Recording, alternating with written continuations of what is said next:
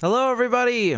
How are you guys doing? It's nice to see you again so soon after our marathon stream yesterday. You know, just a casual 7-hour get together. Don't even bust a sweat. Where are you guys tuning in from? Tell me where you guys are watching from. Let's get this roll call going. And I see we've got close to 200 people watching. Make sure you've also hit the like button.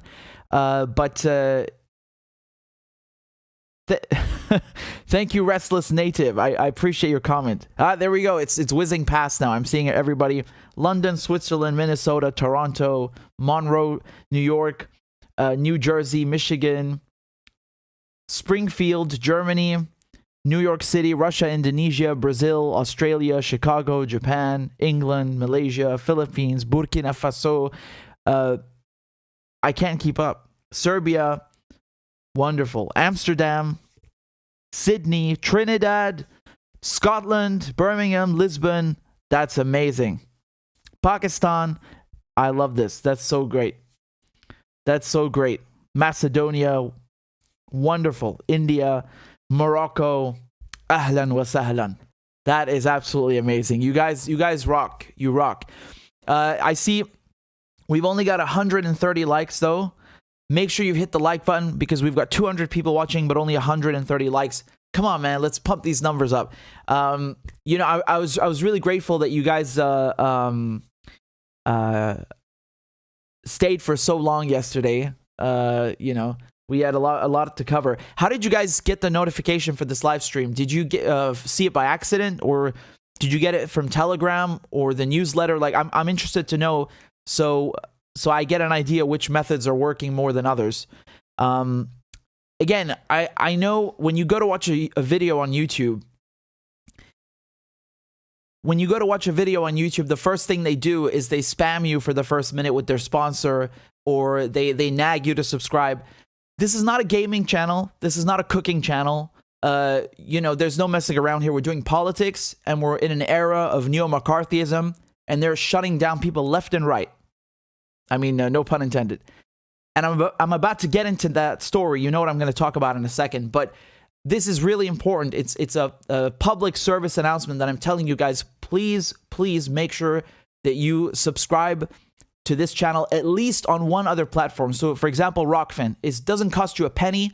It's completely free. I'm live streaming on Rockfin right now, for example, right? So I'm on YouTube and Rockfin. All the videos I upload on YouTube also go on Rockfin. It's the exact same. You just have to make an account. That's the only annoyance. Other than that, there's the Telegram. So, for example, when I go live, I send you a notification on Telegram. Also, completely free. Okay, the address for that, the URL is t, like tango, t.me/Medhurst. Again, I'll put the link below.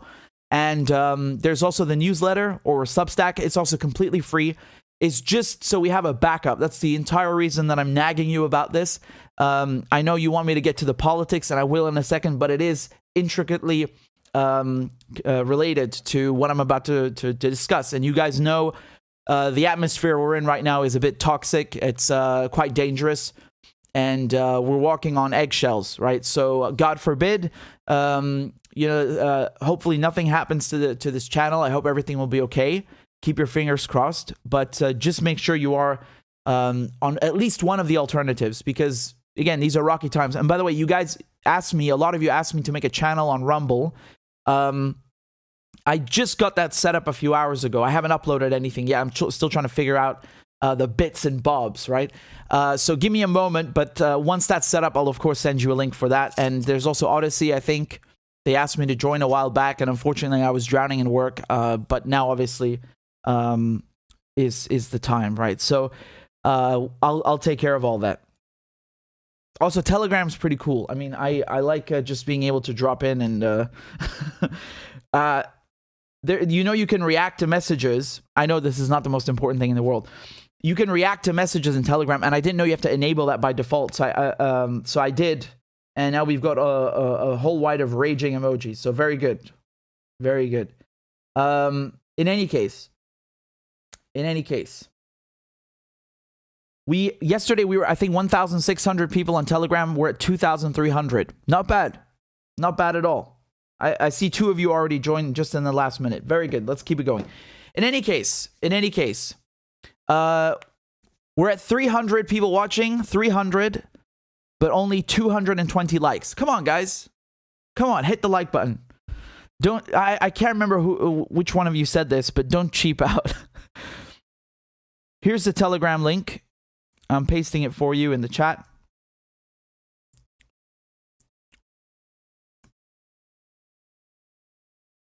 Usually Claudia, she'll give you the links. She just pasted the Rockfin, for example. And I just pasted the Telegram. So there you go.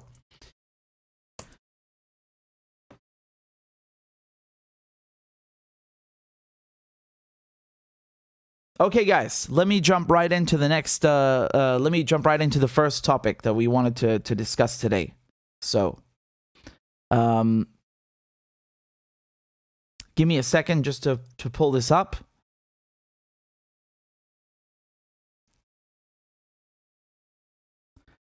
I love it when I'm trying to show you guys something and then like some giant banner just scrolls up and it's like, please subscribe to the New York Times for $1 a month. I wouldn't give you one shit a month. Okay, I wouldn't give you one shoe a month. You're not even worth my shoe. Again, I'm of course they do some good journalism like once in a while. Yeah, but I think my feelings towards the New York Times and Judith Miller and this whole WMD's fiasco really cemented my contempt for mainstream media and anyone else with with a shred of rationality, So in any case, the nuclear talks, right? In Vienna, they're trying to revive the Iran nuclear deal, or as it's officially called, the Joint Comprehensive Plan of Action, JCPOA. Same thing. It's the Iran nuclear deal. So they've been trying to revive that now for about 11 months. And now the talks have been put on hold. Yeah. We don't know until when. Let me show you this tweet from Josep Borrell. Okay. He said, a pause in Vienna talks is needed due to external factors. A final text is essentially ready and on the table, and as coordinator, I will, with my team, continue to be in touch with all JCPOA participants and the US to overcome the current situation and to close the agreement. So again, just for those of you who don't know, who are the participants to the JCPOA? Iran, Russia, China, the UK, the US, France, Germany, and the EU. Okay? And as you know, Donald Trump, he left the JCPOA, he left the Iran nuclear deal in May 2018, and then he started reimposing sanctions on Iran, specifically targeting the oil sector, the banking sector, and really crippling Iran's economy. And so, as a result, Iran increased the enriched uranium that it has, not just in quantity but the percentage. So in the deal, in the nuclear deal, Iran is only allowed to have 3.67% enriched uranium, which is for civilian use. And they went up to 20, and they went up to 60. And if you read the media, let's say Iran is close to having weapons-grade uranium, as if you can just like take a block of uranium and throw it at someone and it explodes. That's not how a nuclear bomb works.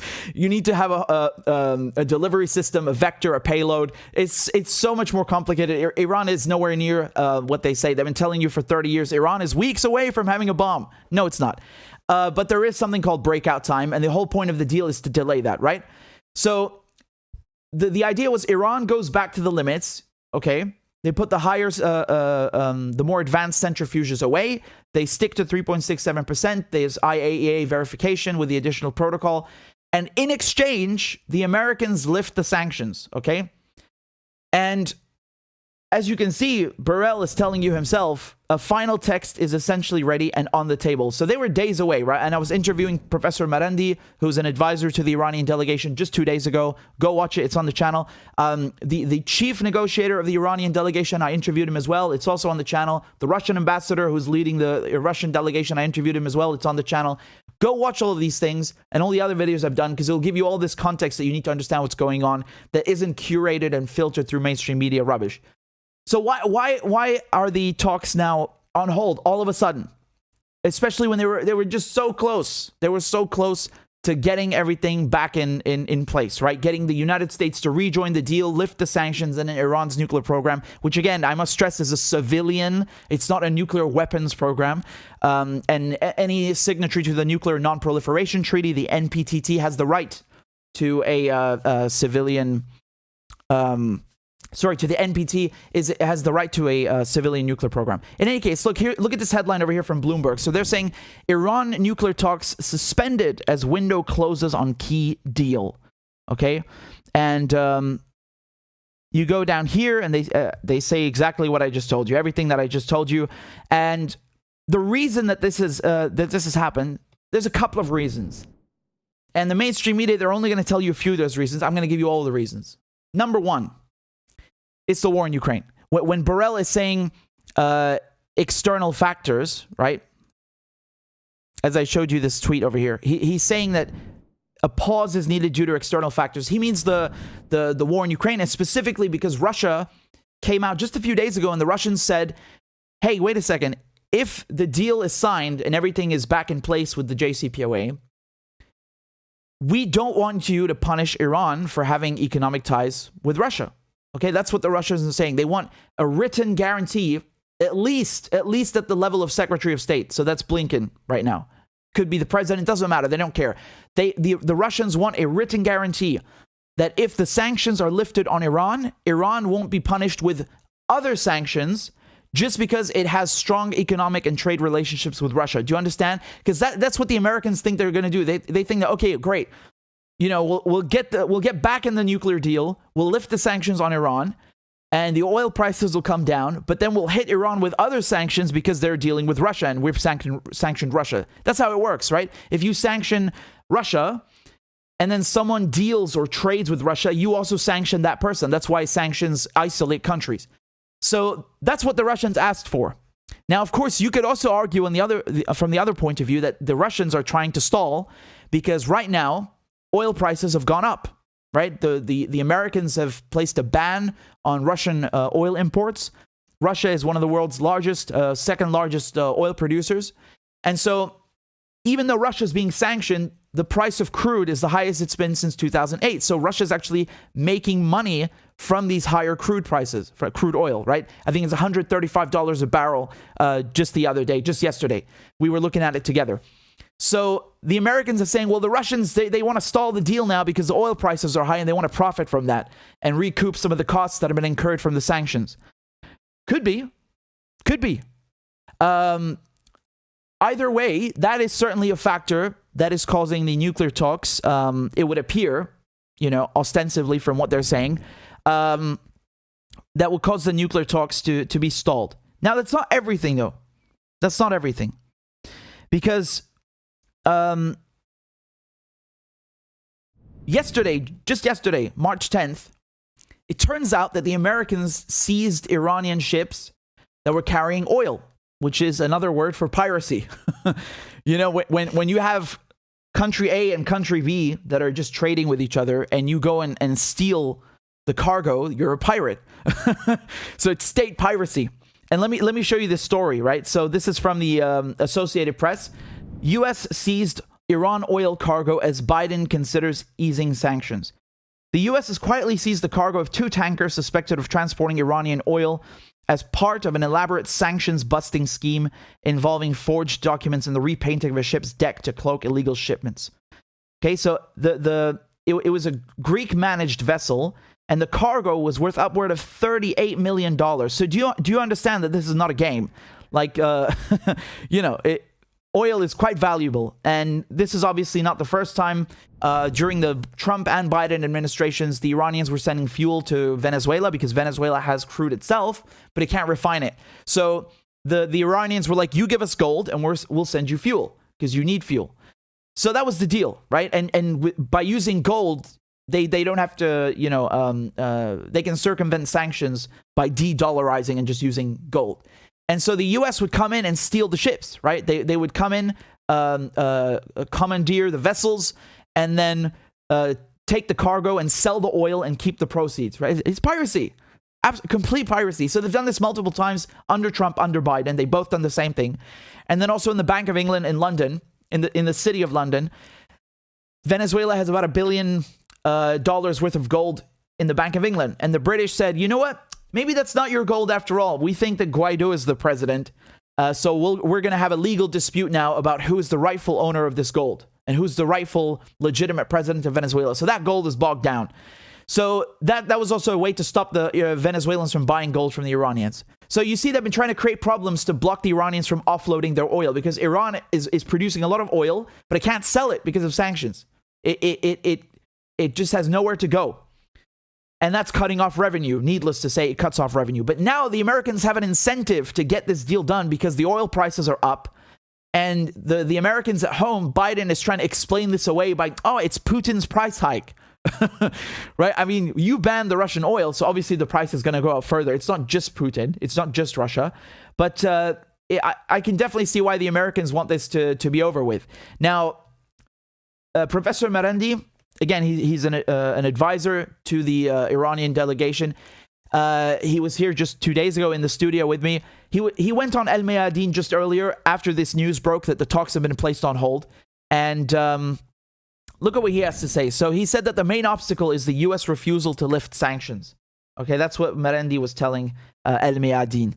So he said that the U.S. refuses so far to lift all sanctions imposed on Iran. And Merendi indicated that the American response to Iranian demands was delayed, noting that the hijacking of Iranian oil tankers is considered unacceptable to Iran. So that's the story that I was just telling you about with these seized tankers that were, it was actually from a month ago, right? It didn't happen yesterday, but the news of it came out yesterday because of the federal civil case, right? Which was unsealed. And so, just to give you an idea over here, this is what I was saying. The task has been made more urgent by Putin's invasion of Ukraine and the U.S. decision to retaliate by banning all Russian imports, which potentially removes from Western markets more than 10 million barrels per day of oil. Some of that lost supply could be made up by Iran, which pumped an average of 2.4 million barrels per day in 2021, though due to sanctions has been able to sell less than half of what it produces. Right, so we're in a situation now where Iran has too much oil. The U.S. needs that oil, but Russia has stuck its foot in the middle and go like, nope, you ain't having it. we want you to give us a written guarantee. Now, honestly, I understand both points of view. People are not happy about this because the sanctions or siege warfare, they really hurt countries and they really hurt civilians. Most of all, they don't hurt the politicians. They're going to continue driving their Bentleys and living in a palace and so on, regardless of the country. I'm not talking about Iran specifically, but my point is that the sanctions are really hurting the population. People are sick of this back and forth. They've been in Vienna. They've been negotiating for 11 months. And keep in mind, that's just trying to get the U.S. back in the deal. Like it's since 2018 that Trump left and put sanctions back on Iran. And so, people are sick of this. Like, what's this back and forth? Just get back in the deal and lift the sanctions, right? But at the same time, Iran would, of course, be slapped with other sanctions if there's no written guarantee. Now, the U.S. response is that, well, these two things have nothing to do with each other. So, no, we're not conceding to this demand at all. And I just want to go back to what Merendi was telling El Mayadeen.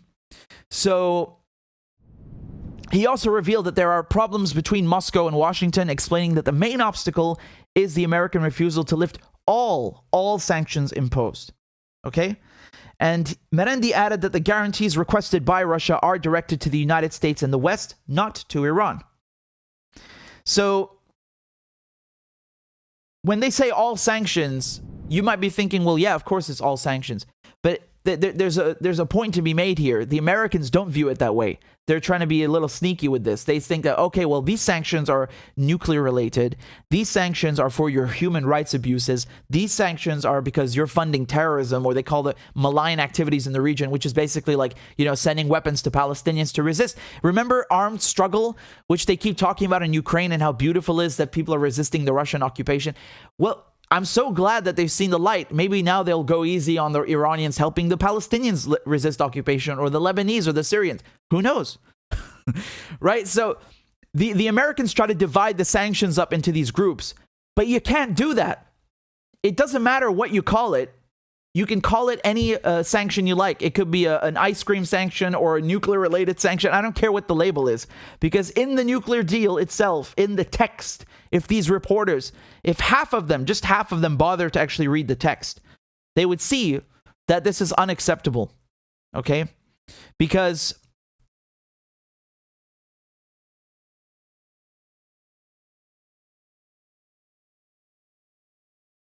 here's Article 29, okay, of the JCPOA. It says the EU and its member states and the United States, consistent with their respective laws, will refrain from any policy specifically intended to directly and adversely affect the normalization of trade and economic relations with Iran, inconsistent with their commitments not to undermine the successful implementation of this JCPOA. So what Article 29 is saying, and it's not the only one, but what Article 29 is spelling out is that the deal is that Iran puts a cap on its nuclear program, and you not just lift sanctions, you make sure that Iran has normalized trade relations and that you don't get in the middle of that. So if tomorrow everything is fine with the JCPOA, obviously Iran is going to continue its a trade relation with Russia. You know, they're just two countries trading with each other. They're allies. And you can't come in and start punishing Iran and preventing it from normalizing its trade relations or maintaining those trade relations with other countries. So do you understand the problem here? So that's why they play these games and they say, well, this is not related to the nuclear deal. It's because of human rights.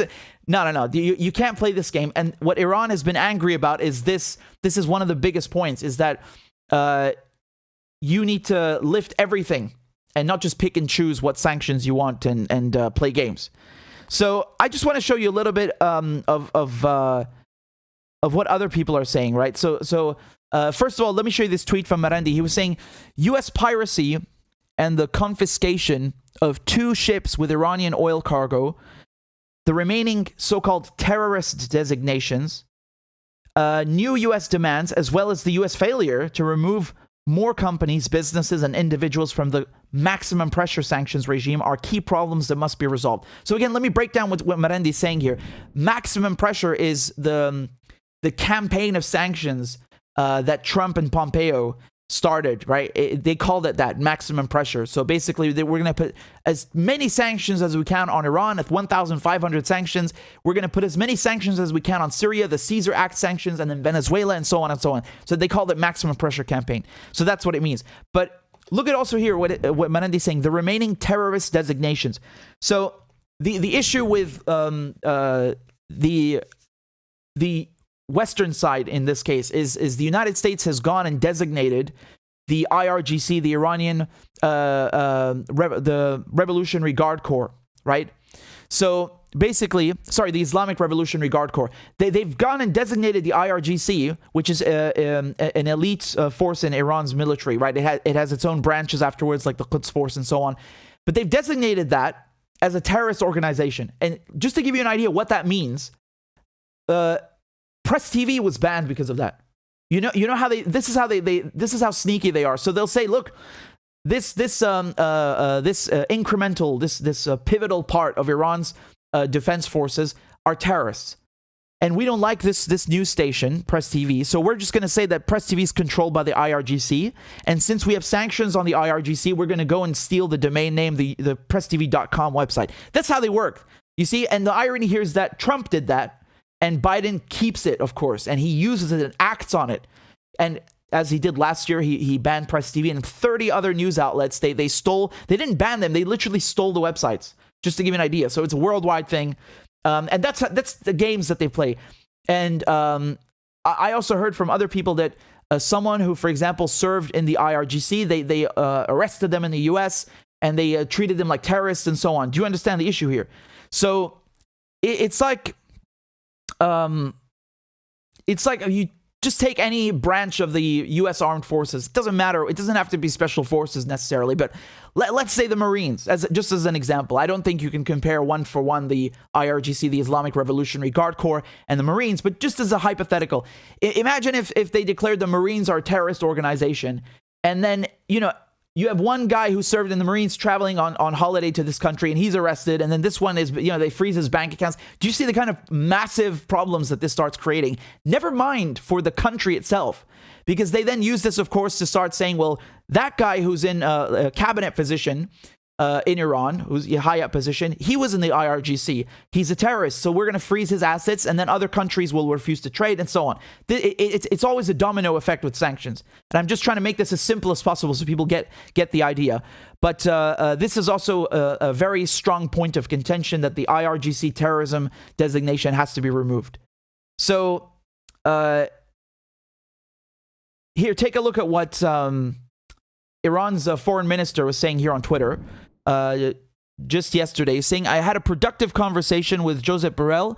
Efforts to reach a good and durable agreement continue. It is within reach if the U.S. acts realistically and consistently. No single party can determine any end result. A joint endeavor is needed. Reason should prevail. And then the Russian ambassador, again, if you want to see my interview with him, it's on the channel. He said absolutely correct. So my point here by showing you these tweets is that everyone seems to be in more or less good spirits.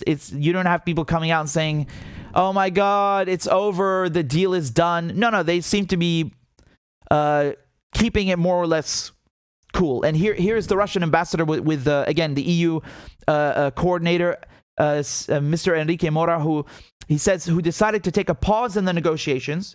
However, even during the pause, he will continue to work with all delegations to settle the remaining outstanding issues as soon as possible. Okay, so they're signaling that it's not done. The deal is not ruined. It's just we don't know when it's actually going to be revived. That's the thing, right? Iran's foreign ministry spokesperson said the pause wasn't necessarily the end of the road and could provide momentum to resolve the outstanding issues. Okay, the UK's negotiator said efforts to put the process back on track were urgently needed, saying on Twitter she was deeply disappointed by the suspension. And here she continued, fair and comprehensive deal on the table, ready for conclusion. Iran and the US have worked hard to resolve the final issues. E3 ready to conclude this deal now. So again, you see everybody saying this. The Russians are saying this. The Iranians are saying this. The British are saying this. The deal was almost done, So again, I guess diplomatically speaking, some people have been calling the Iran deal the first diplomatic casualty of the Ukraine war. Well, again, it's not finished. It's not, it's not over. They didn't throw it in the trash. I think they worked a lot on this thing, and something that's unfair. Again, regardless what you think about Ukraine and what Russia is doing in Ukraine, some people have been saying that the Russians are trying to sabotage the talks. Let me read you what the Russian ambassador says, right? He says a lot of speculations about, quote, attempts by Russia to sabotage the Vienna talks. That's a dirty misinterpretation, he says. He continues, as of now, a number of parties need a little bit more time to finalize the deal. Russia has always been a driving force, not an obstacle in the course of the negotiations. I mean, honestly, man, I'm like one of the only people who's covering this thing. And I can tell you, just really objectively speaking, that's a true statement. The Russians, I think they've tried very, very hard to make sure that this thing succeeds, which is not an easy task. So I think it's a bit unfair to say that they're sabotaging it. Now, that doesn't mean that right now, this guarantee they're demanding from the US doesn't have Russian interests in mind. Obviously it does. Why would they ask for it otherwise? But I don't think it's a nefarious, if they didn't want the nuclear deal to be revived, why the hell have they spent, almost a year negotiating and trying to make it happen? I can tell you one thing, man, without the Russians, who are very, very close to Iran, like this thing, it wouldn't be back in motion. And again, let me be very clear. Iran never left the deal. Even when Iran is raising its nuclear program, it's allowed to do that in the deal. I've showed you the Article 26 and all of this already many times, so I don't want to go through it again. But so I'm just trying to be clear. It's not like the Russians had to force the Iranians to get back in the deal. No, Iran is still there. But again, when you are negotiating with someone, you have to compromise. Even if Iran is still a part of the agreement, it has to make compromises with the Americans, right? They're having indirect negotiations. And in order for this to work, in order for diplomacy to prevail, every person, every party has to make concessions and to compromise. to a varying degree. That's just logic. So I've seen things like this. This is ridiculous. Some guy saying that here's a tracker for the Russian ambassador. So March 3rd, he said the deal is about 24 hours away. March 4th, he said when Russia was prepping its non-paper asking for guarantees, the deal is possible in the middle of next week. And now he's saying Russia's blocking the deal. So basically, this reporter is accusing the Russian ambassador of always lying about when the deal's going to be done. Dude, I don't think the guy knows. You really overestimate the Russians. You think they have a crystal ball or something. I spoke to the ambassador myself a year ago, and I asked him, can you speculate? Because obviously he doesn't know when the deal will be done. And he told me a couple of weeks. And that was back in summer or spring 2021. We're in spring 2022. So obviously you can't predict that thing. But it doesn't mean he's lying. That's just ridiculous. I don't know what that even means. So anyway, you go to articles like Foreign Policy, they say Russia's 11th hour interference in the Iran deal. Moscow is seeking to use the Iran deal to shield itself from the full effect of Western sanctions. So again, this is about the guarantee, right? The written guarantee they're demanding. And I just wanted to read you this line, which is funny because it says the 11th hour demand has served to unite the United States and Iran, which are both eager to see Iranian crude flow into a very tight global energy market. That's true. That's true. The Iranians need the money. They want to be able to trade with the rest of the world like normal, like every other country. And the Americans really want that price of crude to go down. And to do that, they need to get oil from Venezuela. That's why they've gone now kissing Maduro's ass. And that's why they're trying to get the deal signed as fast as possible. All of a sudden, right? They're like, come on, please. It's funny. The problem, though, is when you see things like this, that they're detaining fuel ships, that are bound for Venezuela or Yemen. Doesn't matter where they're going. They're Iranian ships, right? When the U.S. is doing that doesn't really indicate goodwill. So obviously, I don't think my point here, just my final point is, yes. Obviously, Russia would benefit in one way from having the prices of crude stay up. But that doesn't mean they didn't work hard to get the deal revived. I think they have. And also, just because in the media they say, oh, it's Russia that's stalling right now, it doesn't mean that Iran is completely happy with everything that's going on. They want the terrorism's designation for the Islamic Revolutionary Guard Corps to be lifted, the IRGC. And they want all sanctions to be lifted, not picking and choosing, cherry picking which ones. And when you're going and pirating Iranian ships, like the ones that I just showed you in the AP article here, with cargo worth 38 million, I mean, that doesn't really bode well. It doesn't really indicate goodwill, does it? So I think that's something that needs to be worked on. I have no clue when this deal is going to be reached. I really don't. But obviously, the sooner the better. And again, I'm glad it's not completely in the toilet, because that would obviously be a shame. But hopefully it's resolved soon and revived soon. And I really hope that the situation in Ukraine calms down as well. That they also reach some sort of settlement there. So in any case, again, I have a whole playlist on this channel just for the Iran nuclear deal. I'm right where it's happening. I'm bringing you exclusive content from the people who are actually negotiating the deal. So this is the spot if you want independent coverage, on the ground reporting of the Iran nuclear deal. So again, if you're not subscribed, please subscribe. If you haven't seen the playlist, go check it out.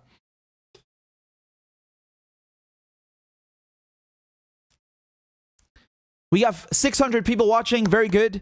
We only have 450 likes, though. So make sure, everybody, you hit the like button. We have 600 people watching. We should have 600 likes. I've even told you in the pinned message in the chat, I said throw a shoe at the like button.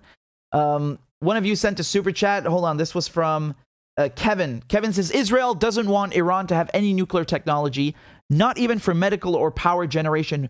Who do they think they are? That's a bloody good question.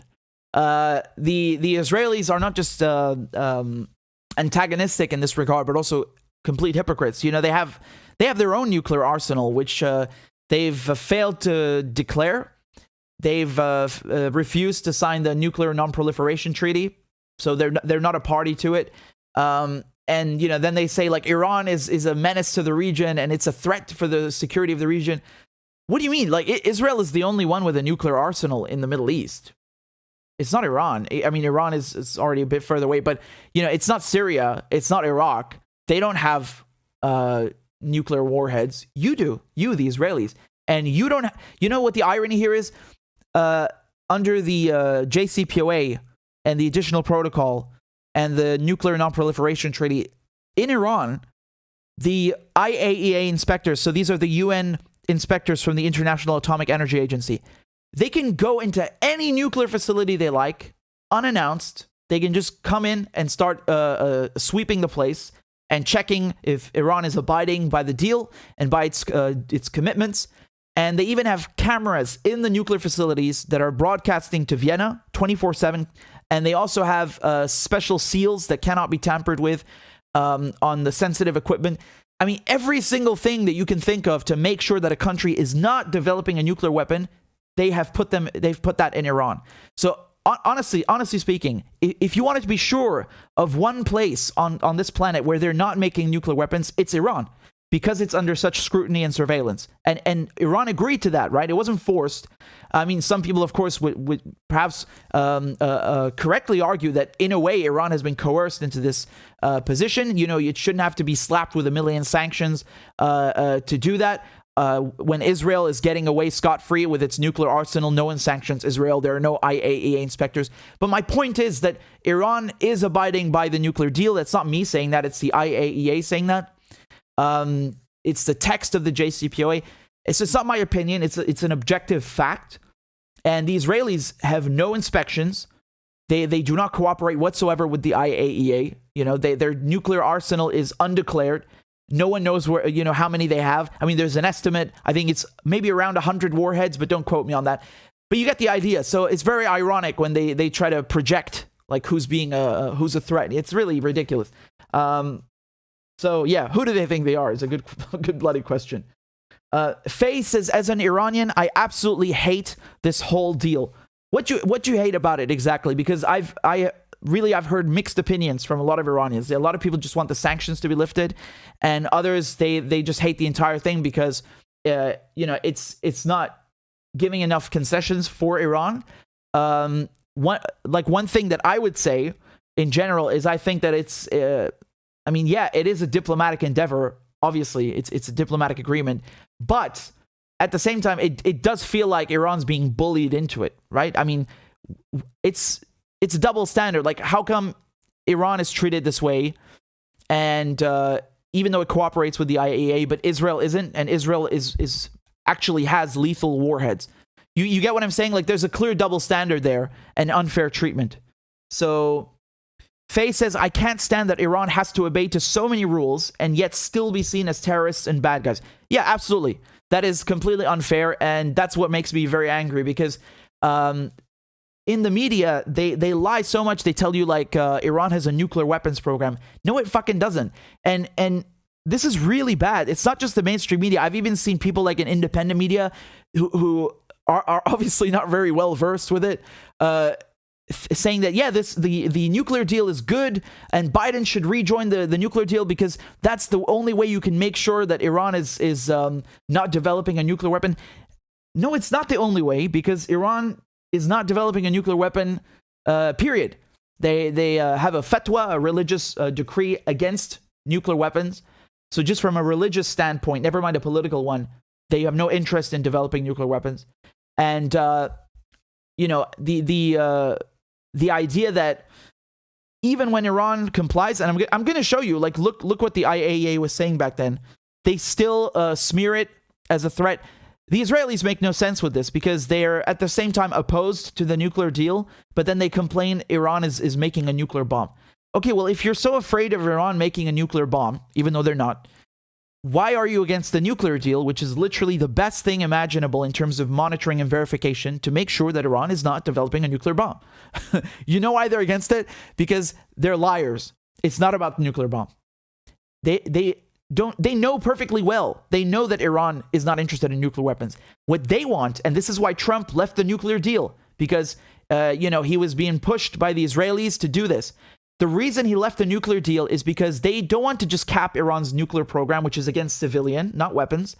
They also want to make sure that Iran doesn't have ballistic missiles, right? They also want to make sure that Iran stops supporting Syria, stops supporting Hamas, so the Palestinian resistance. They want to make sure Iran stops supporting Hezbollah, the Lebanese resistance, and the Yemenis as well.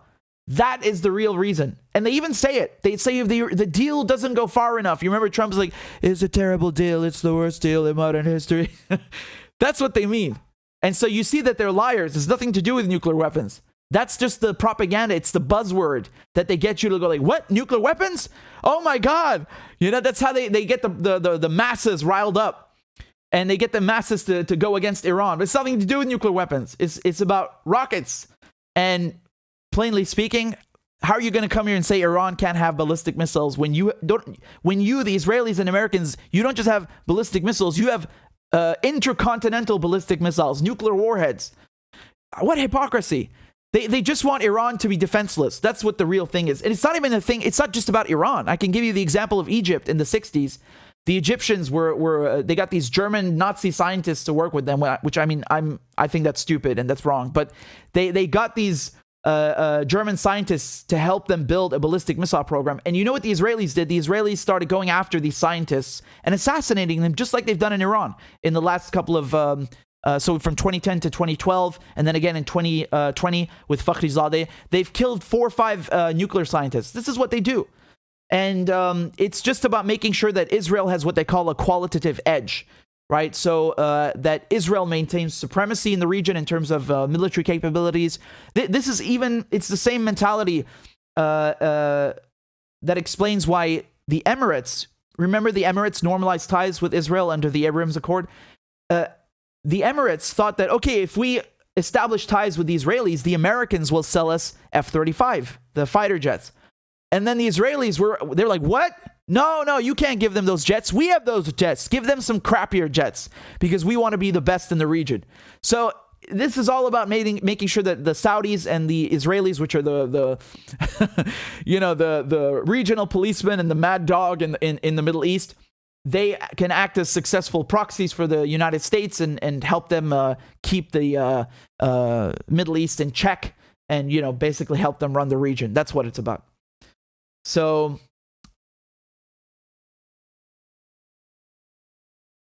let me move on to the next segment.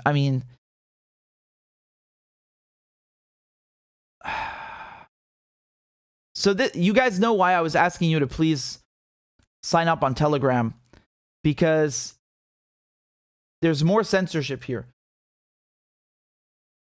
Greg says, what about the reports Iran has been blocking IAEA from inspections? This is not true. There's a nuclear facility at, I think it was Karaj, right? Let me just double check. But there's a nuclear facility where the Israelis, they blew it up in 2021. Okay, so the cameras were damaged.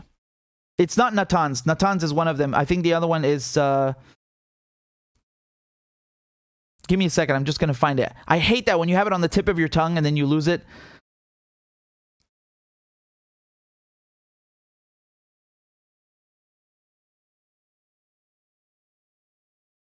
Oh, no, it's correct. It's Karaj. Okay. I was right. It's Karaj. So there's a nuclear facility at Karaj, which the Israelis sabotaged. They put a bomb there in 2021. And one of the cameras was damaged. I think it's at least one of the cameras, which is what I was telling you about earlier, that they have these cameras that run 24/7 so they can look what's happening. The UN, the IAEA.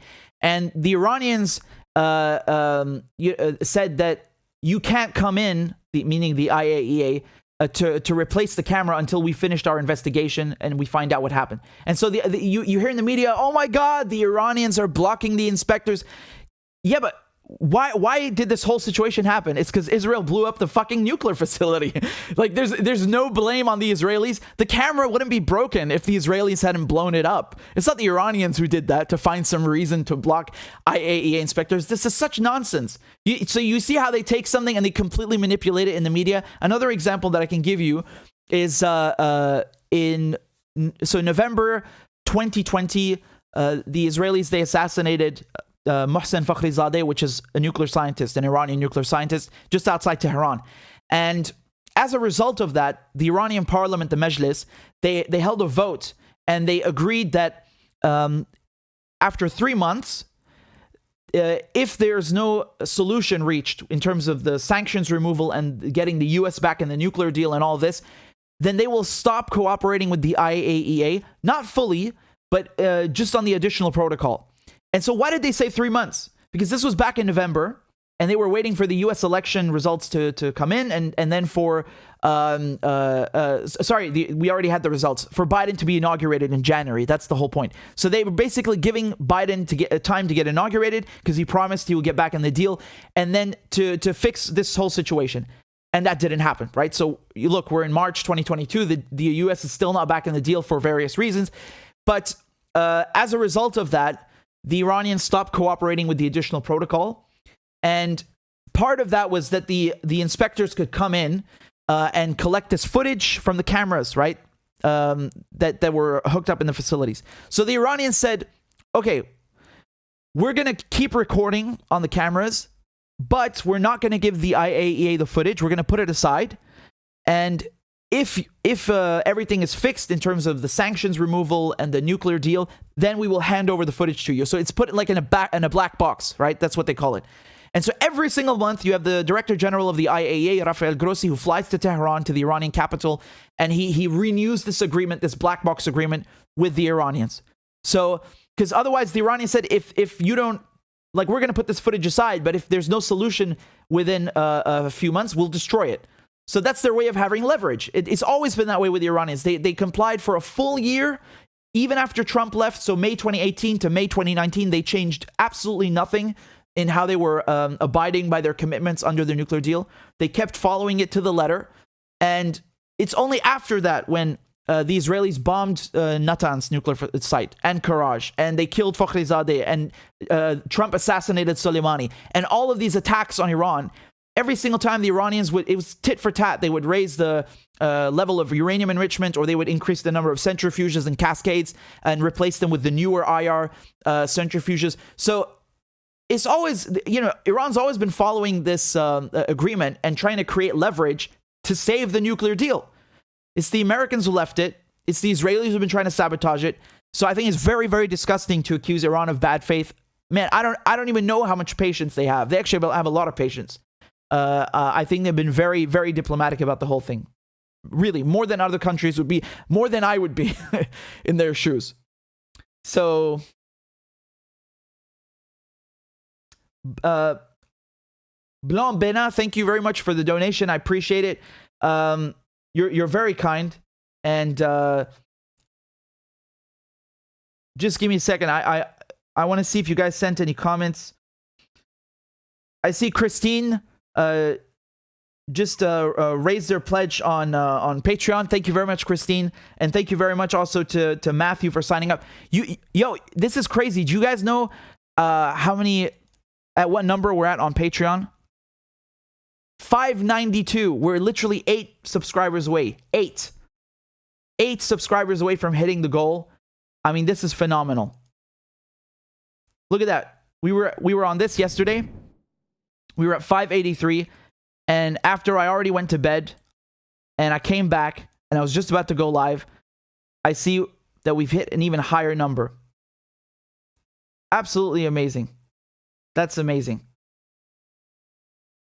So thank you guys very much. We're already at 592. I thought I had a new graphic for that, but I think Claudia can't keep up. I keep asking her to make new graphics, and she can't keep up. So in any case, just to thank you guys, I'm going to play a crab dance, and then we'll continue with the next segment. Let's go.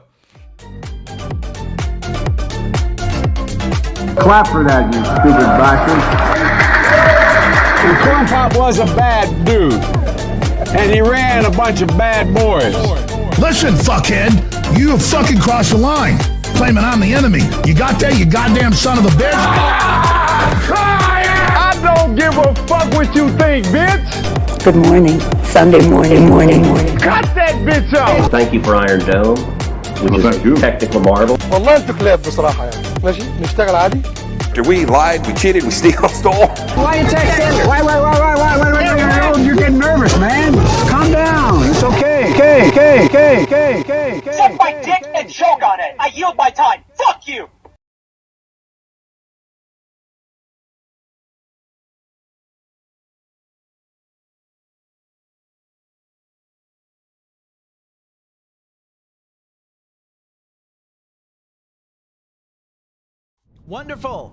Wonderful. Thank you guys so much. That's absolutely amazing. And I really appreciate you guys supporting my work. But really, can I be honest?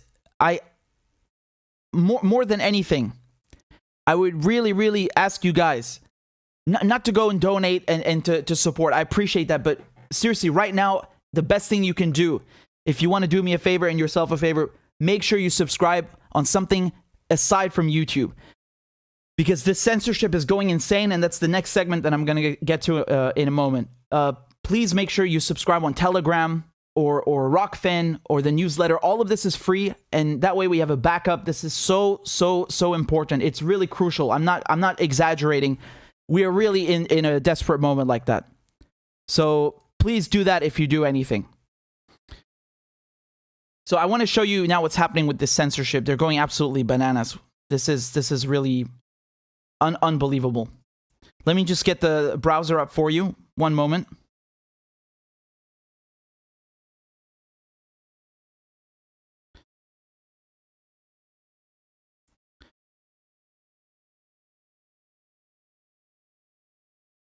Okay. They've banned RT worldwide now. They've just gone ahead and done it. So you remember before, YouTube's argument was, well, we have to do this because the European Union decided that RT should be banned. You know, it's Putin's mouthpiece, and we're going to get rid of it. So everyone who's in the European Union, they can't access RT's Twitter, RT's YouTube, Telegram, all of it's gone. And now, YouTube by themselves have gone ahead and banned RT worldwide for everyone. Just, you know, of their own free will. Look at this. This is someone in Canada saying RT is banned in Canada now, right? It says video unavailable. This video is not available in your country. That's the message they get.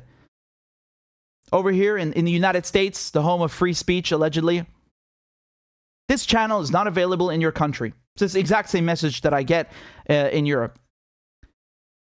This person said they already started blocking RT all over the world. This is from Mexico. Here's Ben in Nicaragua.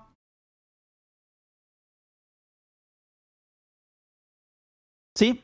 This channel is not available in your country.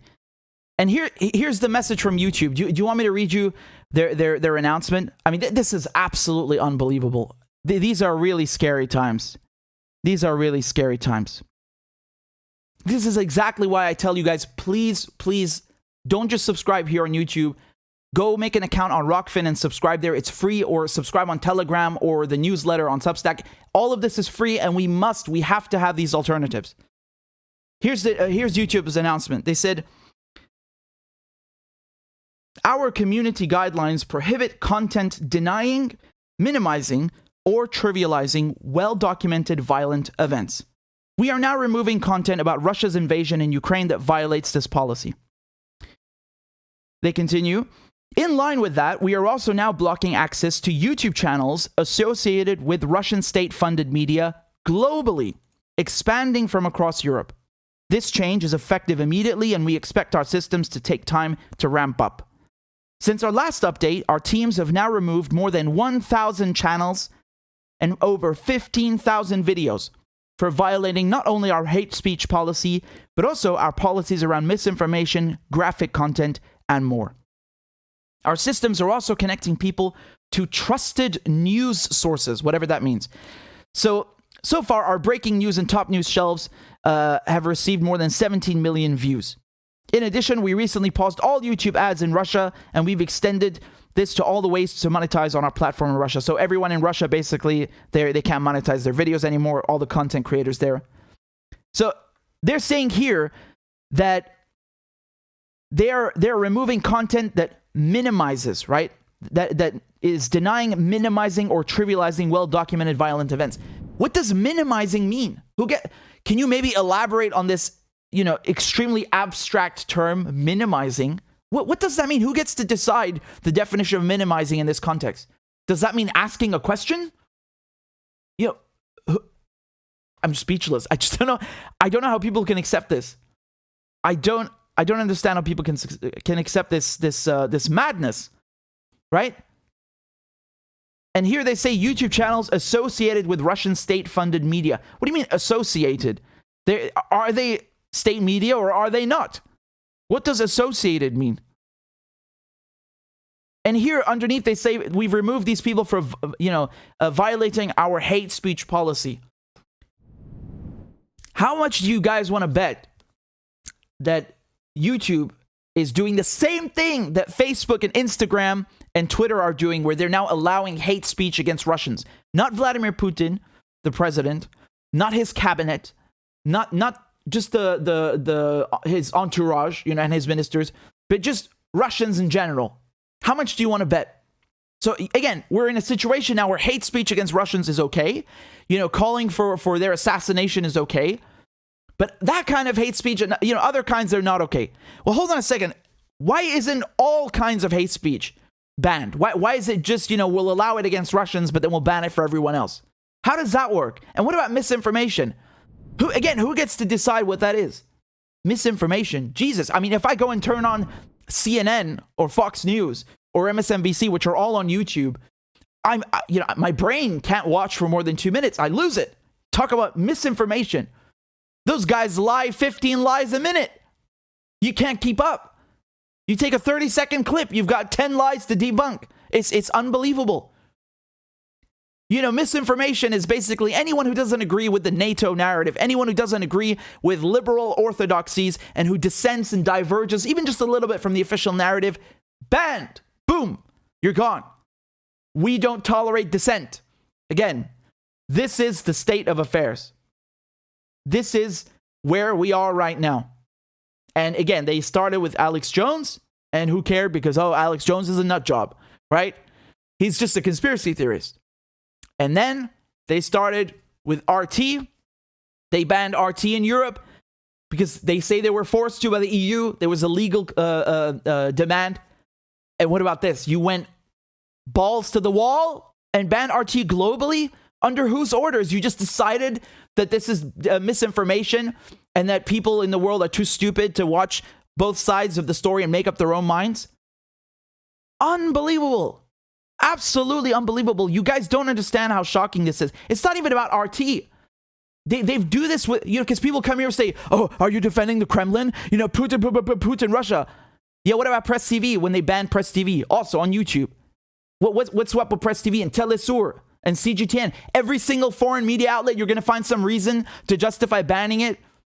Every single time you have some magical reason, but yet those principles, they only apply to foreign media. They don't apply to your media, to the British media, the American media, who lie through their teeth and manufacture consent to murder millions of people. I mean, just unspeakable atrocities, the biggest atrocities of this century. Every single one of them was sanctioned and sponsored and sold by mainstream media. And I grew up and I saw it myself. I remember everything after 9/11, all of it. So don't sit there and tell me otherwise. Do you want to talk about misinformation and poison? Oh, the hypocrisy. And when they talk about minimizing, denying, and trivializing well-documented violent events. Okay, great. That's great. So I want to ask you something. Does that apply to the Palestinians, the Nakba, the expulsion of Palestinians en masse in 1948? The ethnic cleansing of Palestinians. Will you also ban the Israeli ministers and the Israeli politicians and the Israeli mouthpieces and AIPAC and the American politicians and the European politicians and the lackeys who deny the ethnic cleansing that the Israelis committed against the Palestinians, that are still committing against them right now in Sheikh Jarrah, in Silwan, and all across, who are doubling their illegal settlements in the Syrian Golan Heights, the occupied Golan Heights? You're also going to ban them? Bet my ass you won't. Bet my ass you won't. So again, double standard through and through. One form of hate speech is okay, the one against Russians, right? Denying, minimizing, trivializing well-documented crimes, as they say, that's okay against Palestinians. No worries. It's okay against Syrians. It's okay against everyone, but, not Ukraine. Wow. Unbelievable. We have big tech companies, Silicon Valley. We have these tech overlords at the behest of the neoliberal establishment deciding now what kind of media you and I should consume. And not even you and I, it's literally for the whole planet. The whole planet. It was already bad enough in the EU. We're the European Union. We're democracy. We have democratic values, free speech.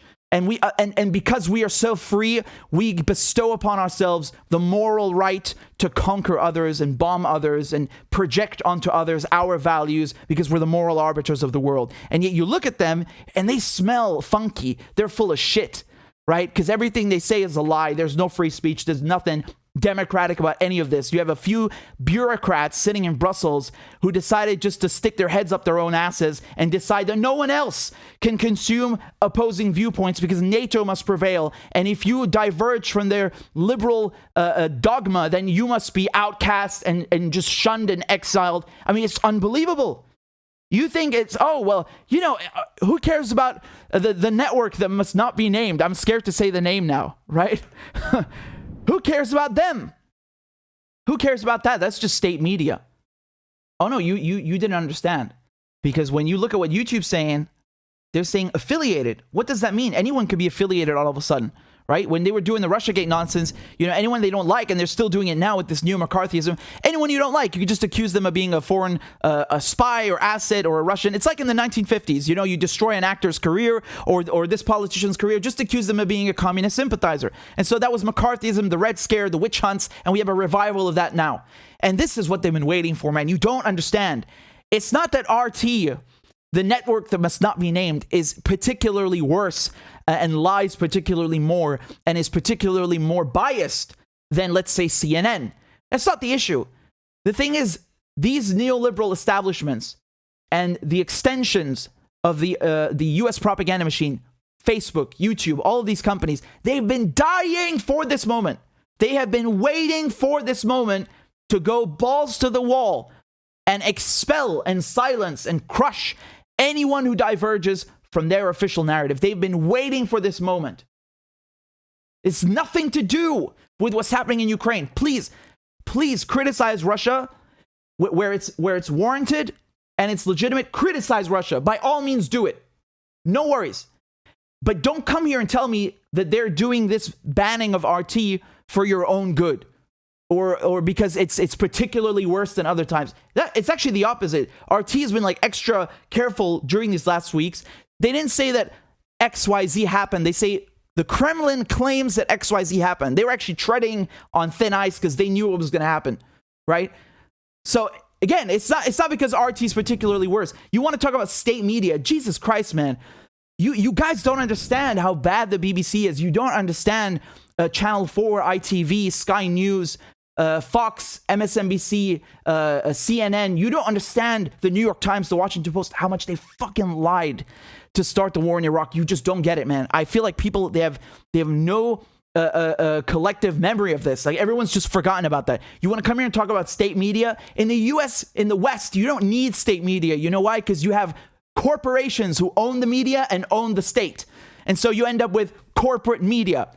But it's no different from what you think state media is. It's actually way worse, it's way more dangerous, and it's way more potent. And this is the shit that you get.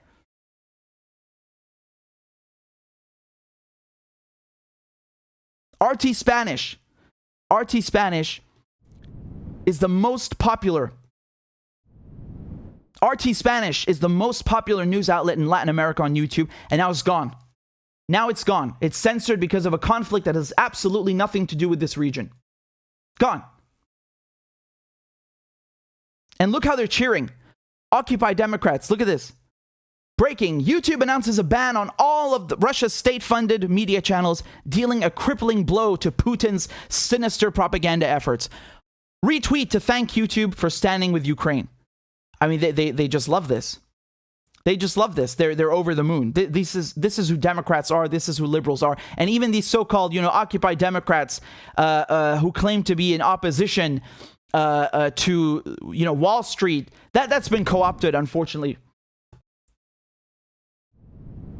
That's been co-opted, unfortunately, from what I can see. They've just, it's gone, right? This is the state of affairs. This is the U.S. left. And again, there are some real lefties, who are not liberals, liberal Democrats in the U.S., but the mainstream idea of what left is in the United States is this, unfortunately. And you have people like this who are cheering this on. You guys know Sacha Baron Cohen, right? He plays Borat. Look at him. He's saying, remove RT, remove Russia RT from your platforms now. When was this? March 9th. So he's calling for a ban of RT and saying that YouTube and Twitter and all these are profiting off of Putin's propaganda, right? So he's calling for censorship. This is Sacha Baron Cohen. This is the guy who played Borat and Ali G. That guy would be nowhere. He would be a fucking nobody if his shows and his movies were censored. And look at this hypocrisy. I'm not going to play the clip because I think it might be a copyright issue, but he goes on Jimmy Kimmel one time, and Jimmy Kimmel refuses to air this clip from his new movie because it's R-rated, and he gets so upset. And then there's another time where he was posting something on Facebook and he got censored, and he got so upset. So he gets really mad when he is censored, right? He gets mad at Facebook. He gets mad at TV for the media for censoring him. And he made an entire career off of movies that are, again, they're quite explicit, to say the least, right? They're very explicit in many ways. And if they had censored him, he would be a nobody. But now he wants other people opposing viewpoints to be censored. I mean, this guy is such a hypocrite. What a disappointment. I thought he was smarter than that. What a disappointment, honestly. What a disappointment. And take a look what happens when you try to post a link from RT. Take a look at this.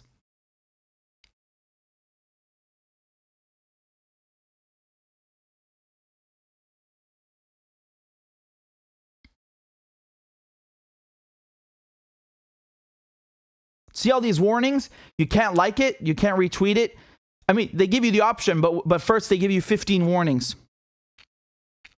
Unbelievable. Unbelievable. I wish they would at least be consistent. If you're going to do this to RT, why not just do it also? Why not do this also to, CNN and the real actual state media in the West? I know you don't call it like you call it that. People say corporate media, but it is the state media. It's the equivalent. And by the way, this is Twitter, what I was just showing you, just so you see that this is cross-platform, this kind of censorship on Twitter, on YouTube, and everything else.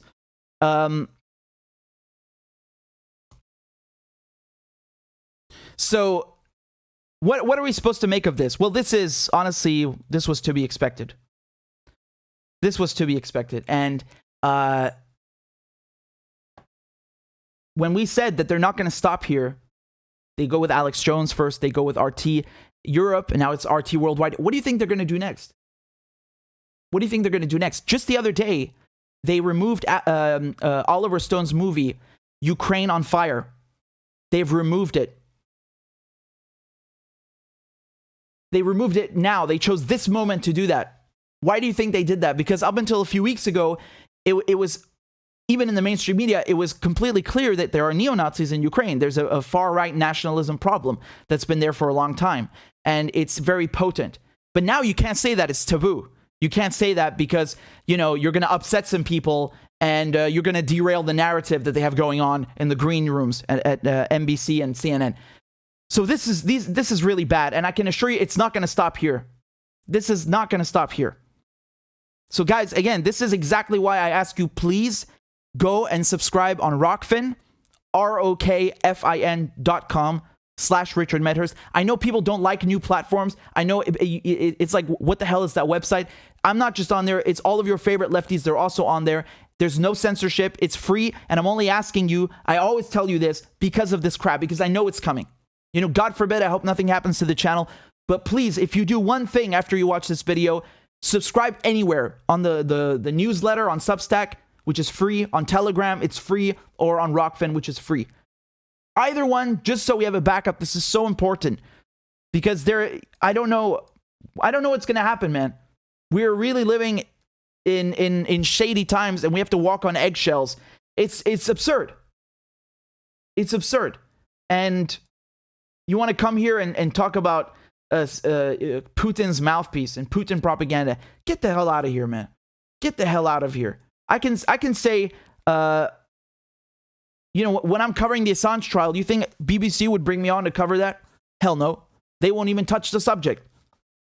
If they comment on that stuff, they bring you some idiot who was not in the courtroom, who hasn't been covering the trial, has no clue about this case except these let's smear Assange talking points, these weird ideas that he's a Russian collaborator and he fixed the election for Trump. That's all they know. So I have a lot more freedom of speech to say what I want to say, criticizing imperialism, criticizing my government for what it's doing to Assange, criticizing what the West is doing in other countries on Putin's mouthpiece and on other foreign outlets than I do in my own country, in the UK. So don't come here and lecture don't come here to me and tell me that you're doing this for our good or you're banning foreign outlets because you're so concerned about democracy and state media. Get out of here. Seriously. This is who liberals are. There's a saying, right? You scratch a liberal and a fascist bleeds. This is why liberals, they are the vanguards of fascism. This is who they are. Liberals and fascists, no difference in this case. Absolutely no difference. You have the government, the state, uniting with the private sector, with the corporations, and crushing dissent. This is literally a hallmark of fascism by definition. By definition. Make no mistake about it. That's what it is. That's what's going on here. And it's always a little bit here, a little bit there, and then they're exploiting crises like this to really just go full throttle and set new precedents. So then in the future, if they want to do the same thing again to, let's say, a Chinese outlet, who's going to complain? They've already bought your consent and manufactured it. They've already subdued you and conditioned you and programmed you into acquiescing to these actions, these fascist authoritarian actions of just crushing anyone who diverges from their official narrative. That's what's going on. And then they have the nerve to talk about democracy. Get the hell out of my face. Go away. Stop.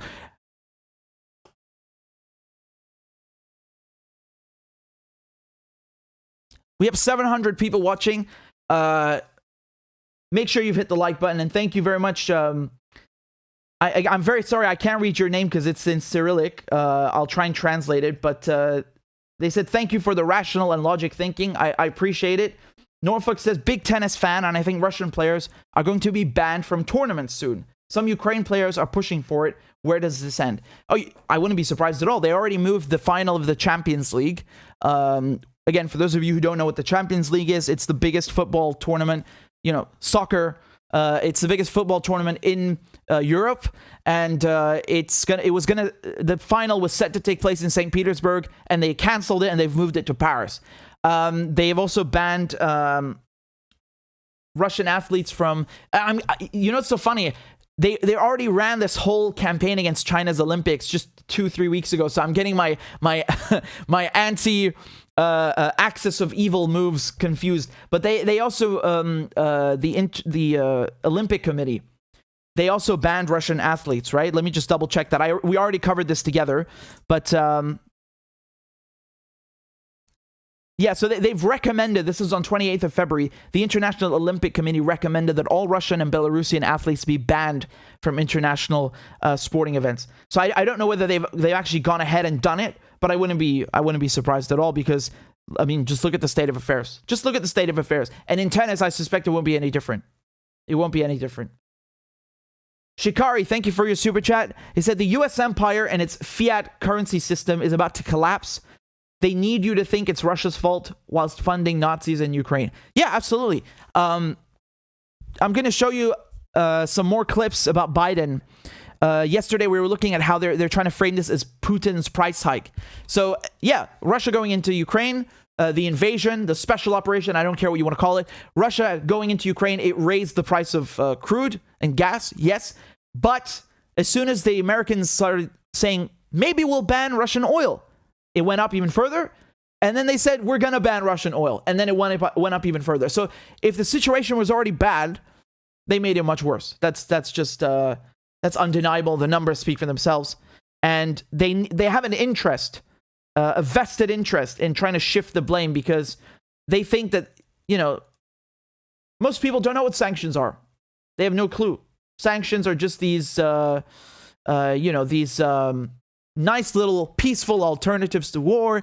There are no bombs, and it's targeted. They literally name Putin and so on. So yeah, it's great. It's a wonderful alternative. We're not attacking that country. No, sanctions are very violent. And in this case, against Russia, they're coming back to hurt people in Europe and in the US with price hikes. And of course, they want to tell you it's inflation. They want to blame everything on inflation. And, even the inflation, who's allowing these corporations, deregulated, running wild, to price gouge people? This whole economy, this whole Ponzi scheme of an economy, this wretched exploitation of workers, all across the board. This neoliberalism from the US, from the EU. Who created that, and who is continuing that? Biden is one of the architects, right? One of the very architects. And so it's, even if you want to blame it just on that, it's not just inflation. It's a lot of it is price gouging. And another thing, obviously, this war is making it worse. But I think for the first time, you're going to see Europeans, you're going to see Westerners, maybe, hopefully, understanding what sanctions mean. And obviously, I hope it doesn't come to people suffering. I'm not saying at all. But I mean, when they have to pay at the pump a higher price, for example, or when goods go up. Russia is one of the world's major wheat exporters. Correct me if I'm wrong. I think it's about 25%. Let me just double check. But it doesn't even have to be that high. My point is, with that, bread prices will go up, So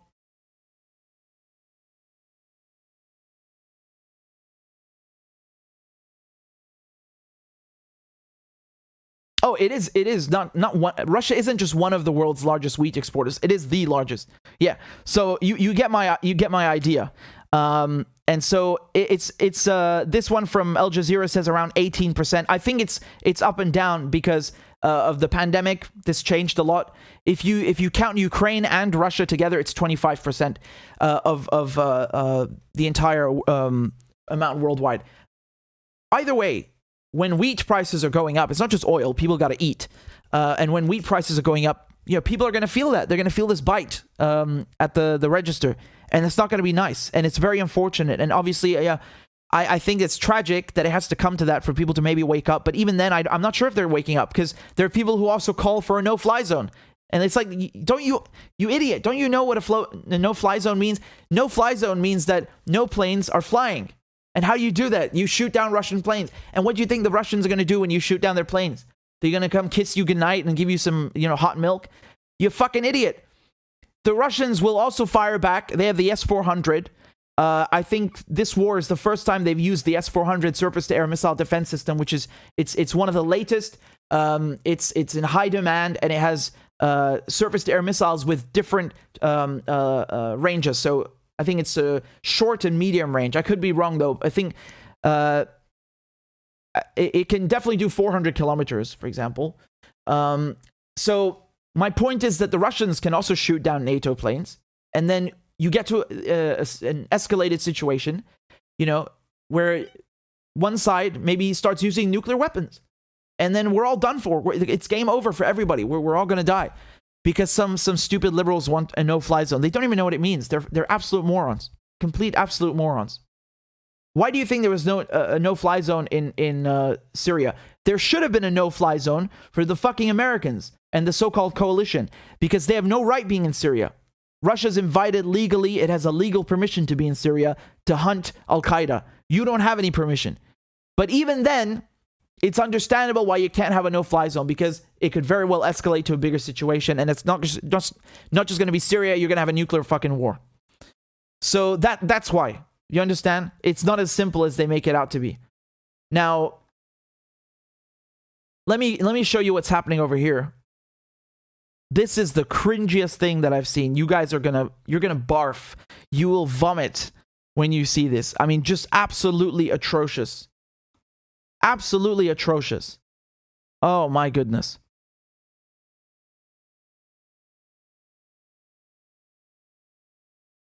Okay. Again, thank you guys very much for subscribing. Claudia was kind enough to make a new image for me to update the graph. 1 second, I'm just going to pull this up for you. This is not the thing that's going to make you barf. I haven't gotten to that yet. One moment. All right, guys, take a look. Magic. 592. We're just 8 subscribers away from hitting the goal. That's the goal. We want to hit 600 subscribers on Patreon. So please, if you like my work, please consider subscribing for $1 a month or, €1 a month. You can put any amount you like. And again, this is if you can afford it and if you want to support my work. I don't do paywalls. A lot of people, they want to give you like special, subscribe for $10 a month and you'll unlock this. No, this is not a fucking cooking show or something like that, man. I want everyone to have access to the news, to be able to watch things whenever they want, and to have the latest news. I don't do paywalls. Everything I do is completely free. This is just if you want to support my work, and we're only 8 subscribers away. And remember, if we hit 600, that is absolutely amazing. But when we hit 1,000, I promise you guys, we will make a piñata out of a politician of your choosing. We're going to have a vote. I'm gonna draw everything out of a hat. We're gonna do a lovely, nice little live stream, and we're gonna make a piñata, a custom ordered piñata of a politician of your choice. So that's gonna be amazing. I'm looking forward to that, inshallah. So in any case, guys, please subscribe if you want, and obviously I just want to play crab dances, so that would be cool. Oh, speaking of which, we already got someone to subscribe. That's great. Thank you very much, Vicious E. Thank you, Vicious E. I appreciate that. You're very kind. And this crab dance is just for you. Everybody show Vicious E some love. Clap for that, you stupid bastard. And Corn Pop was a bad dude. And he ran a bunch of bad boys. Listen, fuckhead, you have fucking crossed the line, claiming I'm the enemy. You got that, you goddamn son of a bitch? I don't give a fuck what you think, bitch. Good morning. Sunday morning. Cut that bitch off. Thank you for Iron Dome, which is a technical marvel. والله انت كلاب بصراحة يعني. ماشي نشتغل عادي. We lied, we cheated, we stole. Why you texting? Why? You're getting nervous, man. Calm down. It's okay. Okay. Suck my dick and choke on it. I yield my time. Fuck you.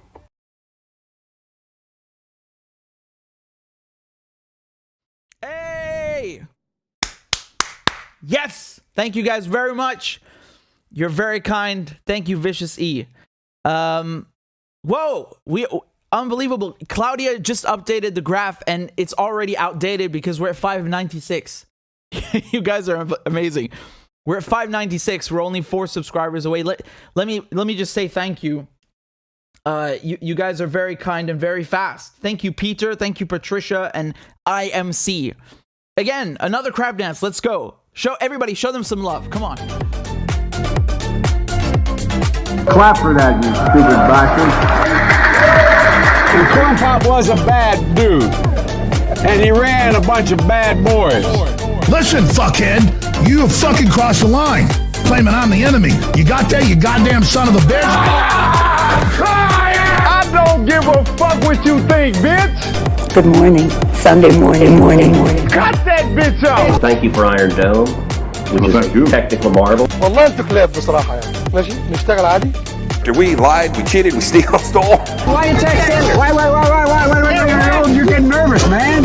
Calm down. It's okay. Okay. Suck my dick and choke on it. I yield my time. Fuck you.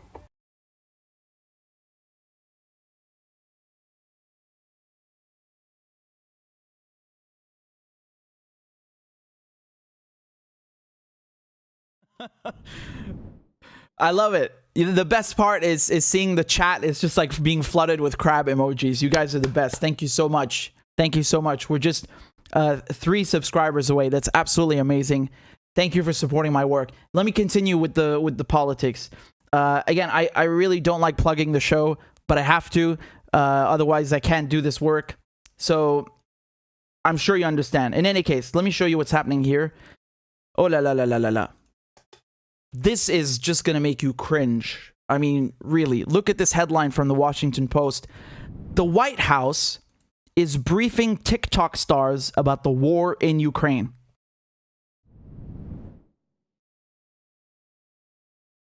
Yeah, this is not a parody. This is real.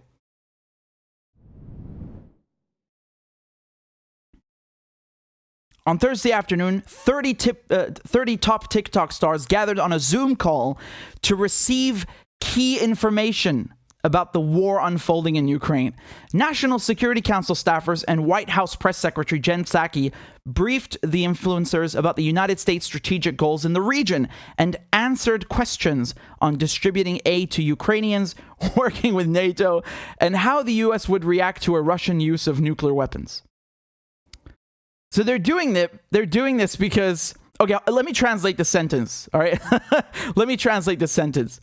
What they're saying is the White House got 30 top influencers on TikTok to join a Zoom call where they were brainwashing them into promoting NATO, promoting the US, insulting Russia, and pushing the NATO narrative, the official democratic narrative on what's happening in Ukraine, and using them as a propaganda tool. This is outsourced propaganda. That's what it is.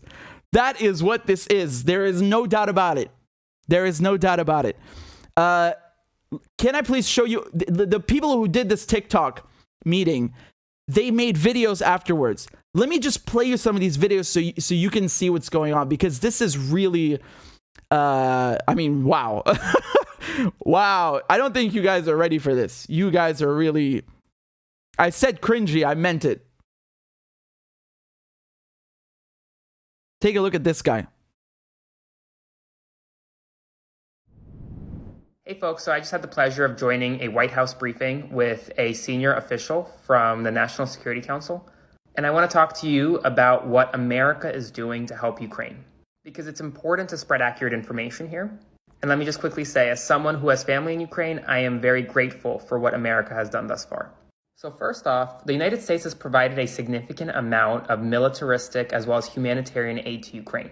Hundreds of billions of dollars have already gone to Ukraine, and there will be more. Next, we are seeing the United States sanctions on Russia work. Russia's economy is in free fall.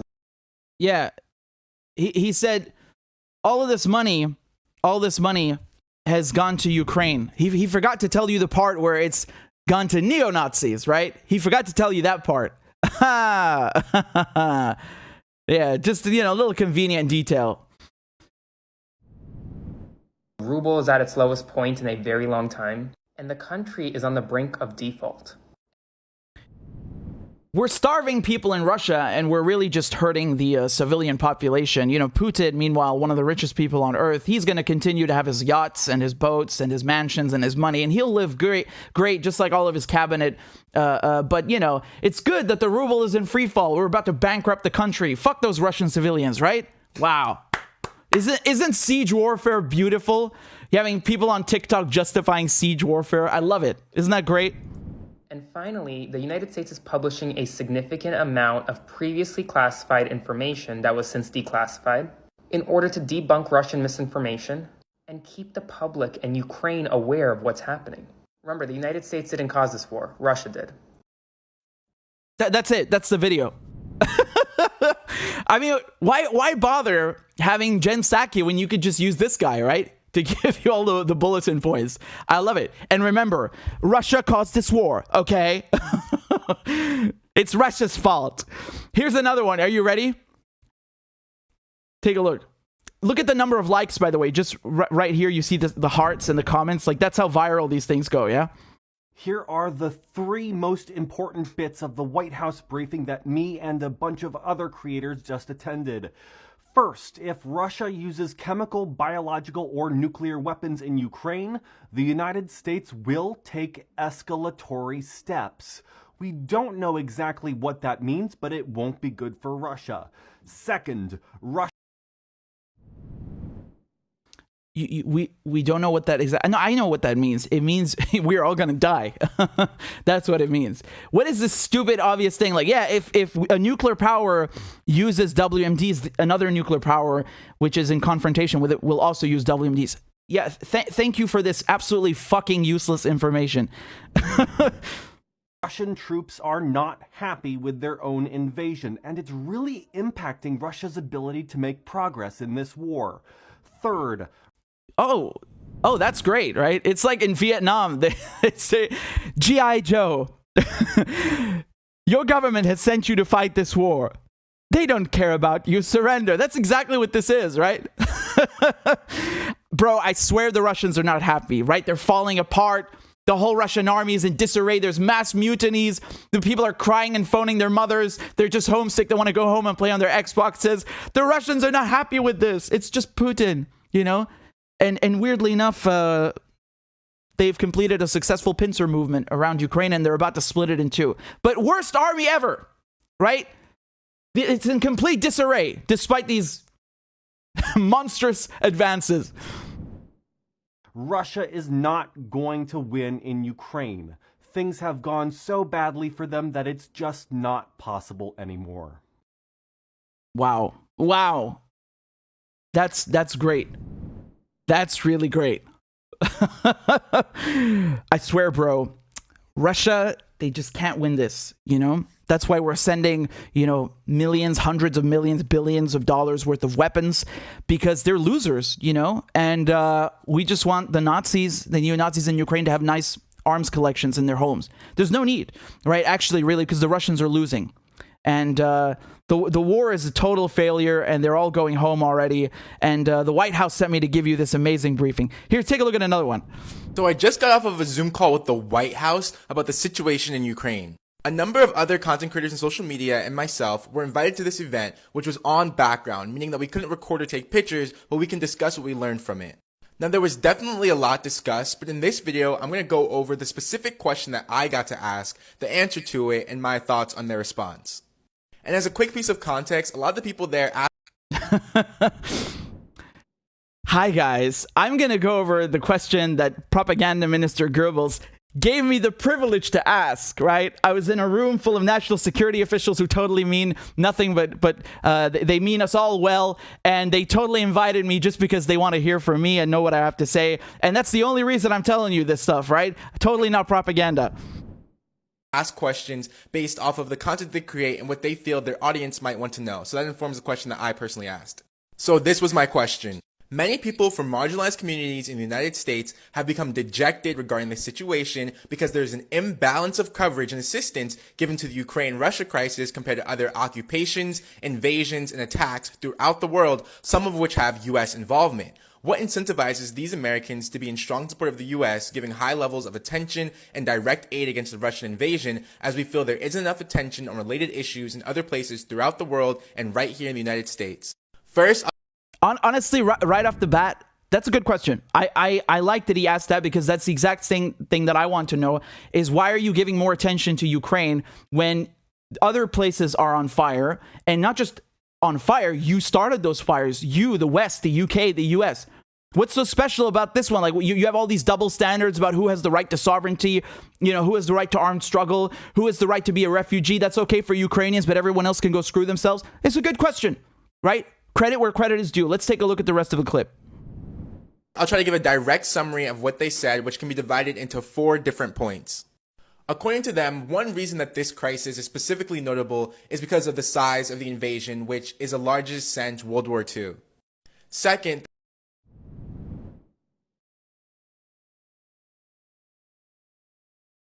do you even know what Iraq is? I don't know if this guy was even alive when they invaded Iraq. Do you know how many people died in Iraq? How big that invasion was, the shock and awe. Literally thousands of people died just in the few, the beginning of the invasion. This is not the biggest invasion since World War II. It's not even the biggest war in Europe since World War II. They just act like Yugoslavia didn't happen. Oh, that thing. Yeah, that old thing. You know, Yugo something, whatever. Yeah, we bombed it. Christ. Again, this is so ridiculous because they're basically telling you, yes, it's true, Ukraine matters more because we say that it's the biggest conflict and we decide which conflicts are worth caring about. And all that shit, who the fuck cares about those Arabs, man? You know, Iraq, Afghanistan, Somalia, Libya. Nah, that's nothing, man. These are tiny shitholes. Ukraine is more important. They acknowledge that this coverage imbalance exists for crises throughout the world and encourage us as content creators to use our platforms to highlight different issues as they arise, especially when No. They they didn't choose you to highlight issues as they arise. They chose you so you spread their fucking propaganda, their State Department diarrhea on TikTok. Have some self-respect, man. Don't be a tool. Respect yourself. You obviously don't respect us. Respect yourself at least. Don't say that shit to us. You know, I know that he's just communicating what they told him, but don't act like it's gospel because it's not critical whatsoever. Mainstream media fails to do so.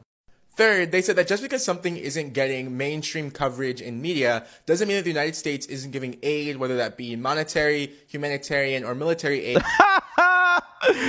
Oh, yes, we destroyed Iraq, but, you know, we're giving it aid. We're helping them extract the oil, which we then scurry off into another country. We're giving them aid, right? We fucked up Afghanistan, and then we gave them some crumbs and took their $7 billion. It's okay. We help, you know? This is what the NATO does, what the West does. They come and they destroy a country, and then they're like, here, some pennies. Wow. And what is that? What kind of aid is that? The IMF, the World Bank? So basically you're putting them in economic handcuffs, right? Wow. Well done. You passed 12th grade geography. Well done. To other issues throughout the globe. And last, they said that they hope that this crisis at least raises the public consciousness around geopolitical issues throughout the world, and that even though Americans may not be proud of other things the United States has done globally, that they hope that we can look back on this moment and see how the United States rallied the West to stand up against Russia and be proud of that. And once again, that's what... This is no different from what George Bush was saying. We got a coalition of the willing. The nuclear weapons. We're gonna rally the West. Yes, it's a crusade. Everybody, are you ready? Let's go. We're dropping, boys. God, it's so cheesy. It's so tacky. This is absolutely tacky. It's no different from the shit that comes out of the mouths of neocons. Exactly the same thing.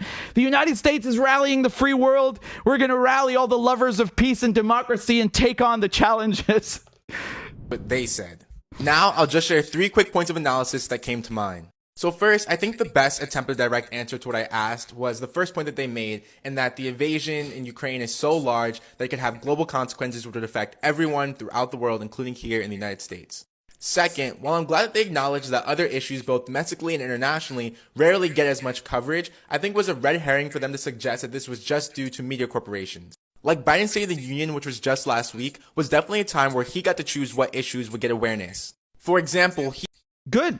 No, again, credit where credit is due. He made a good point. It's not just, the media are choosing to focus on Ukraine. No.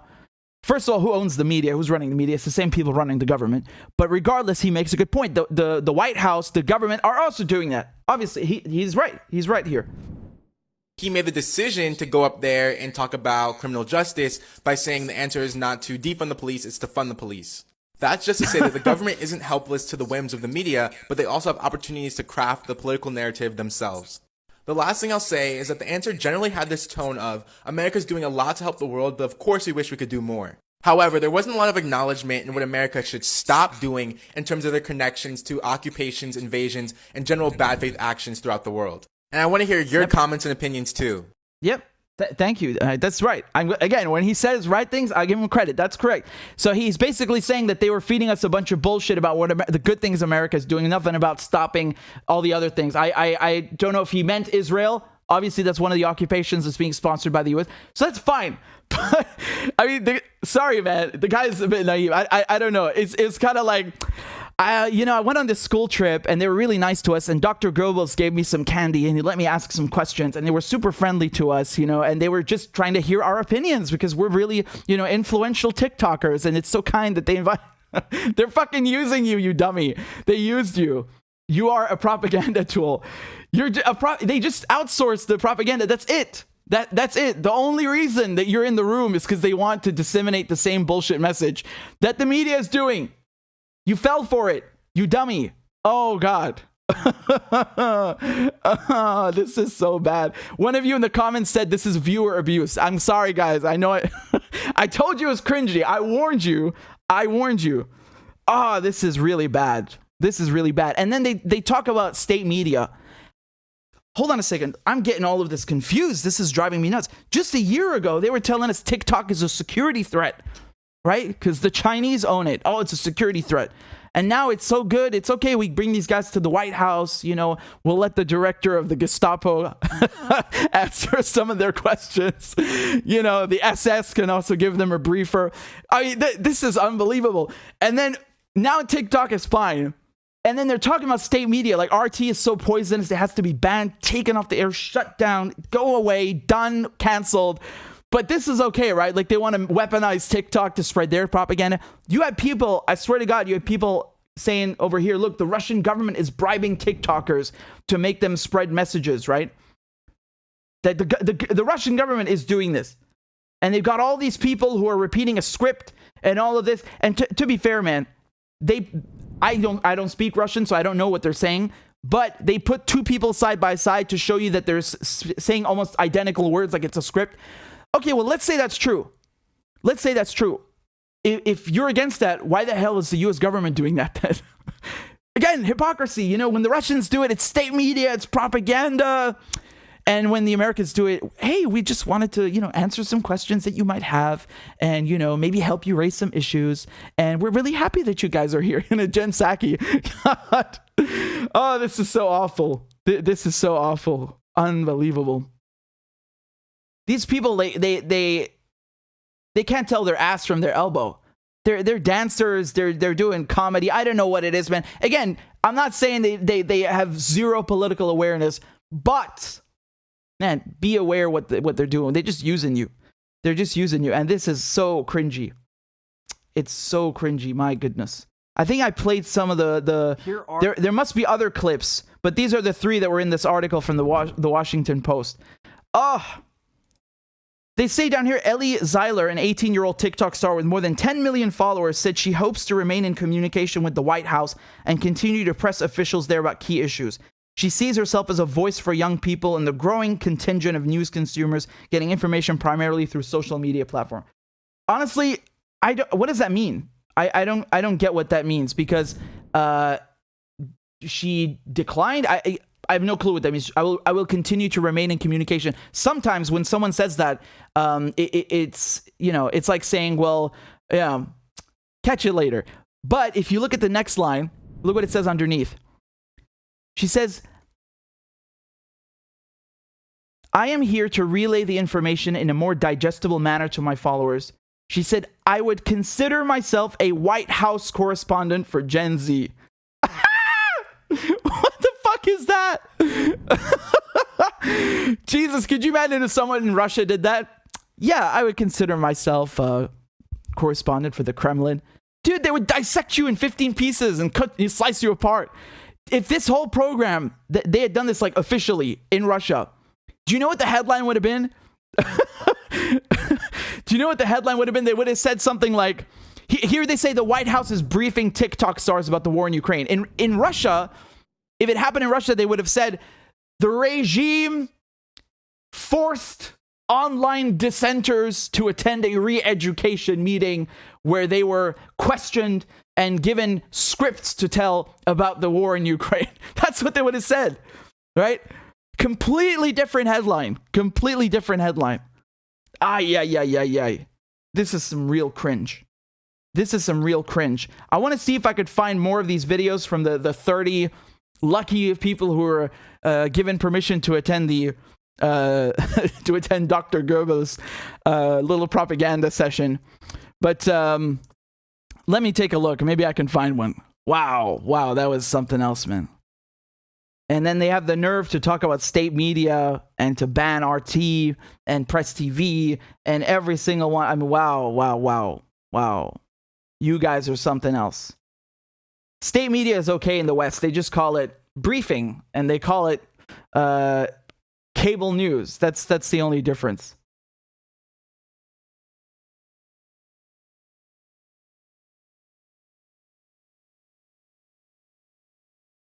I don't use TikTok, so I don't know what other videos there were, but I'm trying to see on Google if there's anything.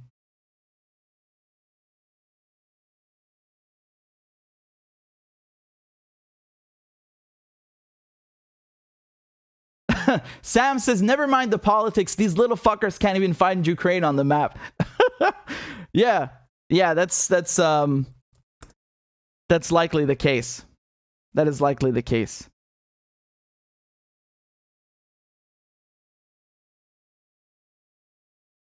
I don't know, guys. I don't see anything. I'm trying to find these videos, but give me a moment. We'll take a look. There's probably some more gold. Yeah? Maybe there's some more gold over here. Do you guys use TikTok?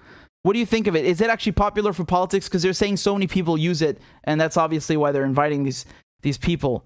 But these influencers, excuse me, to just ask some nice questions. That's how they frame it, right? They obviously can't come out and say, well, we invited these people so that we would give them points in propaganda, so they go and disseminate that to their millions of followers in one fell swoop. No, they say it like, yeah, it's a casual get together, and we wanted to answer any questions that you might have, and we're here for you, and you can ask us about these key issues that are not just Ukraine, but other ones, and we're here for you, and just let us know. They make it sound really friendly, right? They make it sound very friendly and nonchalant, and just neutral, but it's obviously not. And if had another country done that, well, I don't need to tell you what would have happened. Cinema says TikTok censorship is worse than YouTube. Oh, so you're saying they ban political TikTokers? Really? So it's okay. Let me get this straight. If you do politics on TikTok, they will usually, in general, ban you, but these people are okay it's okay for them to do it? Is that what the impression that I'm... is that the impression that I'm getting here?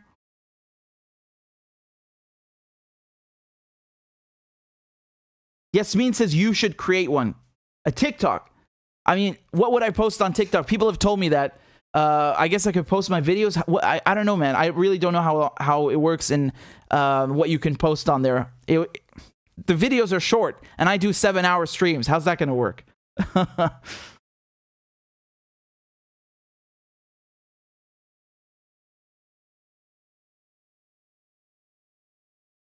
So... Fate of D is saying, I think Twitter is hiding journalists with Russia state-affiliated tag from their search engine. I can't see their names in the search anymore. Yeah, I wouldn't be surprised. They're hiding RT completely. It's not even just in the search results. It's even with the link with the URL, direct URL. Can't see it.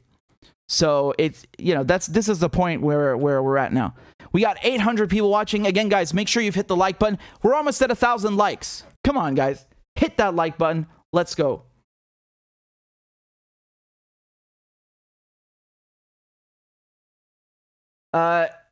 Give me a second just to check something. I was asking Claudia to help me out with this. Yo! We hit the goal! 602 subscribers. You guys are phenomenal. We hit the goal. We smashed it. Another goal smashed. That means next time I owe you a brand new crab dance. And there are going to be multiple things in there. So remember... Last time 2 weeks ago, we had a poll in the chat. I asked you, what would you like to see in the next crab dance?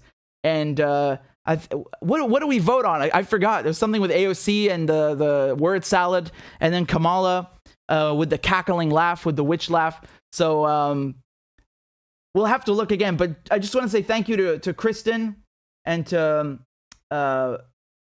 Arius and Michael and Junior Snow and Sergey and Mini Boss and Don, and Peter, and Patricia. Thank you guys so much for signing up on Patreon, for supporting my work. Here is a crab dance just for you. Let's make it rain crabs in the comments. Clap for that, you stupid bastard. And Corn Pop was a bad dude, and he ran a bunch of bad boys. Listen, fuckhead, you have fucking crossed the line. Claiming I'm the enemy. You got that, you goddamn son of a bitch? I don't give a fuck what you think, bitch. Good morning. Sunday morning. Cut that bitch off. Thank you for Iron Dome, which is a technical marvel. والله انتوا كلاب بصراحة يعني ماشي نشتغل عادي. After we lied, we cheated, we stole. Why you texting? Why? You're getting nervous, man. Calm down. It's okay. Okay. Suck my dick and choke on it. I yield my time. Fuck you.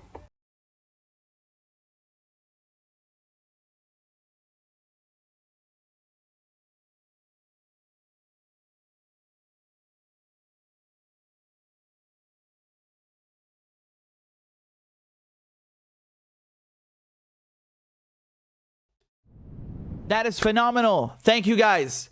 Thank you very much. I'm very grateful. And again, I have to repeat, we're in dangerous times. I would be even more happy if you would please consider signing up on Telegram or Rockfin, because again, look at the censorship from YouTube. Look at the censorship that all over all across the board. It's really dangerous. So I really implore you. I'm insisting that you subscribe on Rockfin or Telegram or the newsletter. All of these things are free. It's just so we can build up a backup. That's the only plan, right? So, I'm just looking on Telegram. How many people do we have now? We have, nice. We got 2,400 people on Telegram, which is great. I think we were at 1,300 yesterday. So, you know, almost doubled. That's very good. That's very, very good. Again, Claudia will put all of the links right now in the chat, or I'll do it. There's the Telegram. She just put it. So that's really great. Hamad says your Rockfin Live is not what is on your YouTube Live. They're not the same. Someone told me that, and it's weird because when I'm looking at it, I can see the live, and I'm confused. Ella is also saying the same thing. Apparently the Rockfin is broken or something. I need to get in touch with them and tell them what's up, because that's really stupid. One thing I would suggest, Ella and Hamad, are you guys watching on PC, on your phone, or if you're watching on your phone, maybe delete the cookies in the browser, and the same thing on the computer. I think that's what's up. You have to refresh the cache by deleting the cookies and all of the temporary files, and try it again then, and it should work. You guys are saying get on Rumble. I am. I haven't figured it out yet. You guys need to guide me with Rumble, because what they have, how does it work with monetizing videos? I first of all, just to sign up, I was confused. There's like a free account and then a business account and a publisher. I was like, what? I was confused. I just took a free one.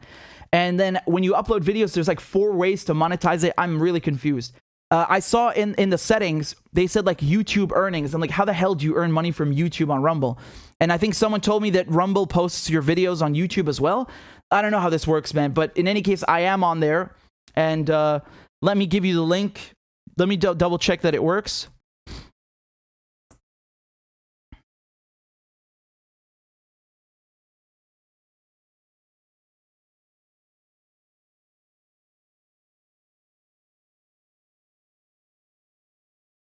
I'll send you the link when I've done it, and hopefully it will work then. So in any case, for now, there's Rockfin and there's Telegram and so on, and I'll make a Rumble. Don't worry. So in any case, Lily says Odyssey. Are you in Odyssey? I'm not actually, but I will. I'm also looking to make an account there, so don't worry. As soon as I have that, I'll let you guys know. As soon as it's done.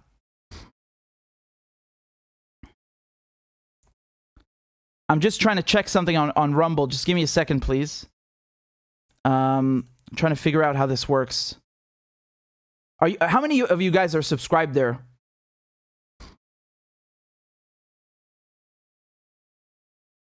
Or a user there, excuse me.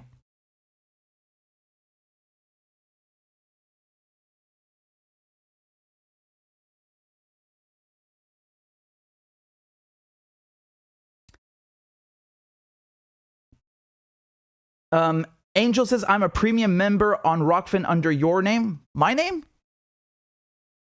How come? How does that work? A lot of you are saying that you use Rumble. That's good. Okay, so again, as soon as I make an account, I will let you guys know. Let's move on to the next segment. I want to show you what's going on here.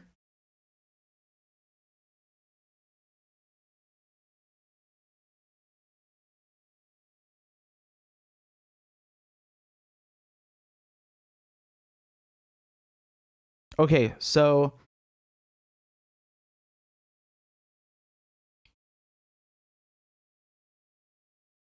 some really nice crab dances we just had. Very good. All right.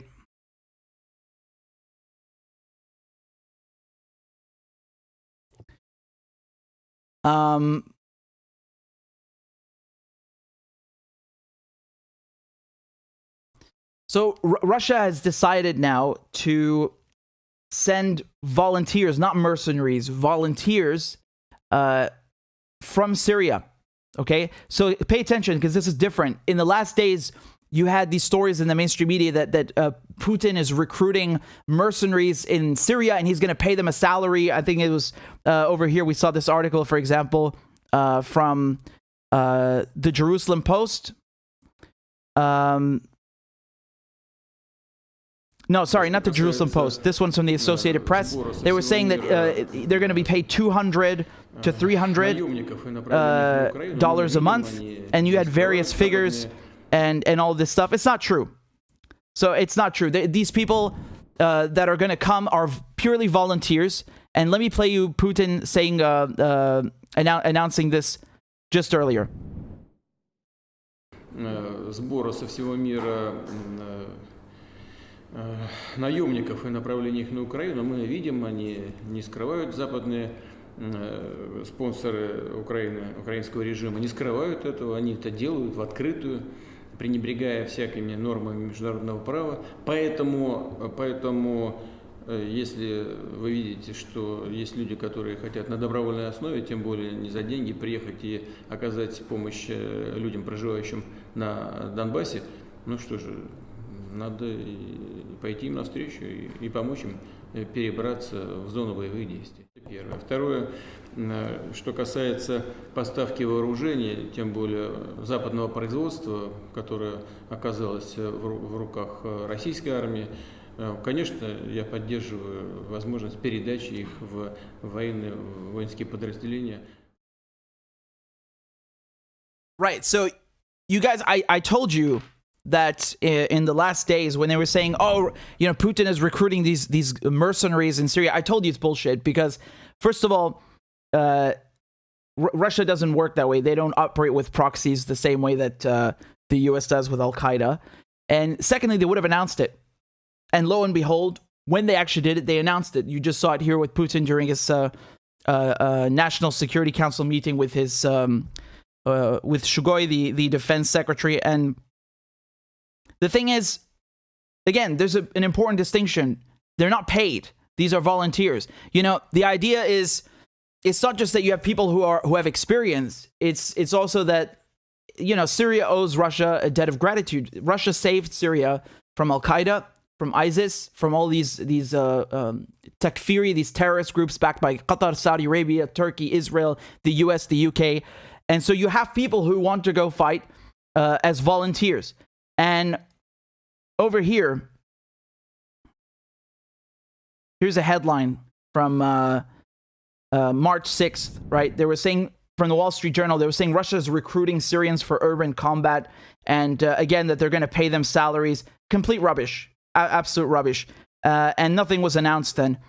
And here, this is The Guardian from March 7th. And they were saying the same thing, $200, $300 a month. Complete rubbish. Not true.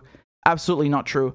And here, the BBC, they reported this a few hours ago, that Putin is seeking volunteers to fight in Ukraine. So that's the news story. Now, look here. Russian Defense Minister Sergei Shoigu said that there were 16,000 volunteers in the Middle East ready to fight alongside Russian-backed forces. U.S. officials said these could include Syrians skilled in urban combat. Moscow is a long-standing ally of Syria. Yes, we know. And again, Putin said, if you see that these are people who want to go of their own accord, not for money, to come help the people living in Donbass, then we need to give them what they want and help them get to the conflict zone. Mr. Shoigu, the defense minister, also proposed handing over captured Western anti-tank missile systems to Russian-backed rebel fighters in the breakaway Ukrainian regions of Luhansk and Donetsk. And Putin said, go ahead, please do this. Now, I want to show you something incredible, because the Ukrainian president responded to this. He made a video. Let's take a look. Вітчизняна війна.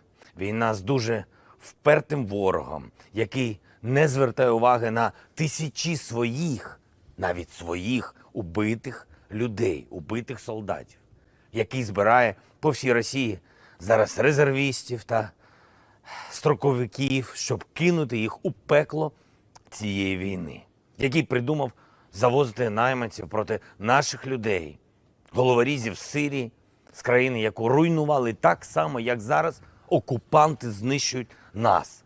Наш Маріуполь, наш Харків, Охтирку, Чернігів, Волноваху, Ізюм тощо. Вот так российские войска относятся к украинцам. Вот так относятся к Донбассу. Как они говорили, к русскоязычным людям. Как они всем кричали о защите, которых в Москве столько всего наговорили. Ракеты, авиабомбы, артиллерия. А теперь вот еще сирийские наемники, которых вообще не различают, кто и на каком языке здесь разговаривает, в какую церковь ходит, какую партию поддерживал. Наемники, которые просто едут убивать на чужой, во всех смыслах этого слова, на чужой земле. Whoa, whoa, whoa, whoa, whoa. Wow. Wow, you fucking hypocrite. This guy has Al-Qaeda coming to fight on his side, on Ukraine's side. And he has the nerve to talk about thugs from Syria. And then he talks about them, Syrian mercenaries who do not distinguish at all about the language and what church people go to. Are you fucking serious? Are you serious? The difference is the Syrians who are fighting with Russia are secular. They are the ones who respect you no matter what your religion is. The ones that are coming to fight on Zelensky's side, the Al-Qaeda mercenaries who are being paid to go there, who are from Idlib and northern Syria, they are the ones who are extremists and who kill Christians and other Muslims and anyone who doesn't fall in line with their Wahhabism and their extremist far-right ideological their ideology. Are you serious? This fucking hypocrite. What a bag of dirt this guy is. He is literally on the side of Al-Qaeda. You have El Mayadeen reporting yesterday they have 450 Arab and foreign extremists from Idlib coming to Ukraine to fight against the Russians. These nut jobs over here. You can see the flag of the Free Syrian Army and Turkey, because Turkey is occupying Idlib and is backing these people. And you have the nerve.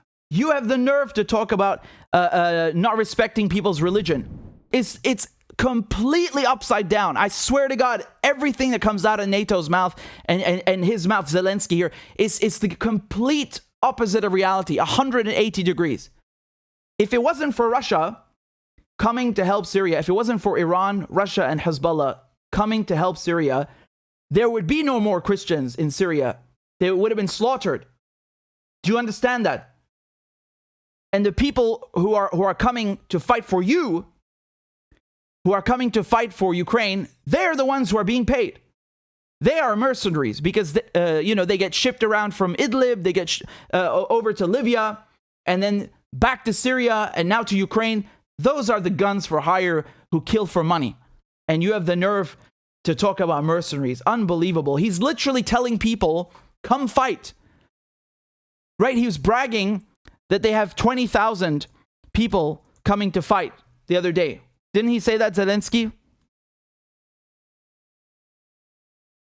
See, Ukraine has set up its own international legion for foreign volunteers to come to its defense.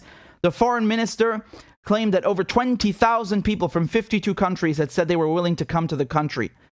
Yeah, and a good chunk of them, especially the ones who are coming from Idlib, they're paid. They literally work as guns for hire. God, what a bastard, honestly. What a liar. Even in the Associated Press article, look what the Associated Press writes about the volunteers that would help Russia. Look. Syria's long, grueling war has given rise to a multitude of armed factions, militias, and mercenaries on all sides of the conflict. The ranks of pro-government paramilitary groups in Syria, meaning those who would come help Russia, include tens of thousands of so-called national defense forces, Christian militia fighters, and army defectors skilled in urban and guerrilla warfare. They also include other Russian-supported auxiliary units and militias that fought alongside the Syrian military. Man, this guy is such an utter clown. Really, what an absolute clown. And it's again this whole racism, like, oh yeah, these Syrians that are coming to help the Russians, they're just a bunch of barbarians. They don't know what Christianity is. They don't even know what to speak the language. But it's okay for Al-Qaeda to arrive and fight with us. That's fine. Those religious extremists who kill not just Christians but other Muslims, oh yeah, they'll be totally fine, right? Jesus, the hypocrisy. I cannot believe it. What an utter clown. You have Al-Qaeda, neo-Nazis, and NATO on one side with this guy. And then he has the nerve to talk about extremists and thugs from Syria. The only thugs coming from Syria, half of them are not even Syrian, are the ones coming to fight for you. You know, you don't have any shame. You're with neo-Nazis, you're with Al-Qaeda, you're with NATO, and you're acting like you have some moral high ground. Unbelievable. This is I want to read you some tweets from Elijah Manier. He says, the West calls these freedom fighters that Russia is sending back. Okay? So President Putin approved 16,000 trained volunteers from the Middle East to travel and join his forces in Ukraine in response to the 20,000 mercenaries who get $2,000 a day fighting on the opposite side. Russia's basically saying, you send mercenaries, we send friends and allies who have fought, the US and the jihadists, in Syria and Iraq and are ready to fight with us. These have urban warfare experience and are equipped with enough ideology to fight US plans in Ukraine. This is a real blow that no one expected. Now European leaders will meet to discuss how Middle Eastern foreign fighters will fight in Europe and the consequences of the war in Ukraine in the long term. It is becoming more serious, showing Russia's readiness of confrontation. Now, again, man, I would rather there be no war. I think it's really tragic what's happening in Ukraine. You know, 2 million refugees now. This is really bad. But this guy over here is quite literally, you know, aligning himself with Al-Qaeda, with neo-Nazis, with NATO. He has no care for who is in his camp and who he's letting into the country. They've waived visa requirements so you can just walk in. And then he has the nerve to talk about thugs from Syria. You invited them. You said that people should come. And now you have hundreds who are coming from Idlib. And those are the real thugs. Those are the real extremists who are coming from northern Syria, which is, again, the last jihadist stronghold. And again, half of them are not even Syrian. They're a mix of foreign fighters because that's what they tried to turn Syria into, right? They got all these people from North Africa, from Asia, all over the place, from Europe, also coming in and saying that, oh, it's a religious fight. It wasn't a religious fight. They're just using them for regime change to promote the NATO objective, to push the NATO foreign policy objective.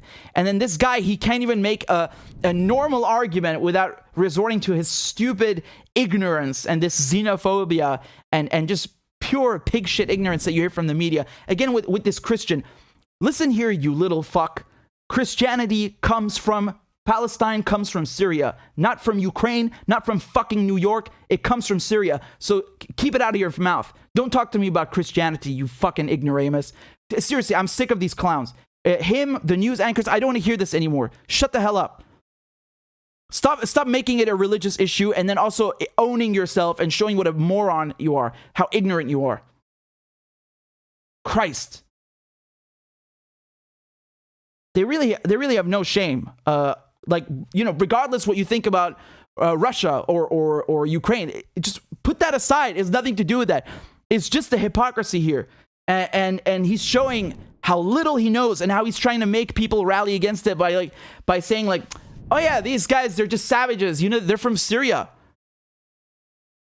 Really? Unbelievable. Unbelievable.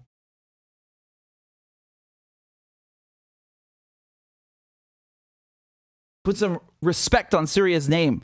You pig shit, ignorant motherfucker. And you and all of these other racist news hosts that don't know how to say anything. He obviously doesn't care about the terrorists coming from Syria, right? Al-Qaeda coming from Idlib. He likes those Syrians and those Arab nationals and foreign nationals. They're all mixed. You got 5,000 Uyghurs from China. All of them the same shit, extremists, various flavors of jihad. They've come from all over the place, Europe, everywhere. Again, foreign jihadists, and mixed them in and created these battalions to overthrow the Syrian government. He obviously doesn't mind them. That's okay, right? Unbelievable. Such hypocrites. And again, he calls them mercenaries. They're not mercenaries. It's a volunteer force. The ones being paid are on your side. That's a fact. It's not an opinion. That's what's happening. Russia is not paying a cent to anyone to come fight. That's Syrians who recognize that if Russia had not intervened in the war, not intervened, that's the wrong word. Intervening is like making it your business. Russia did not want to go into Syria. It took a lot of convincing, and Syria was about to fall to Al-Qaeda and all of these scumbags, that are backed by all these Western countries and Saudi Arabia and so on. And Syrians understand, the ones who are going to fight, they understand if Russia didn't come in and save Syria from falling, you would have the black flag of ISIS flying over Damascus, like you saw it in Raqqa and Mosul and all of these places that fell. You would have had the capital of Syria that was just this close to falling. You know, my cousins, some of my cousins, they lived literally blocks away from these terrorists. That's the front line. How close it was. Do you understand? So these people who are volunteering, they recognize Russia saved us, so we also owe them a debt. And they're not mercenaries. It's just factually wrong to say it. They're not being paid. Unless you're being paid, you're a volunteer. So again, even when it comes to the Ukrainian side, there are 20,000, he said, right? So they say there are 20,000 volunteers. Even those guys, like, we have no problem differentiating between the volunteers and the mercenaries, like the Al-Qaeda, the moderate rebels that are coming from northern Syria. There's a difference. It doesn't matter what you think. It's just there's a factual difference. Russia's not paying anyone. Ridiculous. Honestly, ridiculous. It's like any excuse they have. Every time they have an excuse to like insult Syria, they just use it. And actually they just end up owning themselves and showing how stupid they are. What a moron. What an absolute moron. So again, what you're seeing happening here is this looks a lot like Syria to me. The situation. You have a lot of media disinformation, and right now it's like in 2013, back then. When, you cannot open your mouth. If you say, for example, that, no, the moderate rebels, they're not moderates, they're actually terrorists, this is a coup. Oh my God, you're an Assad apologist, you get silence. And it's only now where it's become easier to point that out. But it's always too late. It's like the weapons of mass destruction. In 2003, you can't say that it's bullshit because people say, oh, you're a terrorist sympathizer. Why are you defending the people who started 9/11? Iraq had nothing to do with 9/11. Why are you defending Saddam Hussein? Don't you know what a dictator it is? Why do you hate America? You just get shut down. They just fucking pile on you. No reason. No reason is allowed. No sense. And so right now we are in that phase with Ukraine. No dissent allowed. Shut the fuck up. Swallow the official narrative. Take this NATO boot down your goddamn throat and accept it. Lick the boot. Be quiet. And if you say anything, we'll ban you. We'll cut you off the airwaves. You're gone. That's how it is right now. This is the phase we're in. And so when you point out the fact that this is a very sketchy idea, you just opened your borders in Ukraine, who do you think is going to come through? I told you it's going to be people from Al-Qaeda, because these are people who have a grudge against the Russians. They're guns for hire, so you got 2 for 1. They're going to come, and you're going to have jihadists in Ukraine, and that's going to be your fault. And the neo-Nazis, Everyone knows, even the mainstream media, I showed you this report from NBC, they know there are neo-Nazis, no one wants to talk about it, right? So right now, all you have to do is Russia, Russia, Russia bad, Russia, Russia, Russia bad, Russia, Russia, Russia bad. Everything Russia bad. That's all you need to know. Any sort of reasoning, any sort of, let's talk about NATO expansion. No, be quiet. You're a Putin apologist. Why are you supporting neo-Nazis? You're a Kremlin asset. Why is Al-Qaeda coming to help you? No, you're a Putin apologist. There's no reasoning allowed. That's the phase that we're in. And by the time people wake up and they realize what's happening and what happened, it'll be too late. It'll be too late. Right? And there are a lot of lies going around in the media. It's like in Syria. They say, oh my God, there was a chemical gas attack. Assad is bombing hospitals. Like, yeah, he's the only doctor on earth who hates hospitals so much. He wants to go bomb them. And Putin, the Russians, they're just bombing indiscriminately. This is the campaign that we're hearing now. And then afterwards, after a year, after 2 years, it turns out, oh, that was bullshit. I mean, already now with this Ghost of Kiev, with Snake Island, a lot of these stories turn out to be fake. A lot of these images and videos turn out to be fake already. That was very quick. But there are a lot of stories, these atrocities that you hear about. If you question them, they will shut you down. They'll be like, why are you defending these war crimes? Why are you saying that it's okay for Putin to do this? Blah, blah, blah. All of this. And then even when it turns out to be fake, they won't correct it. New York Times, all these people, they don't retract it or correct anything that turned out to be wrong. The white helmets, for example, look at the effort that they did with ARC and Incostrat and all these MI6 and MI6 fronts, or cutouts as you want to call them. These intelligence fronts. The white helmets, which they created just for the purpose of propagandizing the war and controlling the narrative and making everyone believe that, the Russians and the Syrians are bombing hospitals and they're using chemical weapons and every single thing you can think of. They're killing children, you name it, right? It's like the babies in incubators lie, or in Cuba, the communists are eating babies in Cuba. I mean, they literally make this stuff up in the CIA. And I showed you that video of John Stockwell, who's former CIA, and he's telling the host, like, we just make this up and we feed it to journalists and they publish it like it's fact. And again, don't get me wrong, that doesn't mean that there aren't civilians suffering. When you have 2 million refugees, that's a crisis at the very least. That's a humanitarian crisis, 2 million refugees. So I'm very heartbroken for the refugees, but I'm not saying that no one in Ukraine is being hurt by this. Of course they are.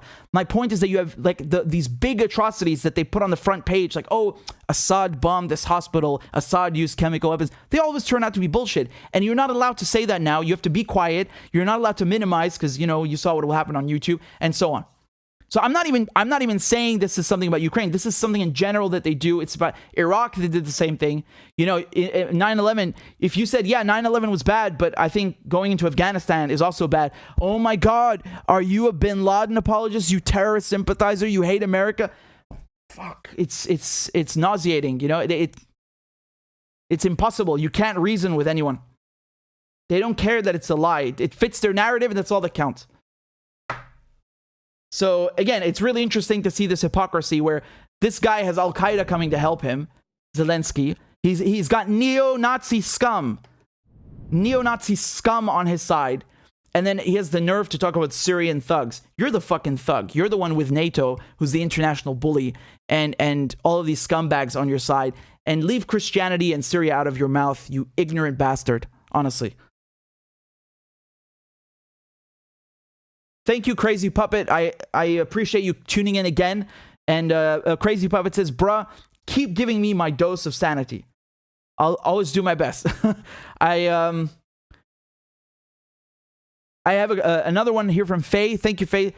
Faye says, how can he speak about sovereignty when he's inviting foreigners to win the war that he started? Let's say they win. Who will own Ukraine then? Definitely not the Ukrainians, because they're not the ones fighting the war.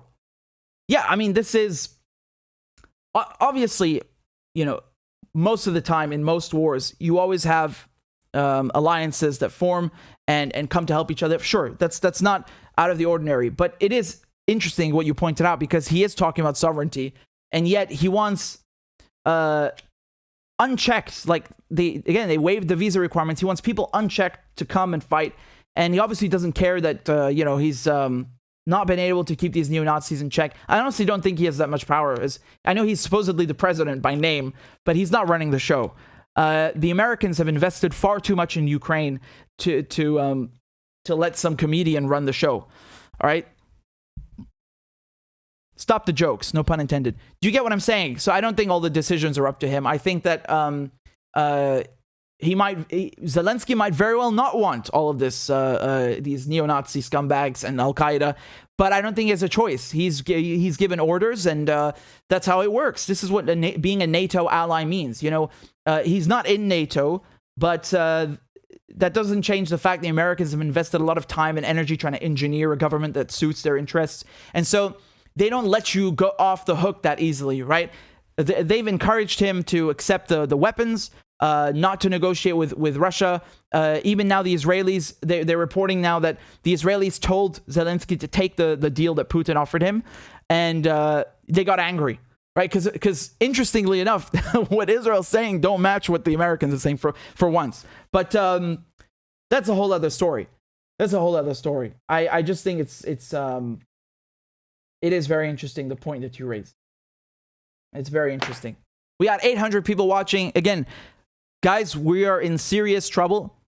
I mean, thank God this channel is okay, but the censorship is it's unbelievable. It's off the charts. They have banned RT worldwide just a few hours ago. Not in Europe, worldwide. First, they said we have to do it in Europe because the EU, they demanded that we do this legally. And then they went ahead and banned it worldwide in Latin America, in the United States, in Australia, in Africa. It's gone. You can't access it anymore on YouTube. It's gone. So the censorship is real. And they're putting out these arbitrary rules that don't make any sense, like, minimizing things that are well documented. Hold on a second. What does that even mean? That we're going to ban you for minimizing things that are well documented? Who gets to decide what minimizing means? And what does well documented mean? Because in 2002 and 2003, it was well documented by the New York Times and Judith Miller that there were weapons of mass destruction in Iraq. And in Syria, it was well documented, again, by the New York Times, there was a chemical gas attack in Douma. Well, guess what? All of this turned out to be fake. So you might get banned for saying something that's an outrageous lie. We saw these Ghost of Kiev and Snake Island and all these photos and videos that were used by the mainstream media, by the BBC even, reported as fact, which turned out to be fake, and they were debunked. And so, from one day to the next, you've gone from minimizing what's well documented to having reported on something that was a complete fucking lie. This is really, really outrageous, absolutely outrageous. And the fact that YouTube went and banned RT with no legal mandate, right? They weren't obligated to do that. The fact that they did that worldwide, it just shows that there's nothing keeping these people in check. They've gone mad. They've seen that, okay, well, we've always wanted to ban RT. We've always wanted to silence dissenters, foreign outlets, foreign viewpoints, opposing viewpoints. And this is their chance, and they're grabbing it. They're running with it. Do you understand? They've always wanted to do this. It's nothing to do with Ukraine, because a year ago, they would have told you the same shit. Oh my God, Russian disinformation, poison, Kremlin mouthpiece, blah, blah, blah. It's the same shit. Nothing changed. They're just using this opportunity to really, show you their true colors, show you that when you scratch a liberal, a fascist bleeds. Never forget that. Never forget that. They're one and the same. And the fact that you have the state interlocking with the private sector, with corporations, and then crushing dissent and crushing opposing views. This is literally, by definition, a hallmark of fascism. Make no mistake about it. And then they have the nerve to talk about state media. Excuse me, did the White House not just invite 30 TikTokers to give them a briefing, propaganda points for them to go disseminate to their millions of followers? Wasn't that the White House who just did that, or was it the Kremlin? If the Kremlin did that, they would say, oh my God, the regime is bringing these people in for questioning and re-education. Oh my God, you want to talk about state media? You don't need state media in the West. You don't need it. You know why? Because the corporations own the state and they own the media. So you have corporate state media, which is far more dangerous and far more potent and a threat to peace and humanity. No question about it. No question about it. Fury Blazers says, can someone elaborate about the TikTok thing? It's exactly what I said.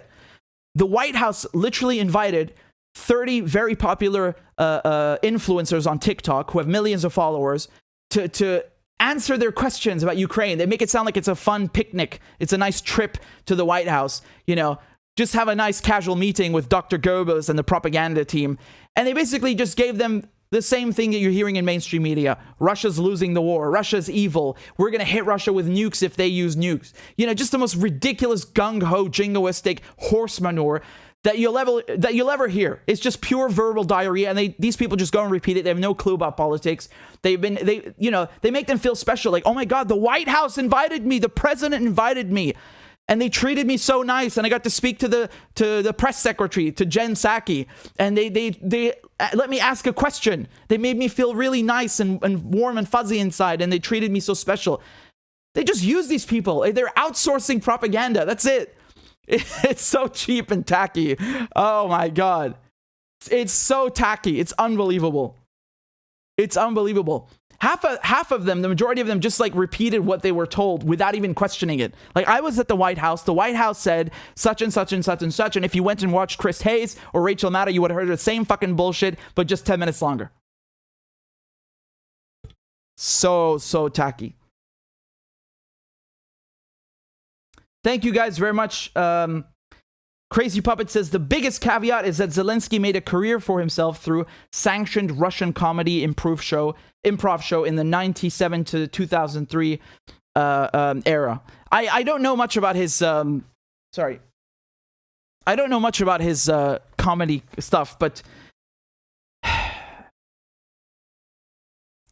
RuTube is a source for Russian media content, Dutch company. I've never heard of that one. Let me see. Is that another? Ah, yeah, I see. It's another website.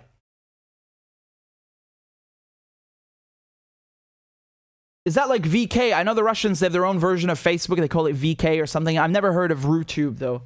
But God, the hypocrisy with this foreign fighter nonsense.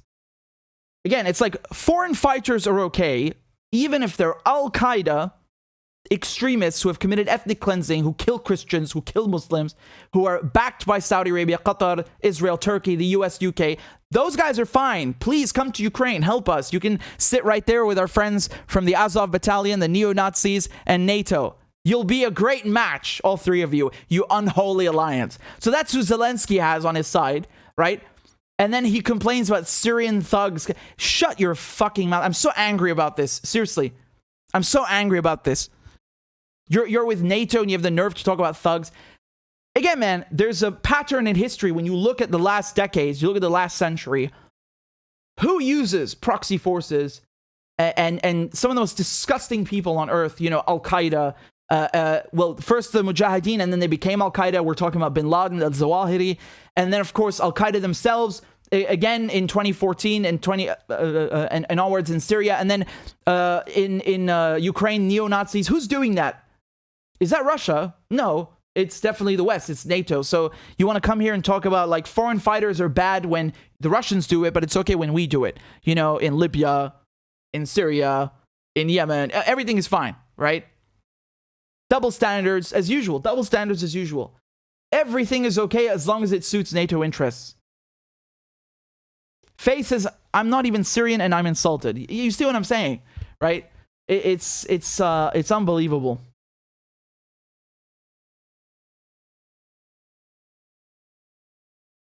Miguel says, Russia, is that real? Let me look this up. That's unbelievable. I mean, I know the first part. Sorry, the second part that they've allowed this on Facebook. Instagram got mad at that? Is that true? Let me see this.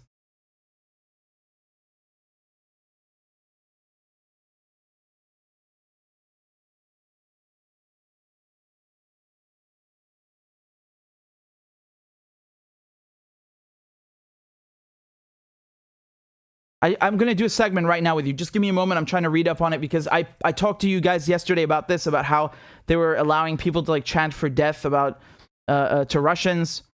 And And I just want to see, is that true that Instagram was angry because they got banned afterwards for allowing that? Where is that? I'm trying to see the reaction. In any case, if you guys have the article, send it to me. But I'm gonna prepare the thing for you. 1 second, so you can see it. Because again, it's I really hate what's happening in Ukraine. Obviously, just because of the fact that it's a war, which only hurts civilians. And the thing is, in addition to that, it's so much disgusting. It's brought out a lot of disgusting double standards in people and institutions and countries, and I really don't like it. I think it's really disappointing. Really disappointing. But here we are. So I'm just trying to find the reaction from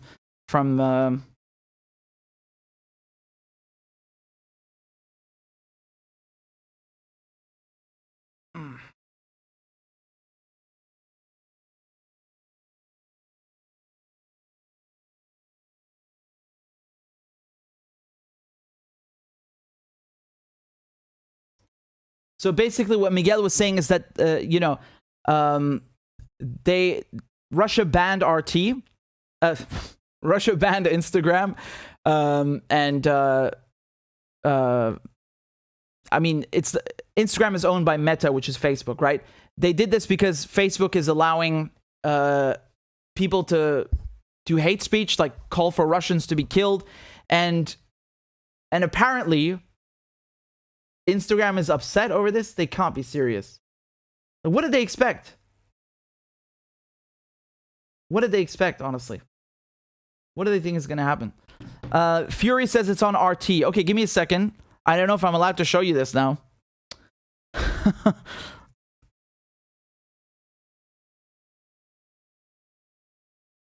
Oh, Google doesn't even show the results anymore. Isn't that fantastic?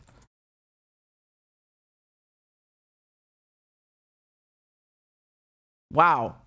Great. I cannot even show you. So, yeah. Well.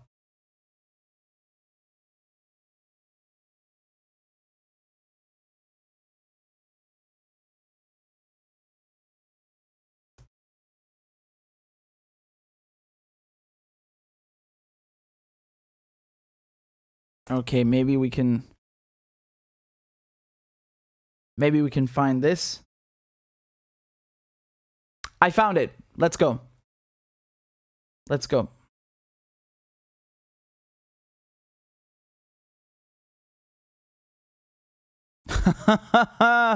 God damn it, the irony is unbelievable.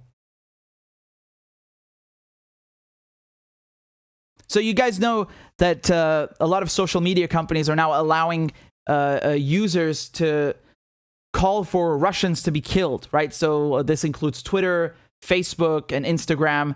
And as a result of this, again, here's... we went through this yesterday. The video's on the channel if you want to watch the full thing. So you see... Reuters published it. Facebook and Instagram to temporarily allow calls for violence against Russians. Yeah, that's not a parody. But in response to that, look what happened. Russia banned Facebook. Okay? So they said here, this is the Russian embassy in the US. They said, we demand that US authorities stop the extremist activities of Meta, which is Facebook, and take measures to bring the perpetrators to justice. Users of Facebook and Instagram did not give the owners of these platforms the right to determine the criteria of truth and pit nations against each other.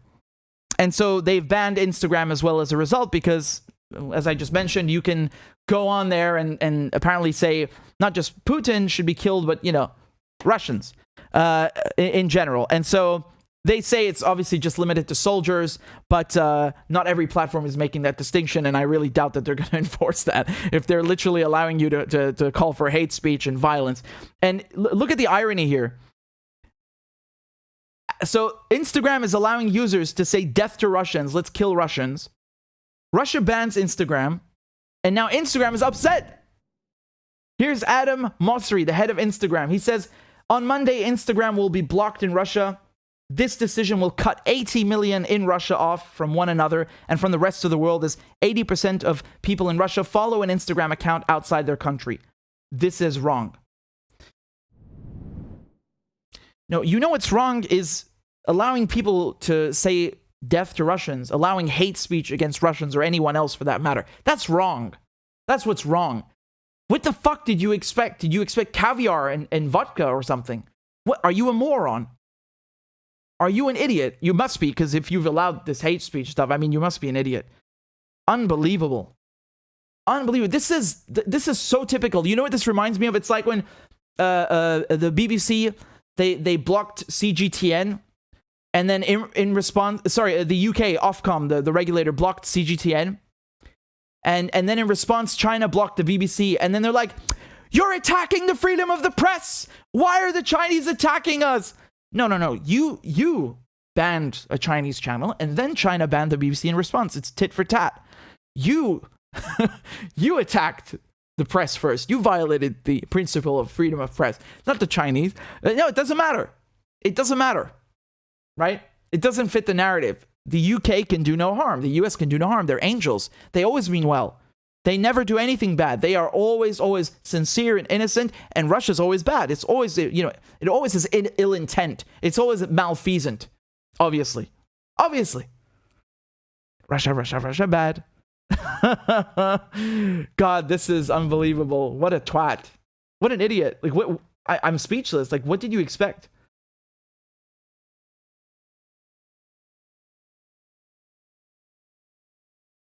Well done.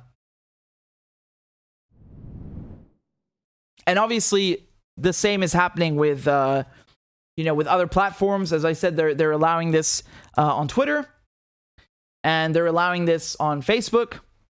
And so, it's not just about the hate speech. It's just that they've blocked RT. They're banning everything Russian left and right. And so, Russia a few days ago blocked access to Facebook and Twitter, right? Doesn't matter though, because those services were already blocking access in Russia. So it's not like Russians could use them anyway. These social media companies. As it says here, Facebook and Instagram removed Russia Today and Sputnik from their platforms. We knew that. Now they've done it worldwide on YouTube at least. And actually, I wouldn't be surprised if the other platforms followed suit. I really wouldn't be surprised. All right. Nick Clegg, the president of global affairs at Facebook's parent Meta, said blocking the platform would cut off millions of ordinary Russians from reliable information. The platform, meaning Facebook and Instagram, right? From reliable information, deprive them of communications with friends and family, and mean they were silenced from speaking out. You are blocking RT, and then you're worried about people being silenced and not able to speak out. God, it's really tiring. It's so tiring. So much bullshit. Always the same. It's like this thing with Russia's criminalizing fake reports, right, about the military. Yeah, well, so did you. You're saying that, in the UK, for example, Priti Patel, like journalists who publish government secrets, 14 years in prison. People who protest and damage something, 10 years in prison. Anything that's fake news, we're going to ban it just because we don't like it. You're doing the exact same things that you say the Russians are doing, and actually you're doing even worse. You're doing even more. You instigated it. You, the UK, the US, and so on. The West. Unbelievable. They say that we have to fight disinformation. We have to get rid of these poisonous sources that are, permeating our media, and they're taking advantage of it, and it's Russian disinformation. And then when they get a taste of their own medicine, they don't like it. But this one is really by far the worst. The thing with Instagram being banned in Russia over calls to violence. Yeah. What did you expect, you dunce, you absolute dunce? Could you imagine if Russia had done that, let's say, like it was the other way around, where some Russian company, whatever it is, Yandex, or let's say VK, it doesn't matter, like they said that, yeah, it's okay for people to call for violence against Americans. Or let's say TikTok, right? Isn't TikTok Chinese owned? Like they say, yeah, it's okay for people on TikTok to say they want to murder Americans and US soldiers. They would just straight up remove it from the Play Store. They would ban it immediately with an executive order. It's gone. You fucking know that. And they would say this is an affront on democracy, and this is an insult to Americans, and this is absolutely unacceptable, and China is being authoritarian, and we do not tolerate this kind of talk. They would give you the biggest fucking lecture that you've ever heard about how America's the greatest and they're the worst, and complete double standard, right? They would never bring it back. It would be like permanently banned. Permanently banned. And the irony here is that you know that if you go on Instagram now or Facebook or YouTube or whatever it is, and you say, for example, you're a Palestinian and you say you say, you know, what they would qualify as hate speech, you say something against the Israeli colonizers and invaders who are bulldozing your home or, you know, killing you or your family, bombing you, who are committing violence against you. If you say something as a Palestinian, you'll be banned.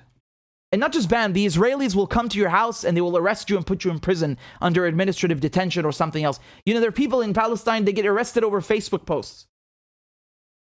You know I'm not joking. You know this is true. And it's many people. It's a complete police state, and I wouldn't even say state, it's a colony.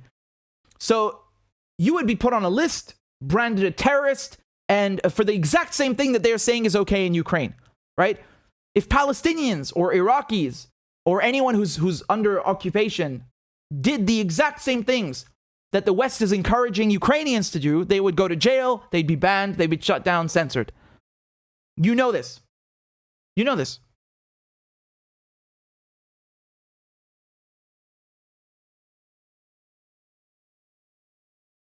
Cyberspore says, Richard, please start putting more videos on Rumble.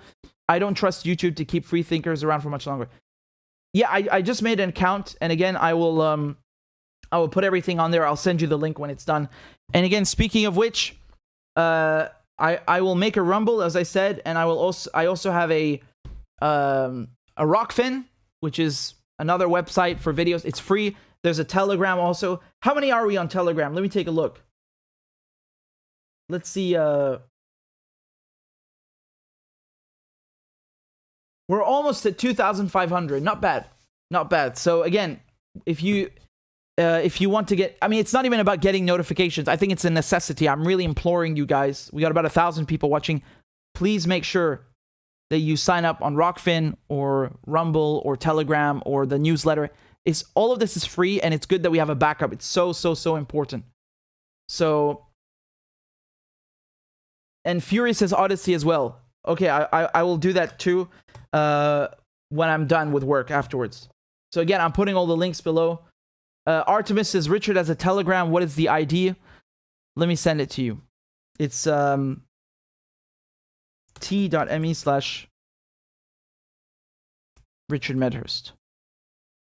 Actually, no, hold on. It's just Medhurst. Yeah, that's the ID of the channel. So I've just pasted it in the chat for you. There you go.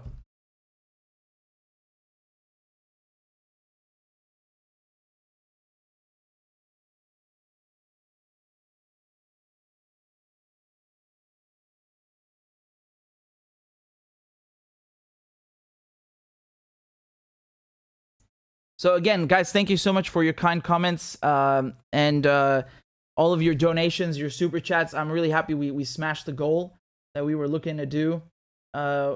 Thank you, Yared, for signing up on Patreon. How many are we right now? I think 604. So I must have missed someone. Kristen and Yared, thank you guys very much for supporting my work. I'm going to play a crab dance just for you. Let's go. Clap for that, you stupid bastard. And Corn Pop was a bad dude. And he ran a bunch of bad boys. Listen, fuckhead, you have fucking crossed the line. Claiming I'm the enemy. You got that, you goddamn son of a bitch? I don't give a fuck what you think, bitch. Good morning. Sunday morning. Cut that bitch off. Thank you for Iron Dome, which is a technical marvel. والله انتوا كلاب بصراحة يعني. ماشي نشتغل عادي. We lied, we cheated, we stole. Why you texting? Why? You're getting nervous. nervous, man. Calm down. It's okay.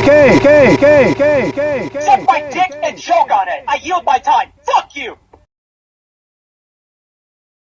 Thank you so much. Thank you guys very, very much. Again,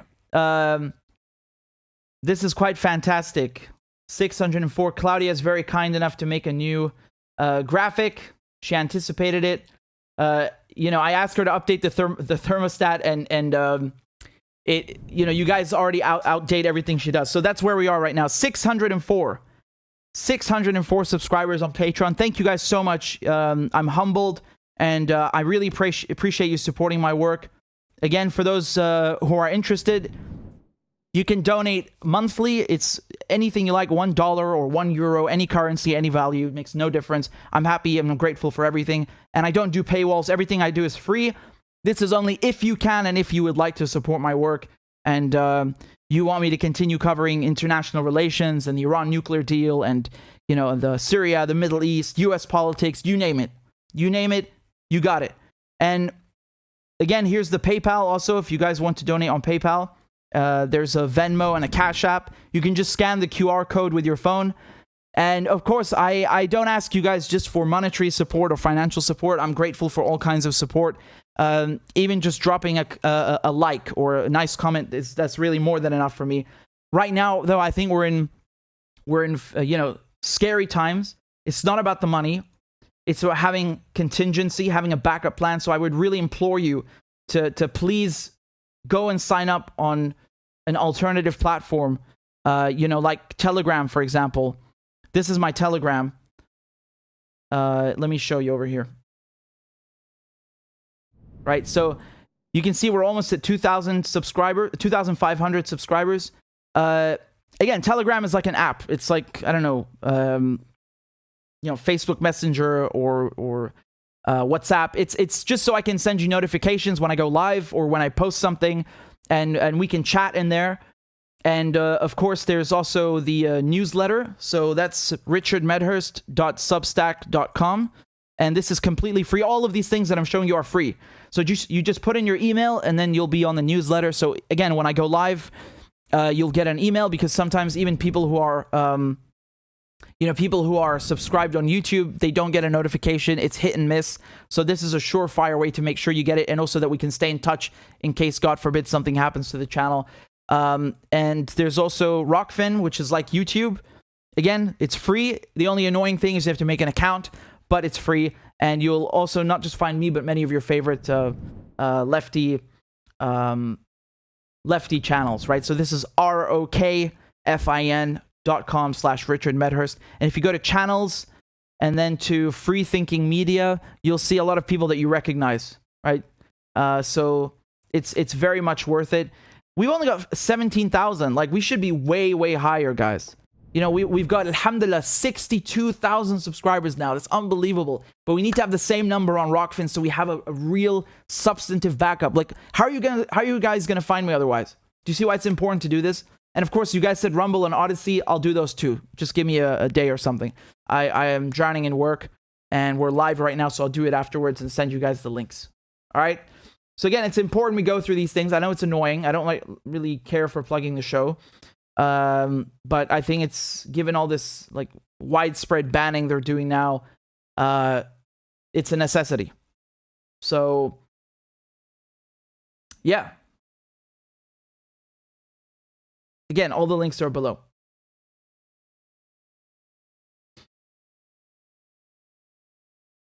Monica says, wait, hold on. Who's Monica talking to? Me or someone else? I'm always reading the comments, and I'm like, who are you? Are you guys having a conversation with each other, or was that for me? I'm always confused. Oscar says, hey guys, I'm in Poland. If you know anyone who needs a place to stay in Poland and is on Ukraine border, please let me know. That's very kind of you. That's very kind of you. Poland has taken in almost 1.5 million refugees from Ukraine. That's very kind of Oscar to offer. Monica was talking to me. Monica's asking me, are you a Cancer in the zodiac? Hell no. I'm a fucking Leo. Isn't that obvious?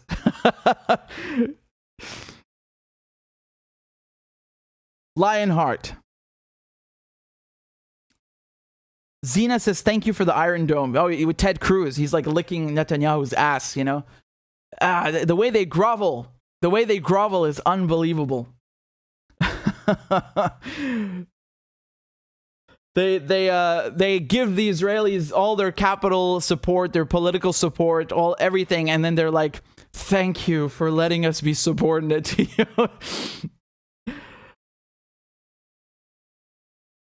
It's Kashi says, oh boy, a Leo. Makes sense. What's that supposed to be? We're just going to flood the chat with some lion emojis.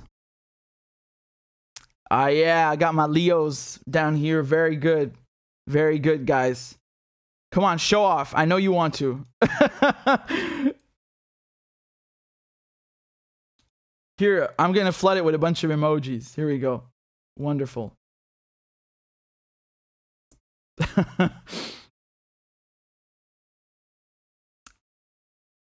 De Caleta says, Richard the Lionheart. Yes, and thank you for the Syrian flags. I actually, I was telling you guys last time where my sister was baptized, which is in Damascus, near Straight Street. It's in Hananiah, which is the underground church. Because back then, in the early days of Christianity, the Romans used to persecute Christians, right? So the churches were underground, and like literally, and people would pray in secret. And so this is a very important place because this is where Saint Paul, he's walking in Damascus on Straight Street and he gets blinded, right? Jesus appears to him. He's blinded for 3 days and he goes into the next street, in Hananiah Street, into this house.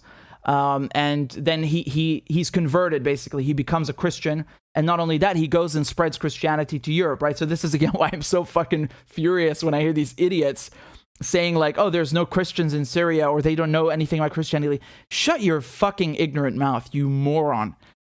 God, it's not only so racist, it's so ignorant, right? All these religions, the important religions, the Abrahamic religions, monotheistic religions, Judaism, Islam, Christianity, they come from this area. They don't come from New York or San Francisco or wherever the fuck else you think.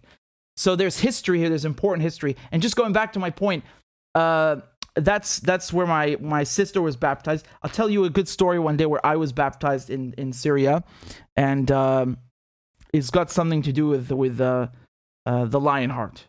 I think you'll enjoy that, but that's for another time. So, Creative Experiment says Jesus was born in the USA and fought Hitler.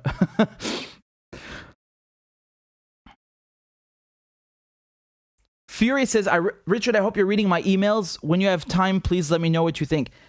You guys, I am very grateful for all your contacts, not just here, but in the chat, but also by email. But I am very slow because I'm drowning in work. And actually, I even told you guys that I've started a new online news outlet, and I'm hiring people full-time, part-time. And I told you guys to apply. I still haven't even gotten around to reading them. That's how much work I'm drowning in. But again, I don't want to sound like I'm complaining. I'm just letting you guys know I'm a bit slow, but hopefully everything will be okay. By the way, I don't know if you guys were here when I announced this, but I'm going to show you again. I started an online news outlet. It's called In Context, and it's not just news. It's more like covering politics, social issues, economic issues. I don't want to focus just on like politics 100% of the time, but let me show you on YouTube very quickly. You know, this video, for example, look at this. This video with this racist dickhead saying that, Ukraine is civilized. Not like Iraq and Afghanistan. They're not civilized. That's from my channel, from In Context. It's got 18,000 views, right? So we're almost, you could say, close to 1,000 subscribers. We've got 600 subscribers. Maybe we can hit 1,000. That would be great. So definitely go subscribe if you want. Every single day there's clips, news clips, and much more. I'm just putting the link in the chat. And also on Twitter, the same thing, on Instagram, everywhere. And I wanted to say something, guys. It's not just about posting clips of like people speaking and stuff and news clips. I also want people who can speak in front of the camera, who do short videos. Because I did one, but I don't want it to be just me. I want other people to join in as well. So I'll tell you who I'm looking for. I'm looking for people who can write videos. like scripts, whether it's a 2-minute video or a 10-minute video, because there are also longer videos with just animation where someone's narrating. So that's like a 10-minute video. You need to write that. It's a lot of work putting it together. So people who can write, people who can edit videos, who are quick and good at it, and people who can do animation and graphic design. So whether it's, for example, I'm talking about let's say Ukraine, and we need nice maps to zoom in, and all of this stuff, everything that's animation and graphics, and social media is not. It's okay. We got it for now, but that's mainly what we need. So again, I don't care where you're from. I don't care how much experience you have. I mean, obviously, experience makes you good, but my point was I just want to see, like, send me your work. If you're good at what you do, that's all that I care about. I don't care about anything else. And just show me examples of your work. I'll give you my email in the comments. Just a second. It's rmedhurst@protonmail.com. So, yeah. We need people full-time, part-time. If you're interested, show me what you got. And again, subscribe to the outlet, even if you're not interested in working. Definitely subscribe. You'll like it a lot. There's the channel. I just pasted it. Lily says, I think I missed the part about Iran nuclear deal. Would someone please share the info? Well, that's true. It was at the beginning. And I'll post the stream in the segment in a moment. So don't worry. It'll be up there. But it's basically been put on hold. It's not canceled. It's been put on hold. Anas says, can I work for you? I'm Palestinian and have a lot of knowledge about Middle East and American and other issues. I mean, again, I need people who can write. So if you want to do the writing for the segments, not segments, the short videos and the longer videos, absolutely. I'd be more than happy. So again, I'll just put my email in the chat. And yeah. So yeah,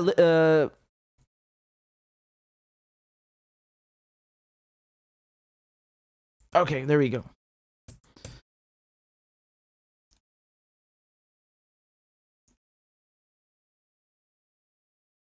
Thank you, Boris. Boris sent a tip on Rockfin. I appreciate it. There's no comment, but thank you nevertheless.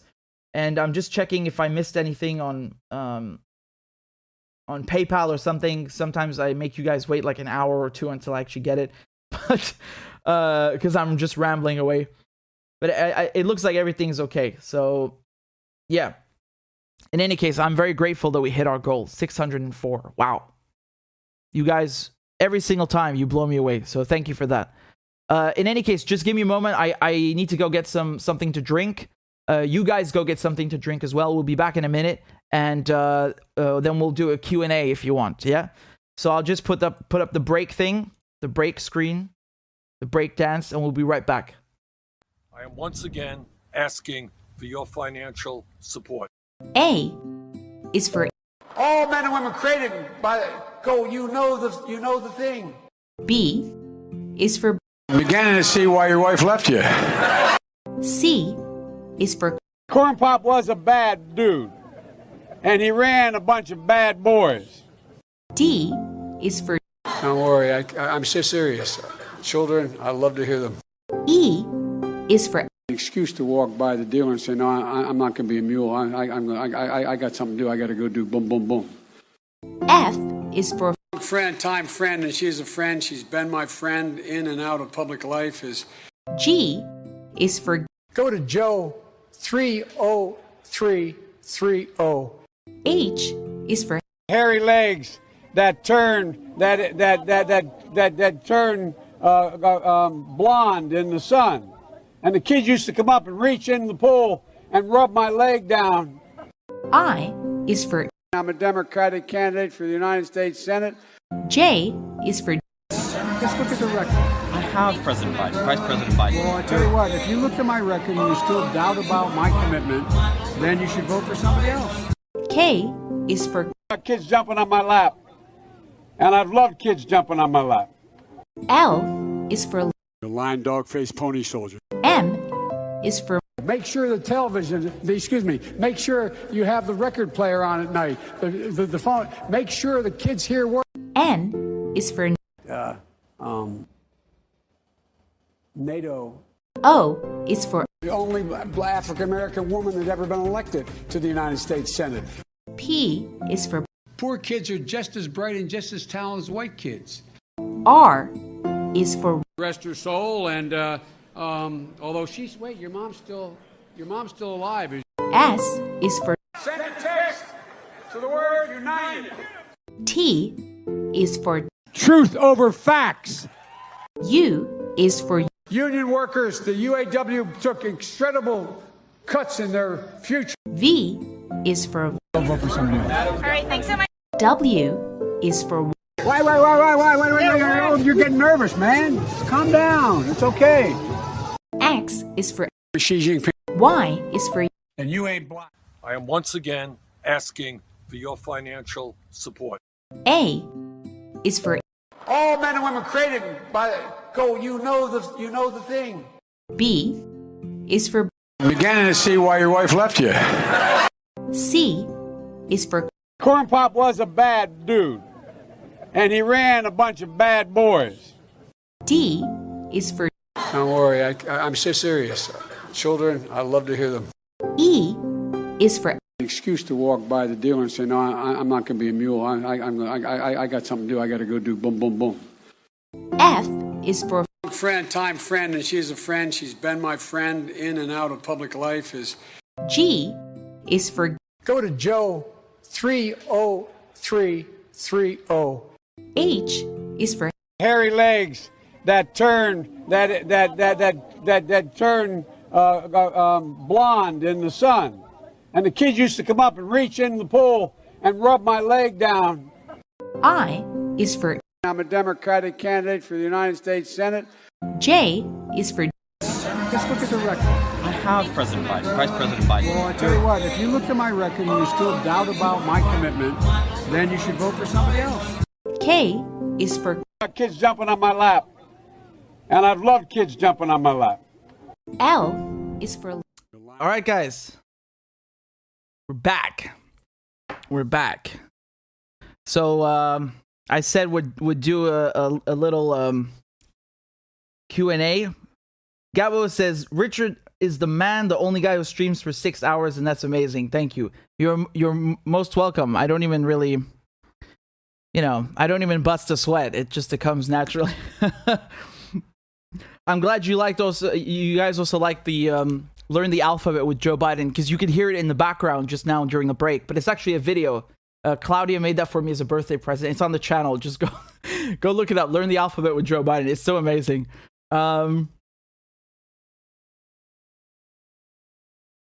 Plane says, I gotta do boom boom. The presidential diapers are alerted. Yo, speaking of Biden, I want to show you this clip. Oh my god, I can't believe I forgot. Take a look. This is Kamala Harris. Did you guys maybe saw it? Again, this is another example what I'm doing on the outlet. Absolutely hilarious.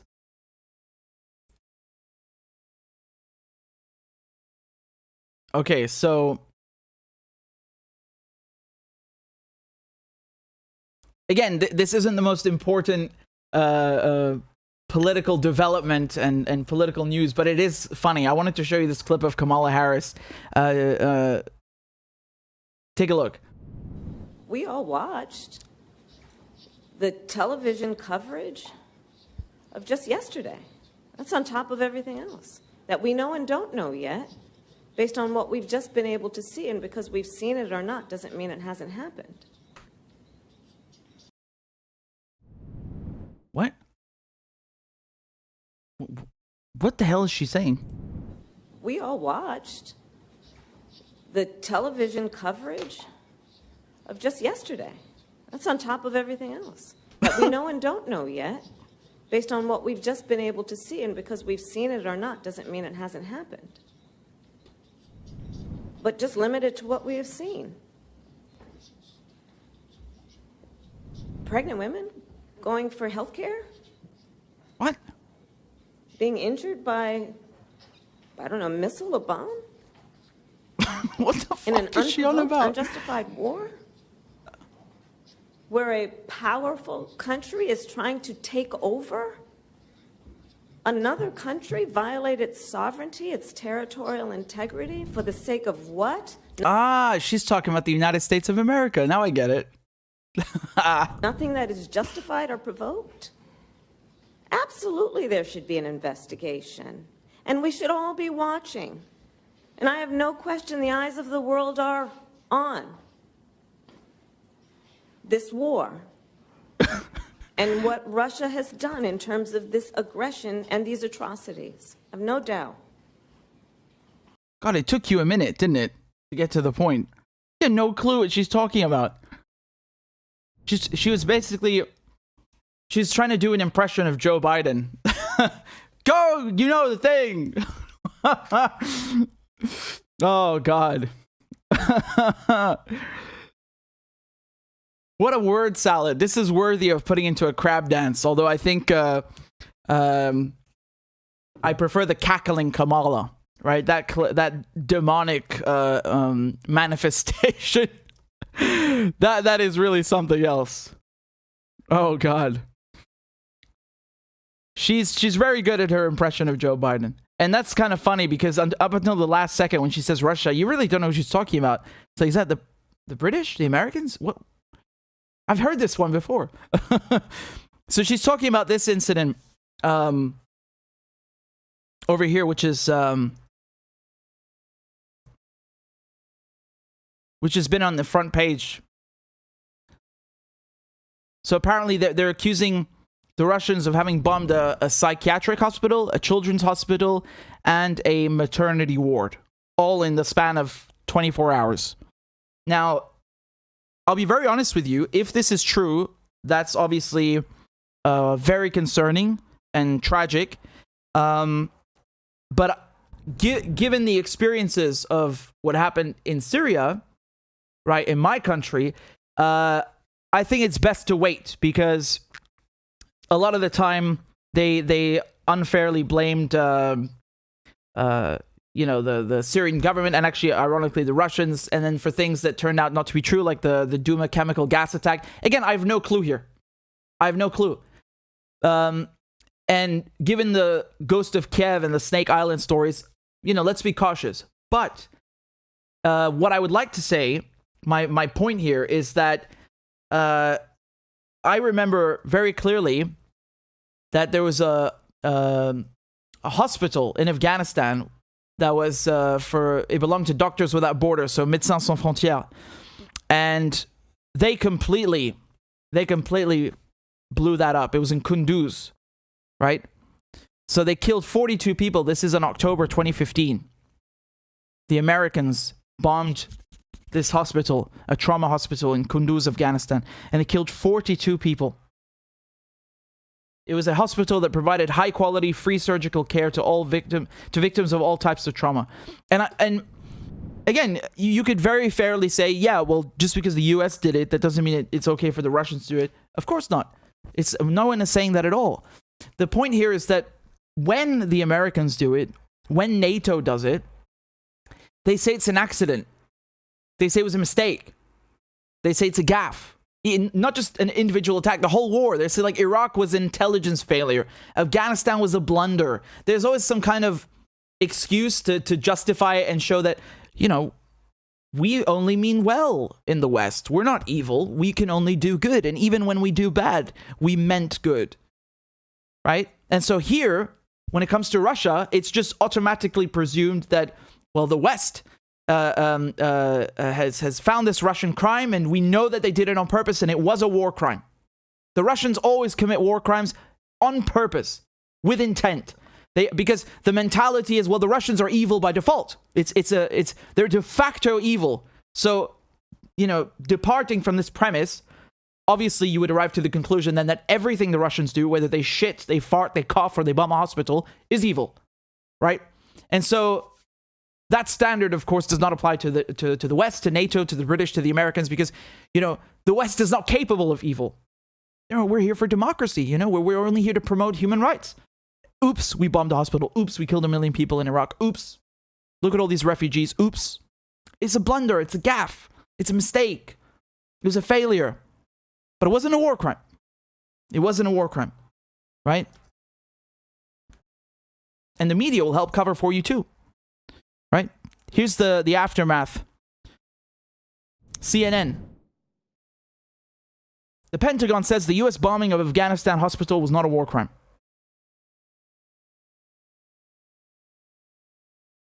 So, 16 military personnel will be disciplined, but nothing more. It was not a war crime because it resulted from unintentional human error and equipment failure. Equipment failure. So once again, you see that the West can do no evil. You know, the Americans, the British, they can do no harm. They only mean well. It was a mistake. It was an error. Just in August when Biden, you know, they did this drone strike and killed an entire family, the Ahmadi family. And they said there were no civilian casualties. And then it turned out, there were civilian casualties, but it was a mistake. We didn't know.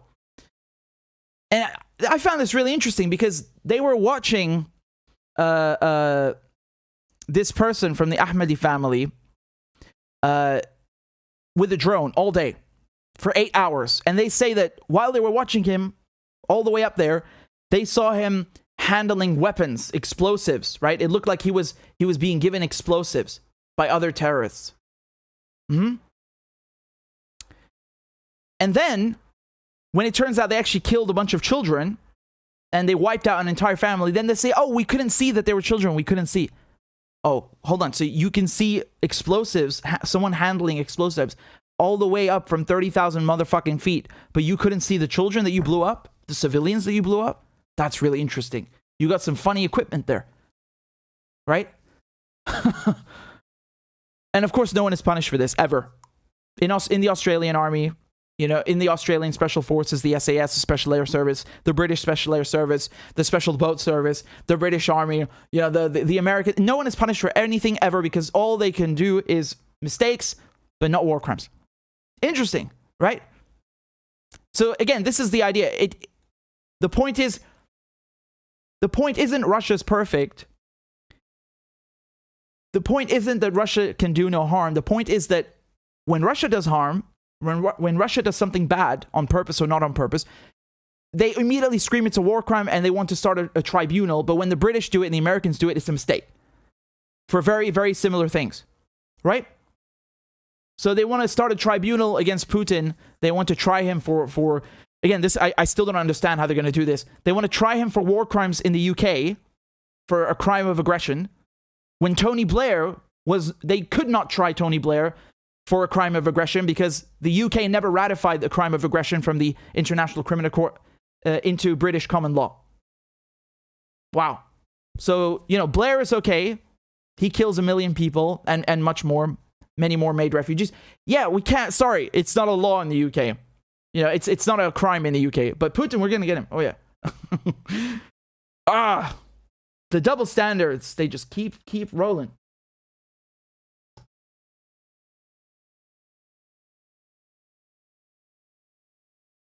Life Peace says, Ukraine is Poroshenko chocolate factory.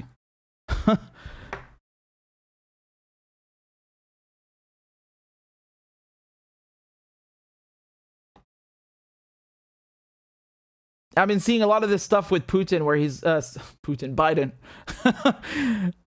where they're basically, again, they're trying to blame all of the price hikes on well, they're saying it's a Putin price hike. The rising prices, very simply, right? So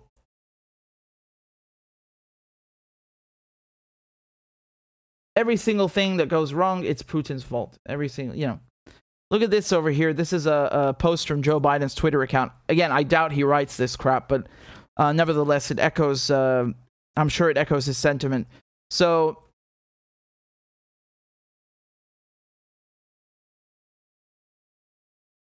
this is Joe Biden, his Twitter account, posting that the totality of our sanctions is crushing the Russian economy. The ruble has lost more than half its value. The list of private businesses leaving Russia is growing by the day. Well, you sound very proud, yeah? You seem very proud of yourself. Yeah, he's bragging. We're destroying the Russian economy. Siege warfare, baby. It's amazing. Right? Look at all these civilians eaten dirt. Look at all these civilians paying the price of our war against Putin. Putin is not affected by these sanctions. He's still rich. He's still the president. He still has the same standard of living. He still has a fortune. So do all of these so-called oligarchs. Remember, in Russia, they're oligarchs. They're big, mean, batty oligarchs. But in the US, they're entrepreneurs. They're businessmen, right? They're self-made billionaires. And so those people are unaffected. They know this. They're not stupid. They have entire teams of people who sit down and calculate the damage, that they're going to do to the economy that they're targeting. They know this. They're not idiots. They know damn well that Putin is not affected. Putin's government is not affected. The Russian cabinet is not affected. The Russian people are affected, right? And that's the point. The idea is we are going to punish this country's population so they revolt, they rise up, and they get rid of this leader that we want to get rid of. That's the idea. And obviously, needless to say, it never works. It's never worked. Show me one example where that worked. You won't find one. The only thing that it does achieve is it increases disease, starvation, and it creates long-lasting effects, damaging effects that take decades to remedy, decades to recover from. And they have no remorse for these things. When Madeleine Albright is asked, 500,000 children died in Iraq from starvation from these U.S.-backed sanctions. And do you think it was worth the price? And she says yes. This is the former U.S. Secretary of State. She says yes, it's worth starving 500,000 Iraqi children. To do what? To do what exactly? And you talk about human rights and democracy and fighting dictators. I mean, this is unbelievable, right? They know exactly what they're doing. And they're doing it to Syria with the Caesar Act. They're doing it to Iran with the sanctions, 1,500 sanctions. And now, I used to tell you up until a few days ago that Iran has more sanctions on it, U.S. sanctions on it, than any other country is sanctioned by the U.S. All other countries sanctioned by the U.S. Think about that. But that's not true anymore. Just after I did that live stream, they added more sanctions on Russia, and now Russia has the most sanctions. And again, it's more than all other countries combined, Iran included. It's about 5,000 sanctions, over 5,000 sanctions. It's unbelievable. And so, who's paying the price? It's the civilians. And then Biden, he goes on Twitter and brags about this. Or whichever staffer is tweeting for him. It's irrelevant. They all brag about this, right? They think that crushing the ruble is going to change something. They're in for a big surprise because this is coming home as well. They are very obviously saying that we are affecting that economy. We are waging a successful war against Putin and we're crippling his economy. But then when it comes to the price of gas, and people are like, well, why do we have to pay more at the pump? Oh, we got nothing to do with that. That was Putin. He raised the price. You're funny. You're really funny. So when it suits you, you're the ones responsible for crushing the Russian economy and, being really tough on Putin. And then when people ask you why they're feeling the effects of those sanctions at home, because Russia's the world's largest wheat exporter, second largest oil producer, then you're like, oh, we ain't got nothing to do with that. No, that's Putin, Russia. How long are you going to keep this act up? Usually, when it's sanctions against Syria and Iran, people in the West have no clue what sanctions even are. Most people have no clue what this word even means. And most importantly, they have no clue what it does because they don't feel the effects of it. They're lucky to live in oblivion, right? In ignorance. They're completely oblivious and ignorant of the effects of sanctions and what their governments are doing to others. So, because the governments don't want them to know. The American government doesn't want American people to actually know what sanctions are. They just make them think it's some kind of peaceful alternative to war. And it's the same thing in the UK, right? They lie. The media lies to the population. The governments lie to their people and make them think that sanctions are some kind of effective remedy to curtailing, some foreign leader who's committed such and such atrocities. Complete lie. It's absolutely not the case. It's siege warfare, and it hurts civilians most of all. But this time, I don't think that we will be able in the West to live in such, ignorance of the conditions on the ground, because this is coming back to bite the West. Most of all Europe, but also Americans. They're paying more at the pump. And of course, this will also go to food. Again, Russia's the biggest, world's largest wheat exporter, about 18%. What do you think it's going to do? Ukraine itself, together with Russia, they are 25. So Ukraine's at war. right? Ukraine is involved in this issue, so obviously that's also going to affect the prices. I mean, this is very very dangerous. It's not just that it's a nuclear power; it's that Russia is intertwined with the world economy, whether you like it or not. And so, acting like it's all Putin, how long are you going to keep this act up? They call it Putin's price hike. Putin does not control the price of oil. He'd be smart to raise it right now, but he doesn't have to because you did it for him. Obviously, when the Russians went into Ukraine, it went up by itself. The European gas prices, crude, Brent crude. But now you made it much worse. It's twice, 3 times worse. And it's going to spread to other parts. And again, I told you, the Russians, in the long term, you're doing them a favor. Actually, you're doing the global south a favor, because now the Russians are going to stop looking to the west, and they're going to learn the same lesson that the Iranians learned. Look to the east. Look to your neighbors, right? Look to China. Look to Russia. Look to the people who are with you in the anti-imperialist bloc, in the bloc of the global south, Venezuela, Cuba, Syria, all of these countries, Pakistan, India. They've had enough, and they're going to start de-dollarizing, and they're even showing you that they're not on board with this, right? So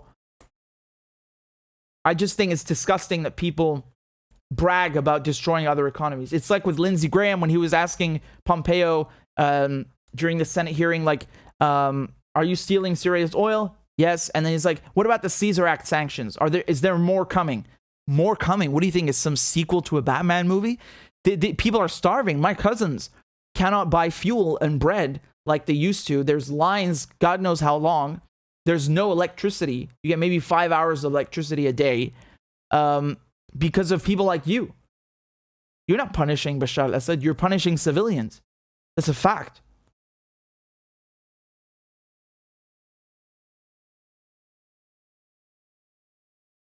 And so here, New York Post, take a look at this headline. Biden blames Putin's price hike for decades high inflation. Let's look at this clip. I haven't watched this one. Let's take a look.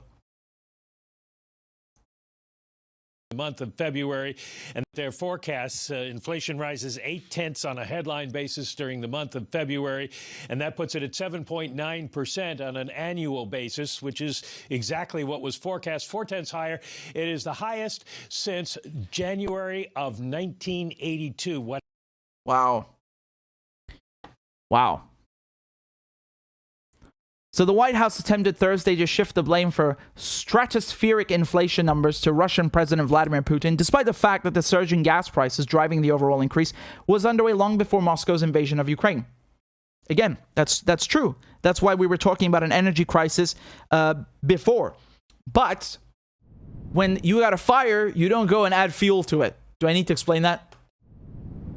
And so today's inflation report is a reminder, this is a quote, today's inflation report is a reminder that Americans' budgets are being stretched by price increases and families are starting to feel the impacts of Putin's price hike, President Biden said in a statement after the Labor Department announced that consumer prices rose about 8% over the 12-month period ending in February, the highest year-ending increase since January 1982. A large contributor to inflation this month was an increase in gas and energy prices as markets reacted to Putin's aggressive actions, Biden's statement went on. As I've said from the start, there will be costs at home as we impose crippling sanctions in response to Putin's unprovoked war. But Americans can know this. The costs we are imposing on Putin and his cronies are far more devastating than the costs we are facing. That's a lie. No, in the short term, yeah, but not in the long term. You are absolutely wrong. That is not true.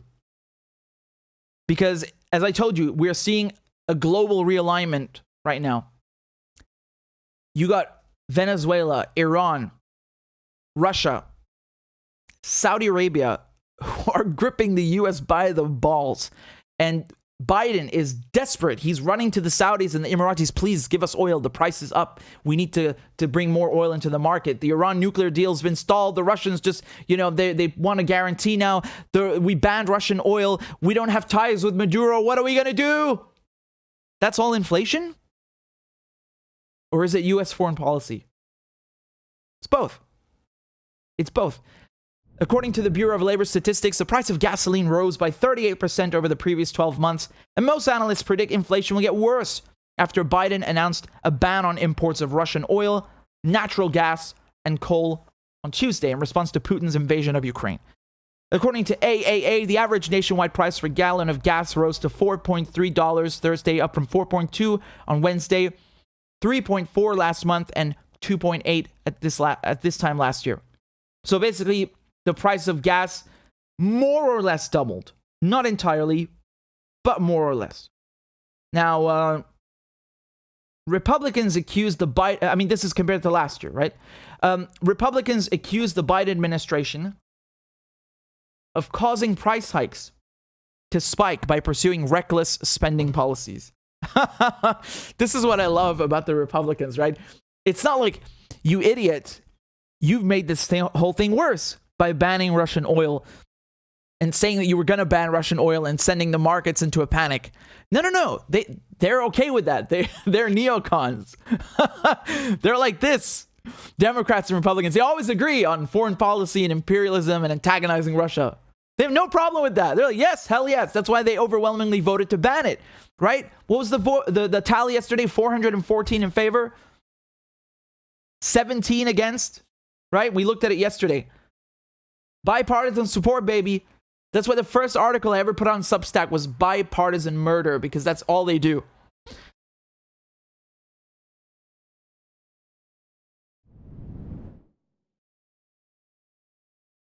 In an emailed statement, Republican National Committee Chairwoman Ronna McDaniel called the administration's attempt to deflect blame an insult to every American.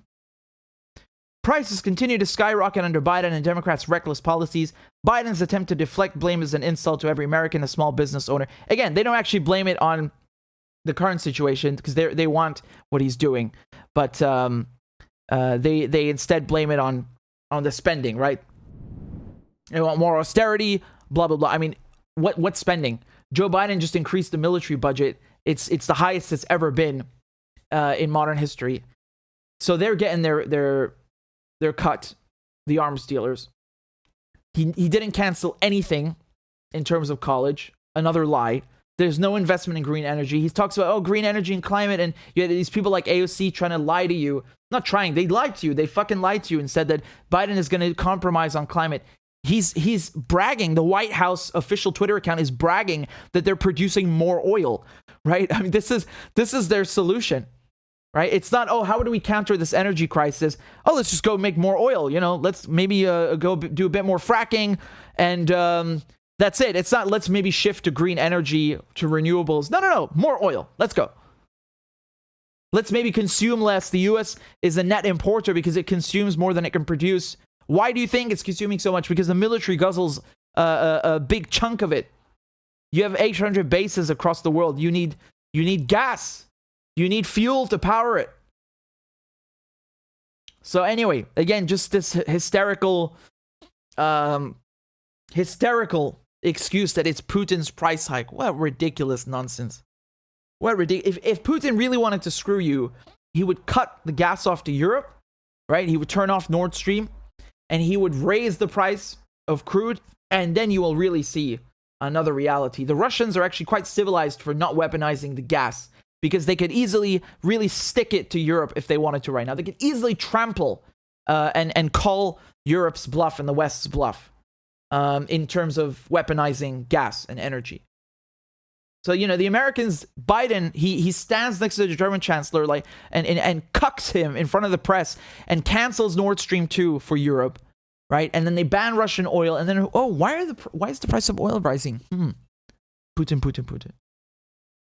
This is just the beginning, man. This is going to get very ugly. And they're just hastening, speeding up, putting into motion, driving, pushing, reinforcing the shift to a multipolar world and a global realignment.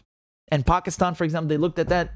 They're like, you know what? I think I'm going to stick with my brains over here. Went and bought wheat and gas from the Russians, right? People that are in Asia, Eurasia, the global south, they see that the U.S. is on the decline, and they are seeing that Every time someone puts their money in the West, whether it's in the Bank of England like Venezuela, it gets stolen. The Afghans had $7 billion in assets in the US. That's stolen. You have all of these Russian assets. You had 13% in China. That's fine. They can touch it still. But obviously you had assets in Austria, the UK, the US, in Europe. That's frozen. So people are looking at that and seeing, you know what? We're not going to settle in dollars anymore. We're going to move to other currencies. And most important of all, we're not putting our money there because you just steal it whenever you feel like it. On a whim. So they're shooting themselves in the foot. You know, there comes a point where you can't sanction your way out of it. And I always joke to myself that one day the U.S. is going to start sanctioning like individual states inside the U.S. It's just going to be swallowed up by a massive black hole of sanctions. Oh, man. This stuff is killing people.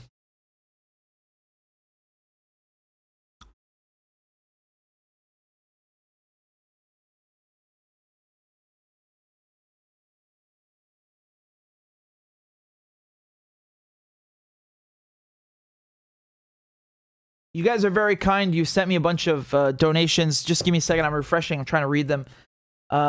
This is from Kirill. Says, the network that must not be named.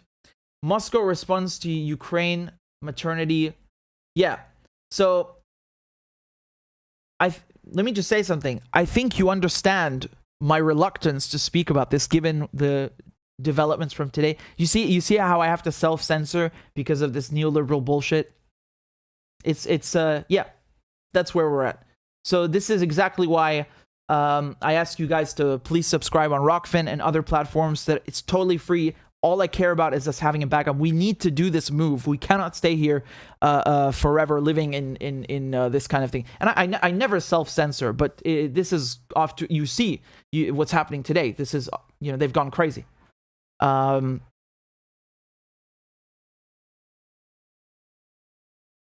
It's shameful, honestly. It's absolutely shameful. Because you expect them to be like this, but they really went balls to the wall, full speed.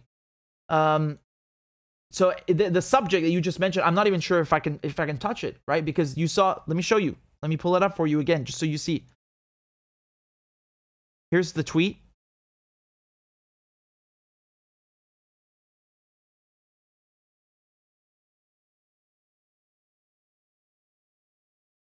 This is exactly why. See that?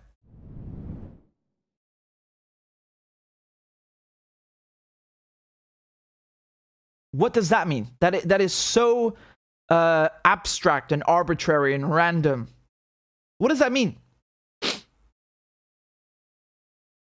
Right? So this is for everybody. This is not just a network that must not be named. Can't believe we have to use that now. Do you see the issue? And the issue is not just like people who are vehemently saying, no, this didn't happen or so on.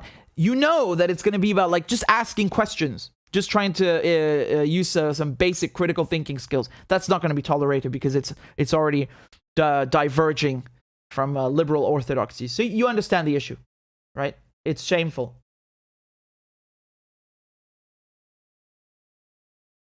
Ark and Emma67 says, I just subbed. I like this crowd. Too many alt-light UKR potato channels out there. They are fake patriots. You guys look like the real deal. Well, welcome to the channel, Ark. I appreciate you subscribing.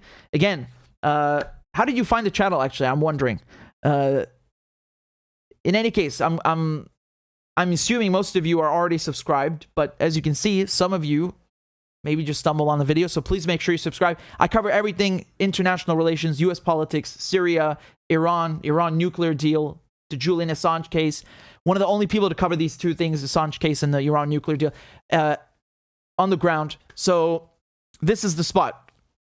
Everything, geopolitics, international relations. Don't play yourself. You know this is the spot. This is my plug. So anyway, I'm grateful for your subscription. Thank you for joining the team and the community. Palestine, how could I forget? I mean, it's when I say Middle East, I'm of course talking about Syria, Palestine, and everything included. So Sora says, come from Twitter. So you just came here from Twitter. That's great. That is wonderful. Thank you, Andrew. You're very kind. Aman says it's a fair plug. All right. I'll take it to heart then. Thank you. Nightly Sonata says your interview with the American military guy, so Scott Ritter, I think you mean, made the rounds on Russian social media. That's how I found you. Oh my God. Well, first of all, thank you. I'm glad you're here. But thank you for reminding me this. Look at this shit. You guys are not going to believe this. This is so outrageous. And it's about that interview, okay? Hold on. God, this is so obnoxious.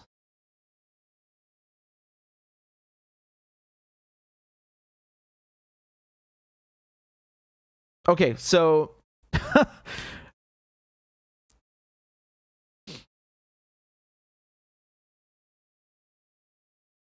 you guys know that when the war in Ukraine started, I was live streaming immediately. We were here for like 8 hours.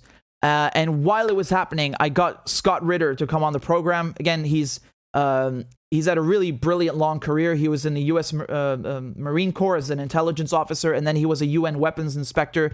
He was in charge of disarming Iraq's WMD program.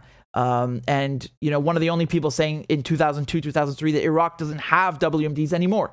So I wanted to bring him on to talk about what's happening in Ukraine, given his military experience. And his knowledge, and the video went viral actually on YouTube, which is great. I think it's got 150,000 views, and then also did the rounds on Russian social media. And Scott actually, look what he posted on Twitter. He said, "Oh my! Apparently, I was recruited by Russia while working in Iraq in the 1990s." You know, I said that because this article down here makes this ridiculous claim, and you can see the screenshot is from my channel, Richard Medhurst. And look at this garbage. I mean, this is really just a garbage piece here. It says, Russian agent Scott Ritter. Russian agent. The guy's former Marine Corps and UN. He's Russian agent. Wow. So Russian agent Ritter misinforms U.S. audience about war in Ukraine. What does that mean, he misinformed? You just don't like what he said. That's what you mean. And look at these ridiculous lies. They just make up these lies. Under the guise of a former UN instructor. No, he wasn't an instructor. He was a weapons inspector. Not an instructor. What does that even mean? Russian agent Scott Ritter, likely recruited in Iraq in the 1990s. Like, what a specific lie. You know, it's like he wasn't just recruited by the Russians. It was in the 1990s and in Iraq. Wow. Ritter is spreading strategic Russian propaganda narratives about Nazism in Ukraine and the defeat of the Ukrainian army and NATO's inability to resist the Russian Federation. Well, first of all, you don't need to put Nazism in quotation marks because we all know who Stepan Bandera is. We know all of these right-wing groups that you have in Ukraine, the Azov Battalion, C-14, Right Sector. It's not some, you know, it's not just some fringe issue. These are fringe groups with a lot of power and a lot of influence, which they themselves admit. And whether they're 1% or they're a majority makes no difference. The principle that you have Nazis in Ukraine being armed by the West is abhorrent. And then afterwards to say NATO's inability to resist the Russian Federation. Well, I think the guy who was in NATO would maybe know a bit more about that than whoever, you know, whatever clown wrote this this garbage over here. So down here, they say the interview of a certain Scott Ritter to the owner of a YouTube channel in the U.S., Richard Medhurst. I'm not in the U.S. I've never been to the U.S. Well, you just make this shit up. That alone should tell you. I mean, if the other stuff wasn't clear that it's absolute, you know, fantasy, that already shows you that I don't know which clown wrote this, but they're completely full of it. A YouTube. I love how they're going to such lengths to avoid saying journalist and political commentator. He happens to be the proprietor of a certain channel on the YouTube platform that exists in the U.S.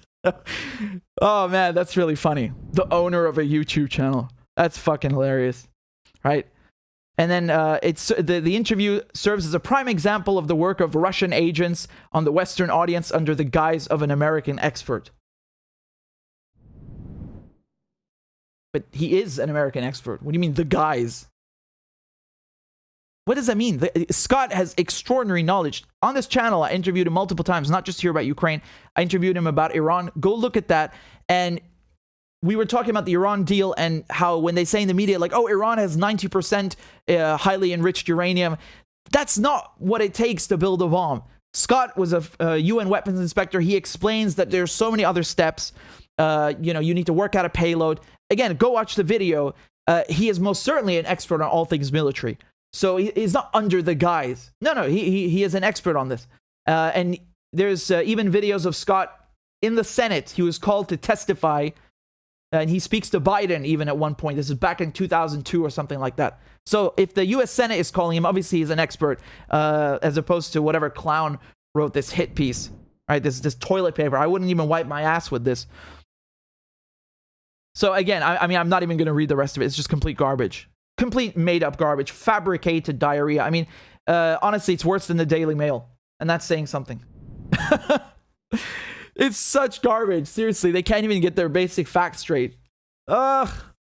Yawn.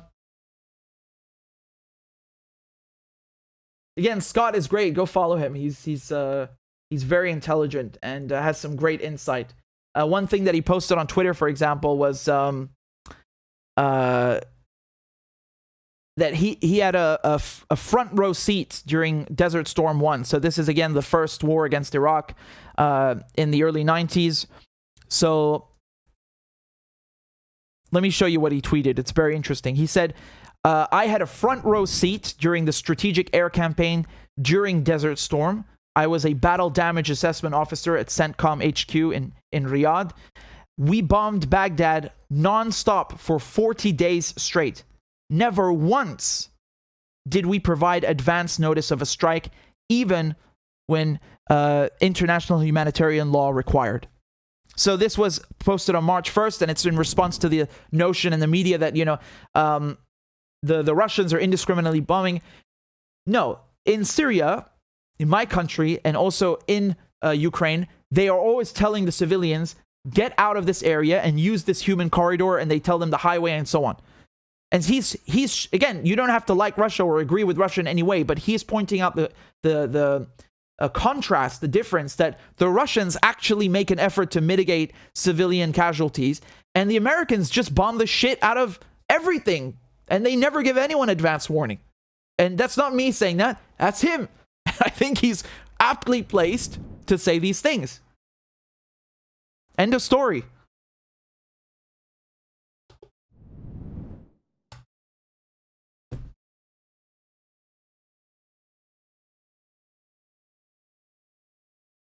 Fidel says, this garbage article assaulting my intelligence. It is. I almost apologize for reading it to you. It's such garbage. It never even occurred to me to show it to you. But you guys mentioned Scott, and I was like, man, that thing was funny. I have to show it to you. It's so ridiculous. Utterly ridiculous, honestly. Ugh.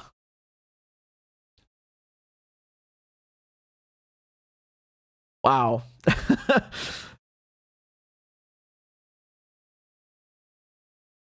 In any case, let me check on Telegram. How many are we right now?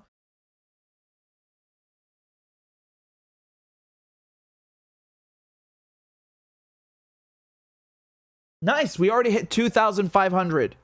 So I'm not going to stop annoying you guys, telling you to go subscribe on Rockfin or Telegram or the newsletter. It's all free, and we can build an alternative. It's really important. And again, if you're new here, please consider subscribing. Again, this is your spot for all things international news and then some. So, again, you guys smashed the record on Patreon. We're at 604. I'm truly humbled. And many of you sent donations also in the chat. Would you guys be interested in me doing some more Q&As? Because I used to do a couple of them. Someone in the comments says, JS AL says, I went in Basra in South Iraq. Yes, 40 days bombing, and then bombed Iraqi withdrawing in thousands. Yeah, I mean, this is it's not something controversial. It's well known now, but thank you also for corroborating it.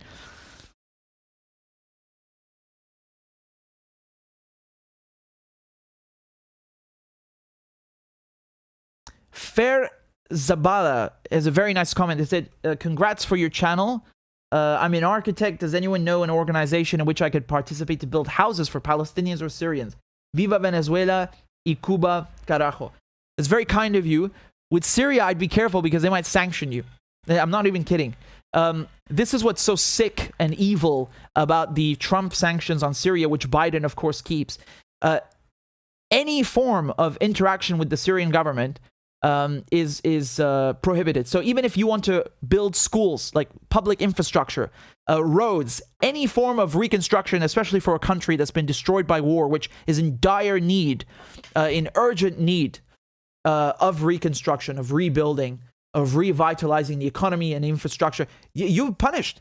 So again, they sanction, for example, Bashar al-Assad, and then they say, if you interact with him, we will fine you, we'll freeze your assets in the US or any company you have, any money, and you could even end up in jail in some cases. So it's really quite evil. And unfortunately, you know, that's I'm sure there are perhaps ways to circumvent it, but I don't know. I don't know. But it's very kind of you. San, thank you very much for your super chat. You're very kind. Again, thank you guys so much for all your donations on Rockfin, on PayPal, on YouTube, everywhere. So that's really cool. And yeah.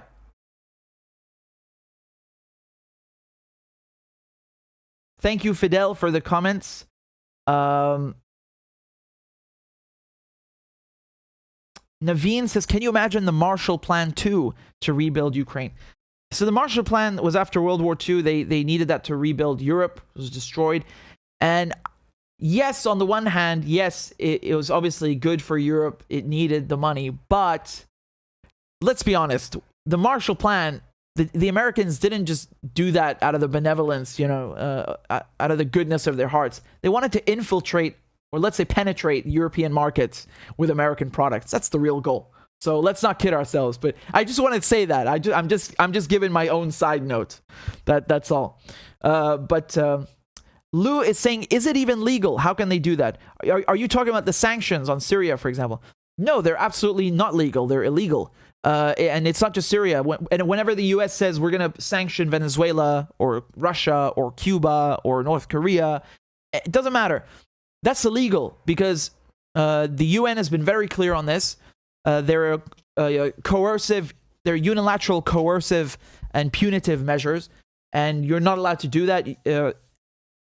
Usually, you would have to go through the UN. You would have to get a mandate from the UN for these sanctions, something from the UN Security Council. But even then, if I can just, tell you, like, just because the UN approves it doesn't mean it's good. Look at the sanctions on Iraq in the 90s, how many people they killed. They were also approved by the UN. Does that make it right? No. So my message to you guys, and again, it's not my message, it's just stating the obvious. And the fact is that sanctions are siege warfare. They're just as brutal, even more brutal than bombs in some cases. And they are just as lethal.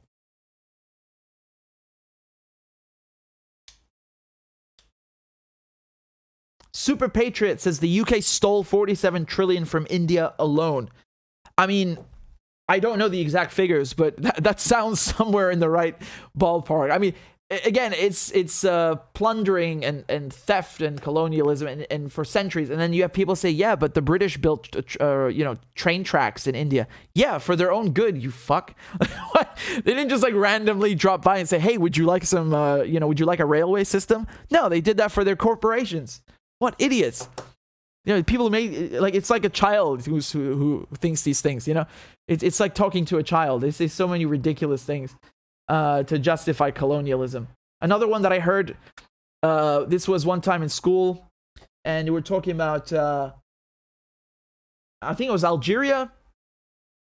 Yeah. I mean, I know Algeria was under the French. I know that, but I don't remember. It was some French colony, and I think it's Algeria. And we're talking about a famine, and then some idiot, he's like, yeah, but if Algeria continued to be under the French would have made sure that there wasn't a famine. And everyone's looking at this guy like, what? Just, some of those ridiculous things. God. Yelena says US and UK should pay reparations for the damage they caused. Absolutely. There are some people who would like to say, well, that was just, it's 200 years ago and it's in the past. No, it's fucking not. You have a wealth inequality right now that is being created by colonialism. Not entirely. We're not saying that there are no corrupt people or politicians or businessmen in the global south. Of course there are. That's the thing. They take advantage of them. And on top of that, you have centuries of colonialism. So that's why you end up with, like, it's not a coincidence that the UK, the US, France, Belgium, Germany, Spain, all these Western European countries are very, very rich. And the people they colonized are very, very poor. That's not a coincidence. It's not some fucking, random occurrence. And so when you say, oh, that was 100 years ago, no, it's now. It's right now is the inequality. We're still living through it. It's not 100 years ago. Yeah. Unfortunately, people don't see this. They don't want to admit it. And can I give you another example? Israel. Who created Israel? The British, they promised a Jewish homeland in Palestine with the Balfour Declaration. The British and the French with Sykes-Picot, they carved up the Middle East.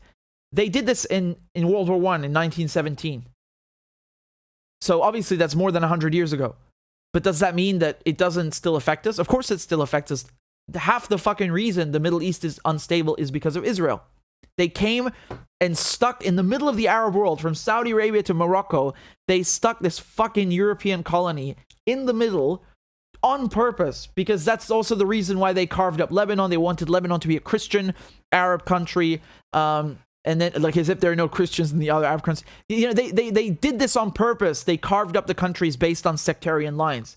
That's the reason. It's a great divide and conquer strategy for if you're an imperialist, So we're still living with those consequences to this day, right this second, right?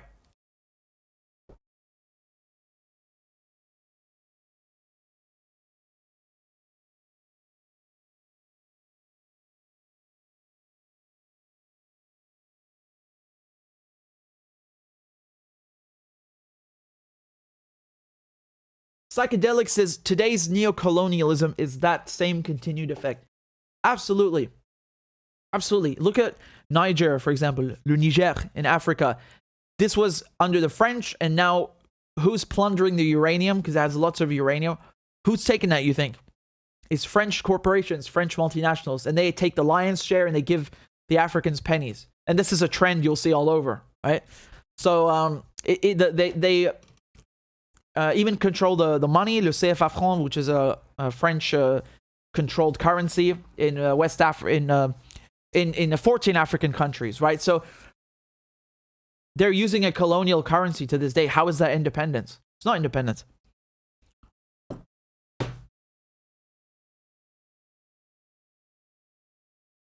And these are just like drops in the water. This is nothing in the big picture. It's a drop in the water. All these things. I don't think any of us can really grasp the full scale of it. And again, it doesn't mean that all these countries that were under colonialism, that were subjugated, are perfect. Like they're inherently perfect. That without colonialism, they would be living in the year 50,000 AD or something. No, but you cannot sit there and talk about history, talk about politics, and then just like act like it happened in a vacuum and just conveniently leave out the context. No, this is rubbish. This is revisionism. I'm very sorry. I can't read your name. It's in Cyrillic, but you're very kind. You take care as well. Hold on. I'm going to try and translate the name very quickly. I apologize. Anastasia. Very nice name. Thank you for tuning in. I appreciate it.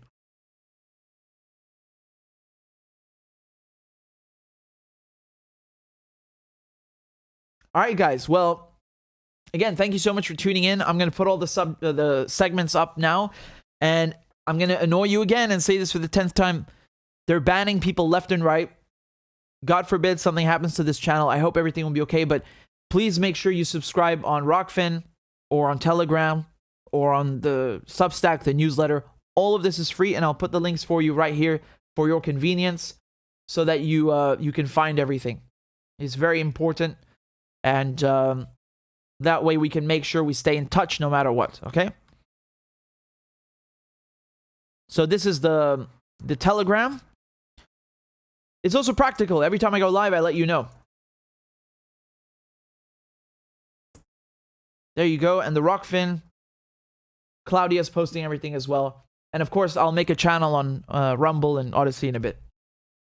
Thank you, Pobo. Says, dude, man, I love your passion and energy. Keep up the good work. Thank you so much. I appreciate that very much, Pobo. You're very kind. Thank you all for your comments and donations. I'm very grateful. It's nice having you tune in. And I hope you guys get to tune in next time, which should be very soon. I always wonder if you get the notifications because YouTube doesn't send them something. It's annoying. But we can mitigate that. And remember, I created this online news outlet. If you're someone who wants to speak in front of camera, you feel at home. You're a natural speaking in front of the camera, doing short political videos about any subject. You can write about economics, economic subjects, social subjects. It doesn't have to be politics all the time.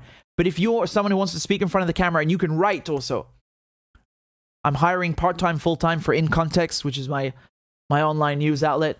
So send me an email, rmedhurst@protonmail.com. Show me what you can do. Even if you're applying for video editing, show me what you can do, and I'll try my best to get back to you in a timely manner. And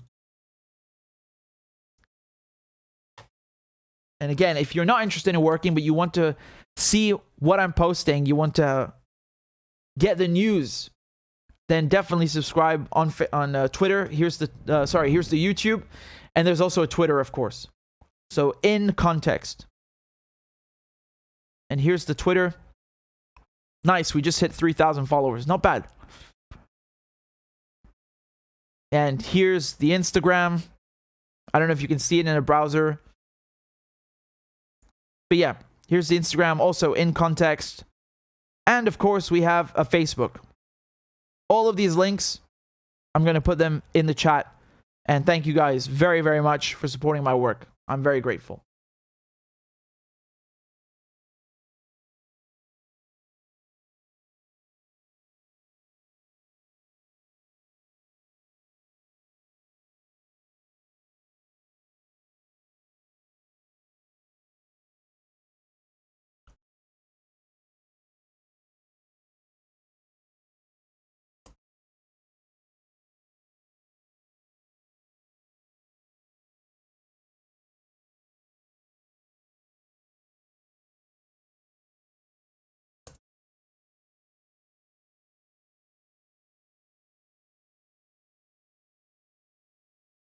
All right, guys. Thank you so much. I'll see you next time.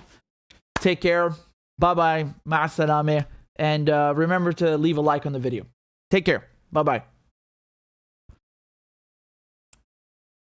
This is going to be the outro from now on. I am once again asking for your financial support. A is for All men and women created by you know the thing. B is for I'm beginning to see why your wife left you. C is for Corn Pop was a bad dude, and he ran a bunch of bad boys. D is for Don't worry, I'm so serious. Children, I love to hear them. E is for An excuse to walk by the dealer and say, no, I'm not going to be a mule. I got something to do. I got to go do boom, boom, boom. F is for Time friend, and she's a friend. She's been my friend in and out of public life. G is for Go to Joe 30330. H is for Hairy legs that turn blonde in the sun, and the kids used to come up and reach in the pool and rub my leg down. I is for I'm a Democratic candidate for the United States Senate. J is for Just look at the record. I have President Biden, Vice President Biden. Well, I tell you what, if you look at my record and you still doubt about my commitment, then you should vote for somebody else. K is for Kids jumping on my lap, and I've loved kids jumping on my lap. L is for The lion, dog, face, pony soldier. M is for Make sure the television, make sure you have the record player on at night, the phone. Make sure the kids hear work. N is for NATO. O is for The only African-American woman that's ever been elected to the United States Senate. P is for Poor kids are just as bright and just as talented as white kids. R is for Rest her soul, and although she's your mom's still alive. S is for Send a text to the word united. T is for Truth over facts. U is for Union workers, the UAW took incredible cuts in their future. V is for I'll vote for somebody else. All right, thanks so much. W is for Wait, you're getting nervous, man. Calm down. It's okay. X is for Xi Jinping. Y is for And you ain't black. I am once again asking for your financial support. A is for All men and women created by you know the thing. B is for I'm beginning to see why your wife left you. C is for Corn Pop was a bad dude, and he ran a bunch of bad boys. D is for Don't worry, I'm so serious. Children, I love to hear them. E is for An excuse to walk by the dealer and say, no, I'm not going to be a mule. I got something to do. I got to go do boom, boom, boom. F is for Friend, and she's a friend. She's been my friend in and out of public life. G is for Go to Joe 30330. H is for Hairy legs that turn blonde in the sun, and the kids used to come up and reach in the pool and rub my leg down. I is for I'm a Democratic candidate for the United States Senate. J is for Just look at the record. I have President Biden, Vice President Biden. Well, I tell you what, if you look at my record and you still doubt about my commitment, then you should vote for somebody else. K is for Kids jumping on my lap, and I've loved kids jumping on my lap. L is for The lion, dog, face, pony soldier. M is for Make sure the television, make sure you have the record player on at night, the phone. Make sure the kids hear work. N is for NATO. O is for The only African-American woman that's ever been elected to the United States Senate. P is for Poor kids are just as bright and just as talented as white kids. R is for Rest her soul, and although your mom's still alive. S is for Send a text to the word united. T is for Truth over facts. U is for Union workers, the UAW took incredible cuts in their future. V is for I'll vote for somebody else. All right, thanks so much. W is for Wait, you're getting nervous, man. Calm down. It's okay. X is for Xi Jinping. Y is for And you ain't black. I am once again asking for your financial support. A is for All men and women created by you know the thing. B is for I'm beginning to see why your wife left you. C is for Corn Pop was a bad dude, and he ran a bunch of bad boys. D is for Don't worry, I'm so serious. Children, I love to hear them. E is for An excuse to walk by the dealer and say, no, I'm not going to be a mule. I got something to do. I got to go do boom, boom, boom. F is for Friend, and she's a friend. She's been my friend in and out of public life. G is for Go to Joe 30330. H is for Hairy legs that turn blonde in the sun, and the kids used to come up and reach in the pool and rub my leg down. I is for I'm a Democratic candidate for the United States Senate. J is for Just look at the record. I have President Biden, Vice President Biden. Well, I tell you what, if you look at my record and you still doubt about my commitment, then you should vote for somebody else. K is for Kids jumping on my lap, and I've loved kids jumping on my lap. L is for The lion, dog, face, pony soldier. M is for Make sure the television, make sure you have the record player on at night, the phone. Make sure the kids hear work. N is for NATO. O is for The only African-American woman that ever been elected to the United States Senate. P is for Poor kids are just as bright and just as talented as white kids. R is for Rest her soul, and although she's your mom's still alive. S is for Send a text to the word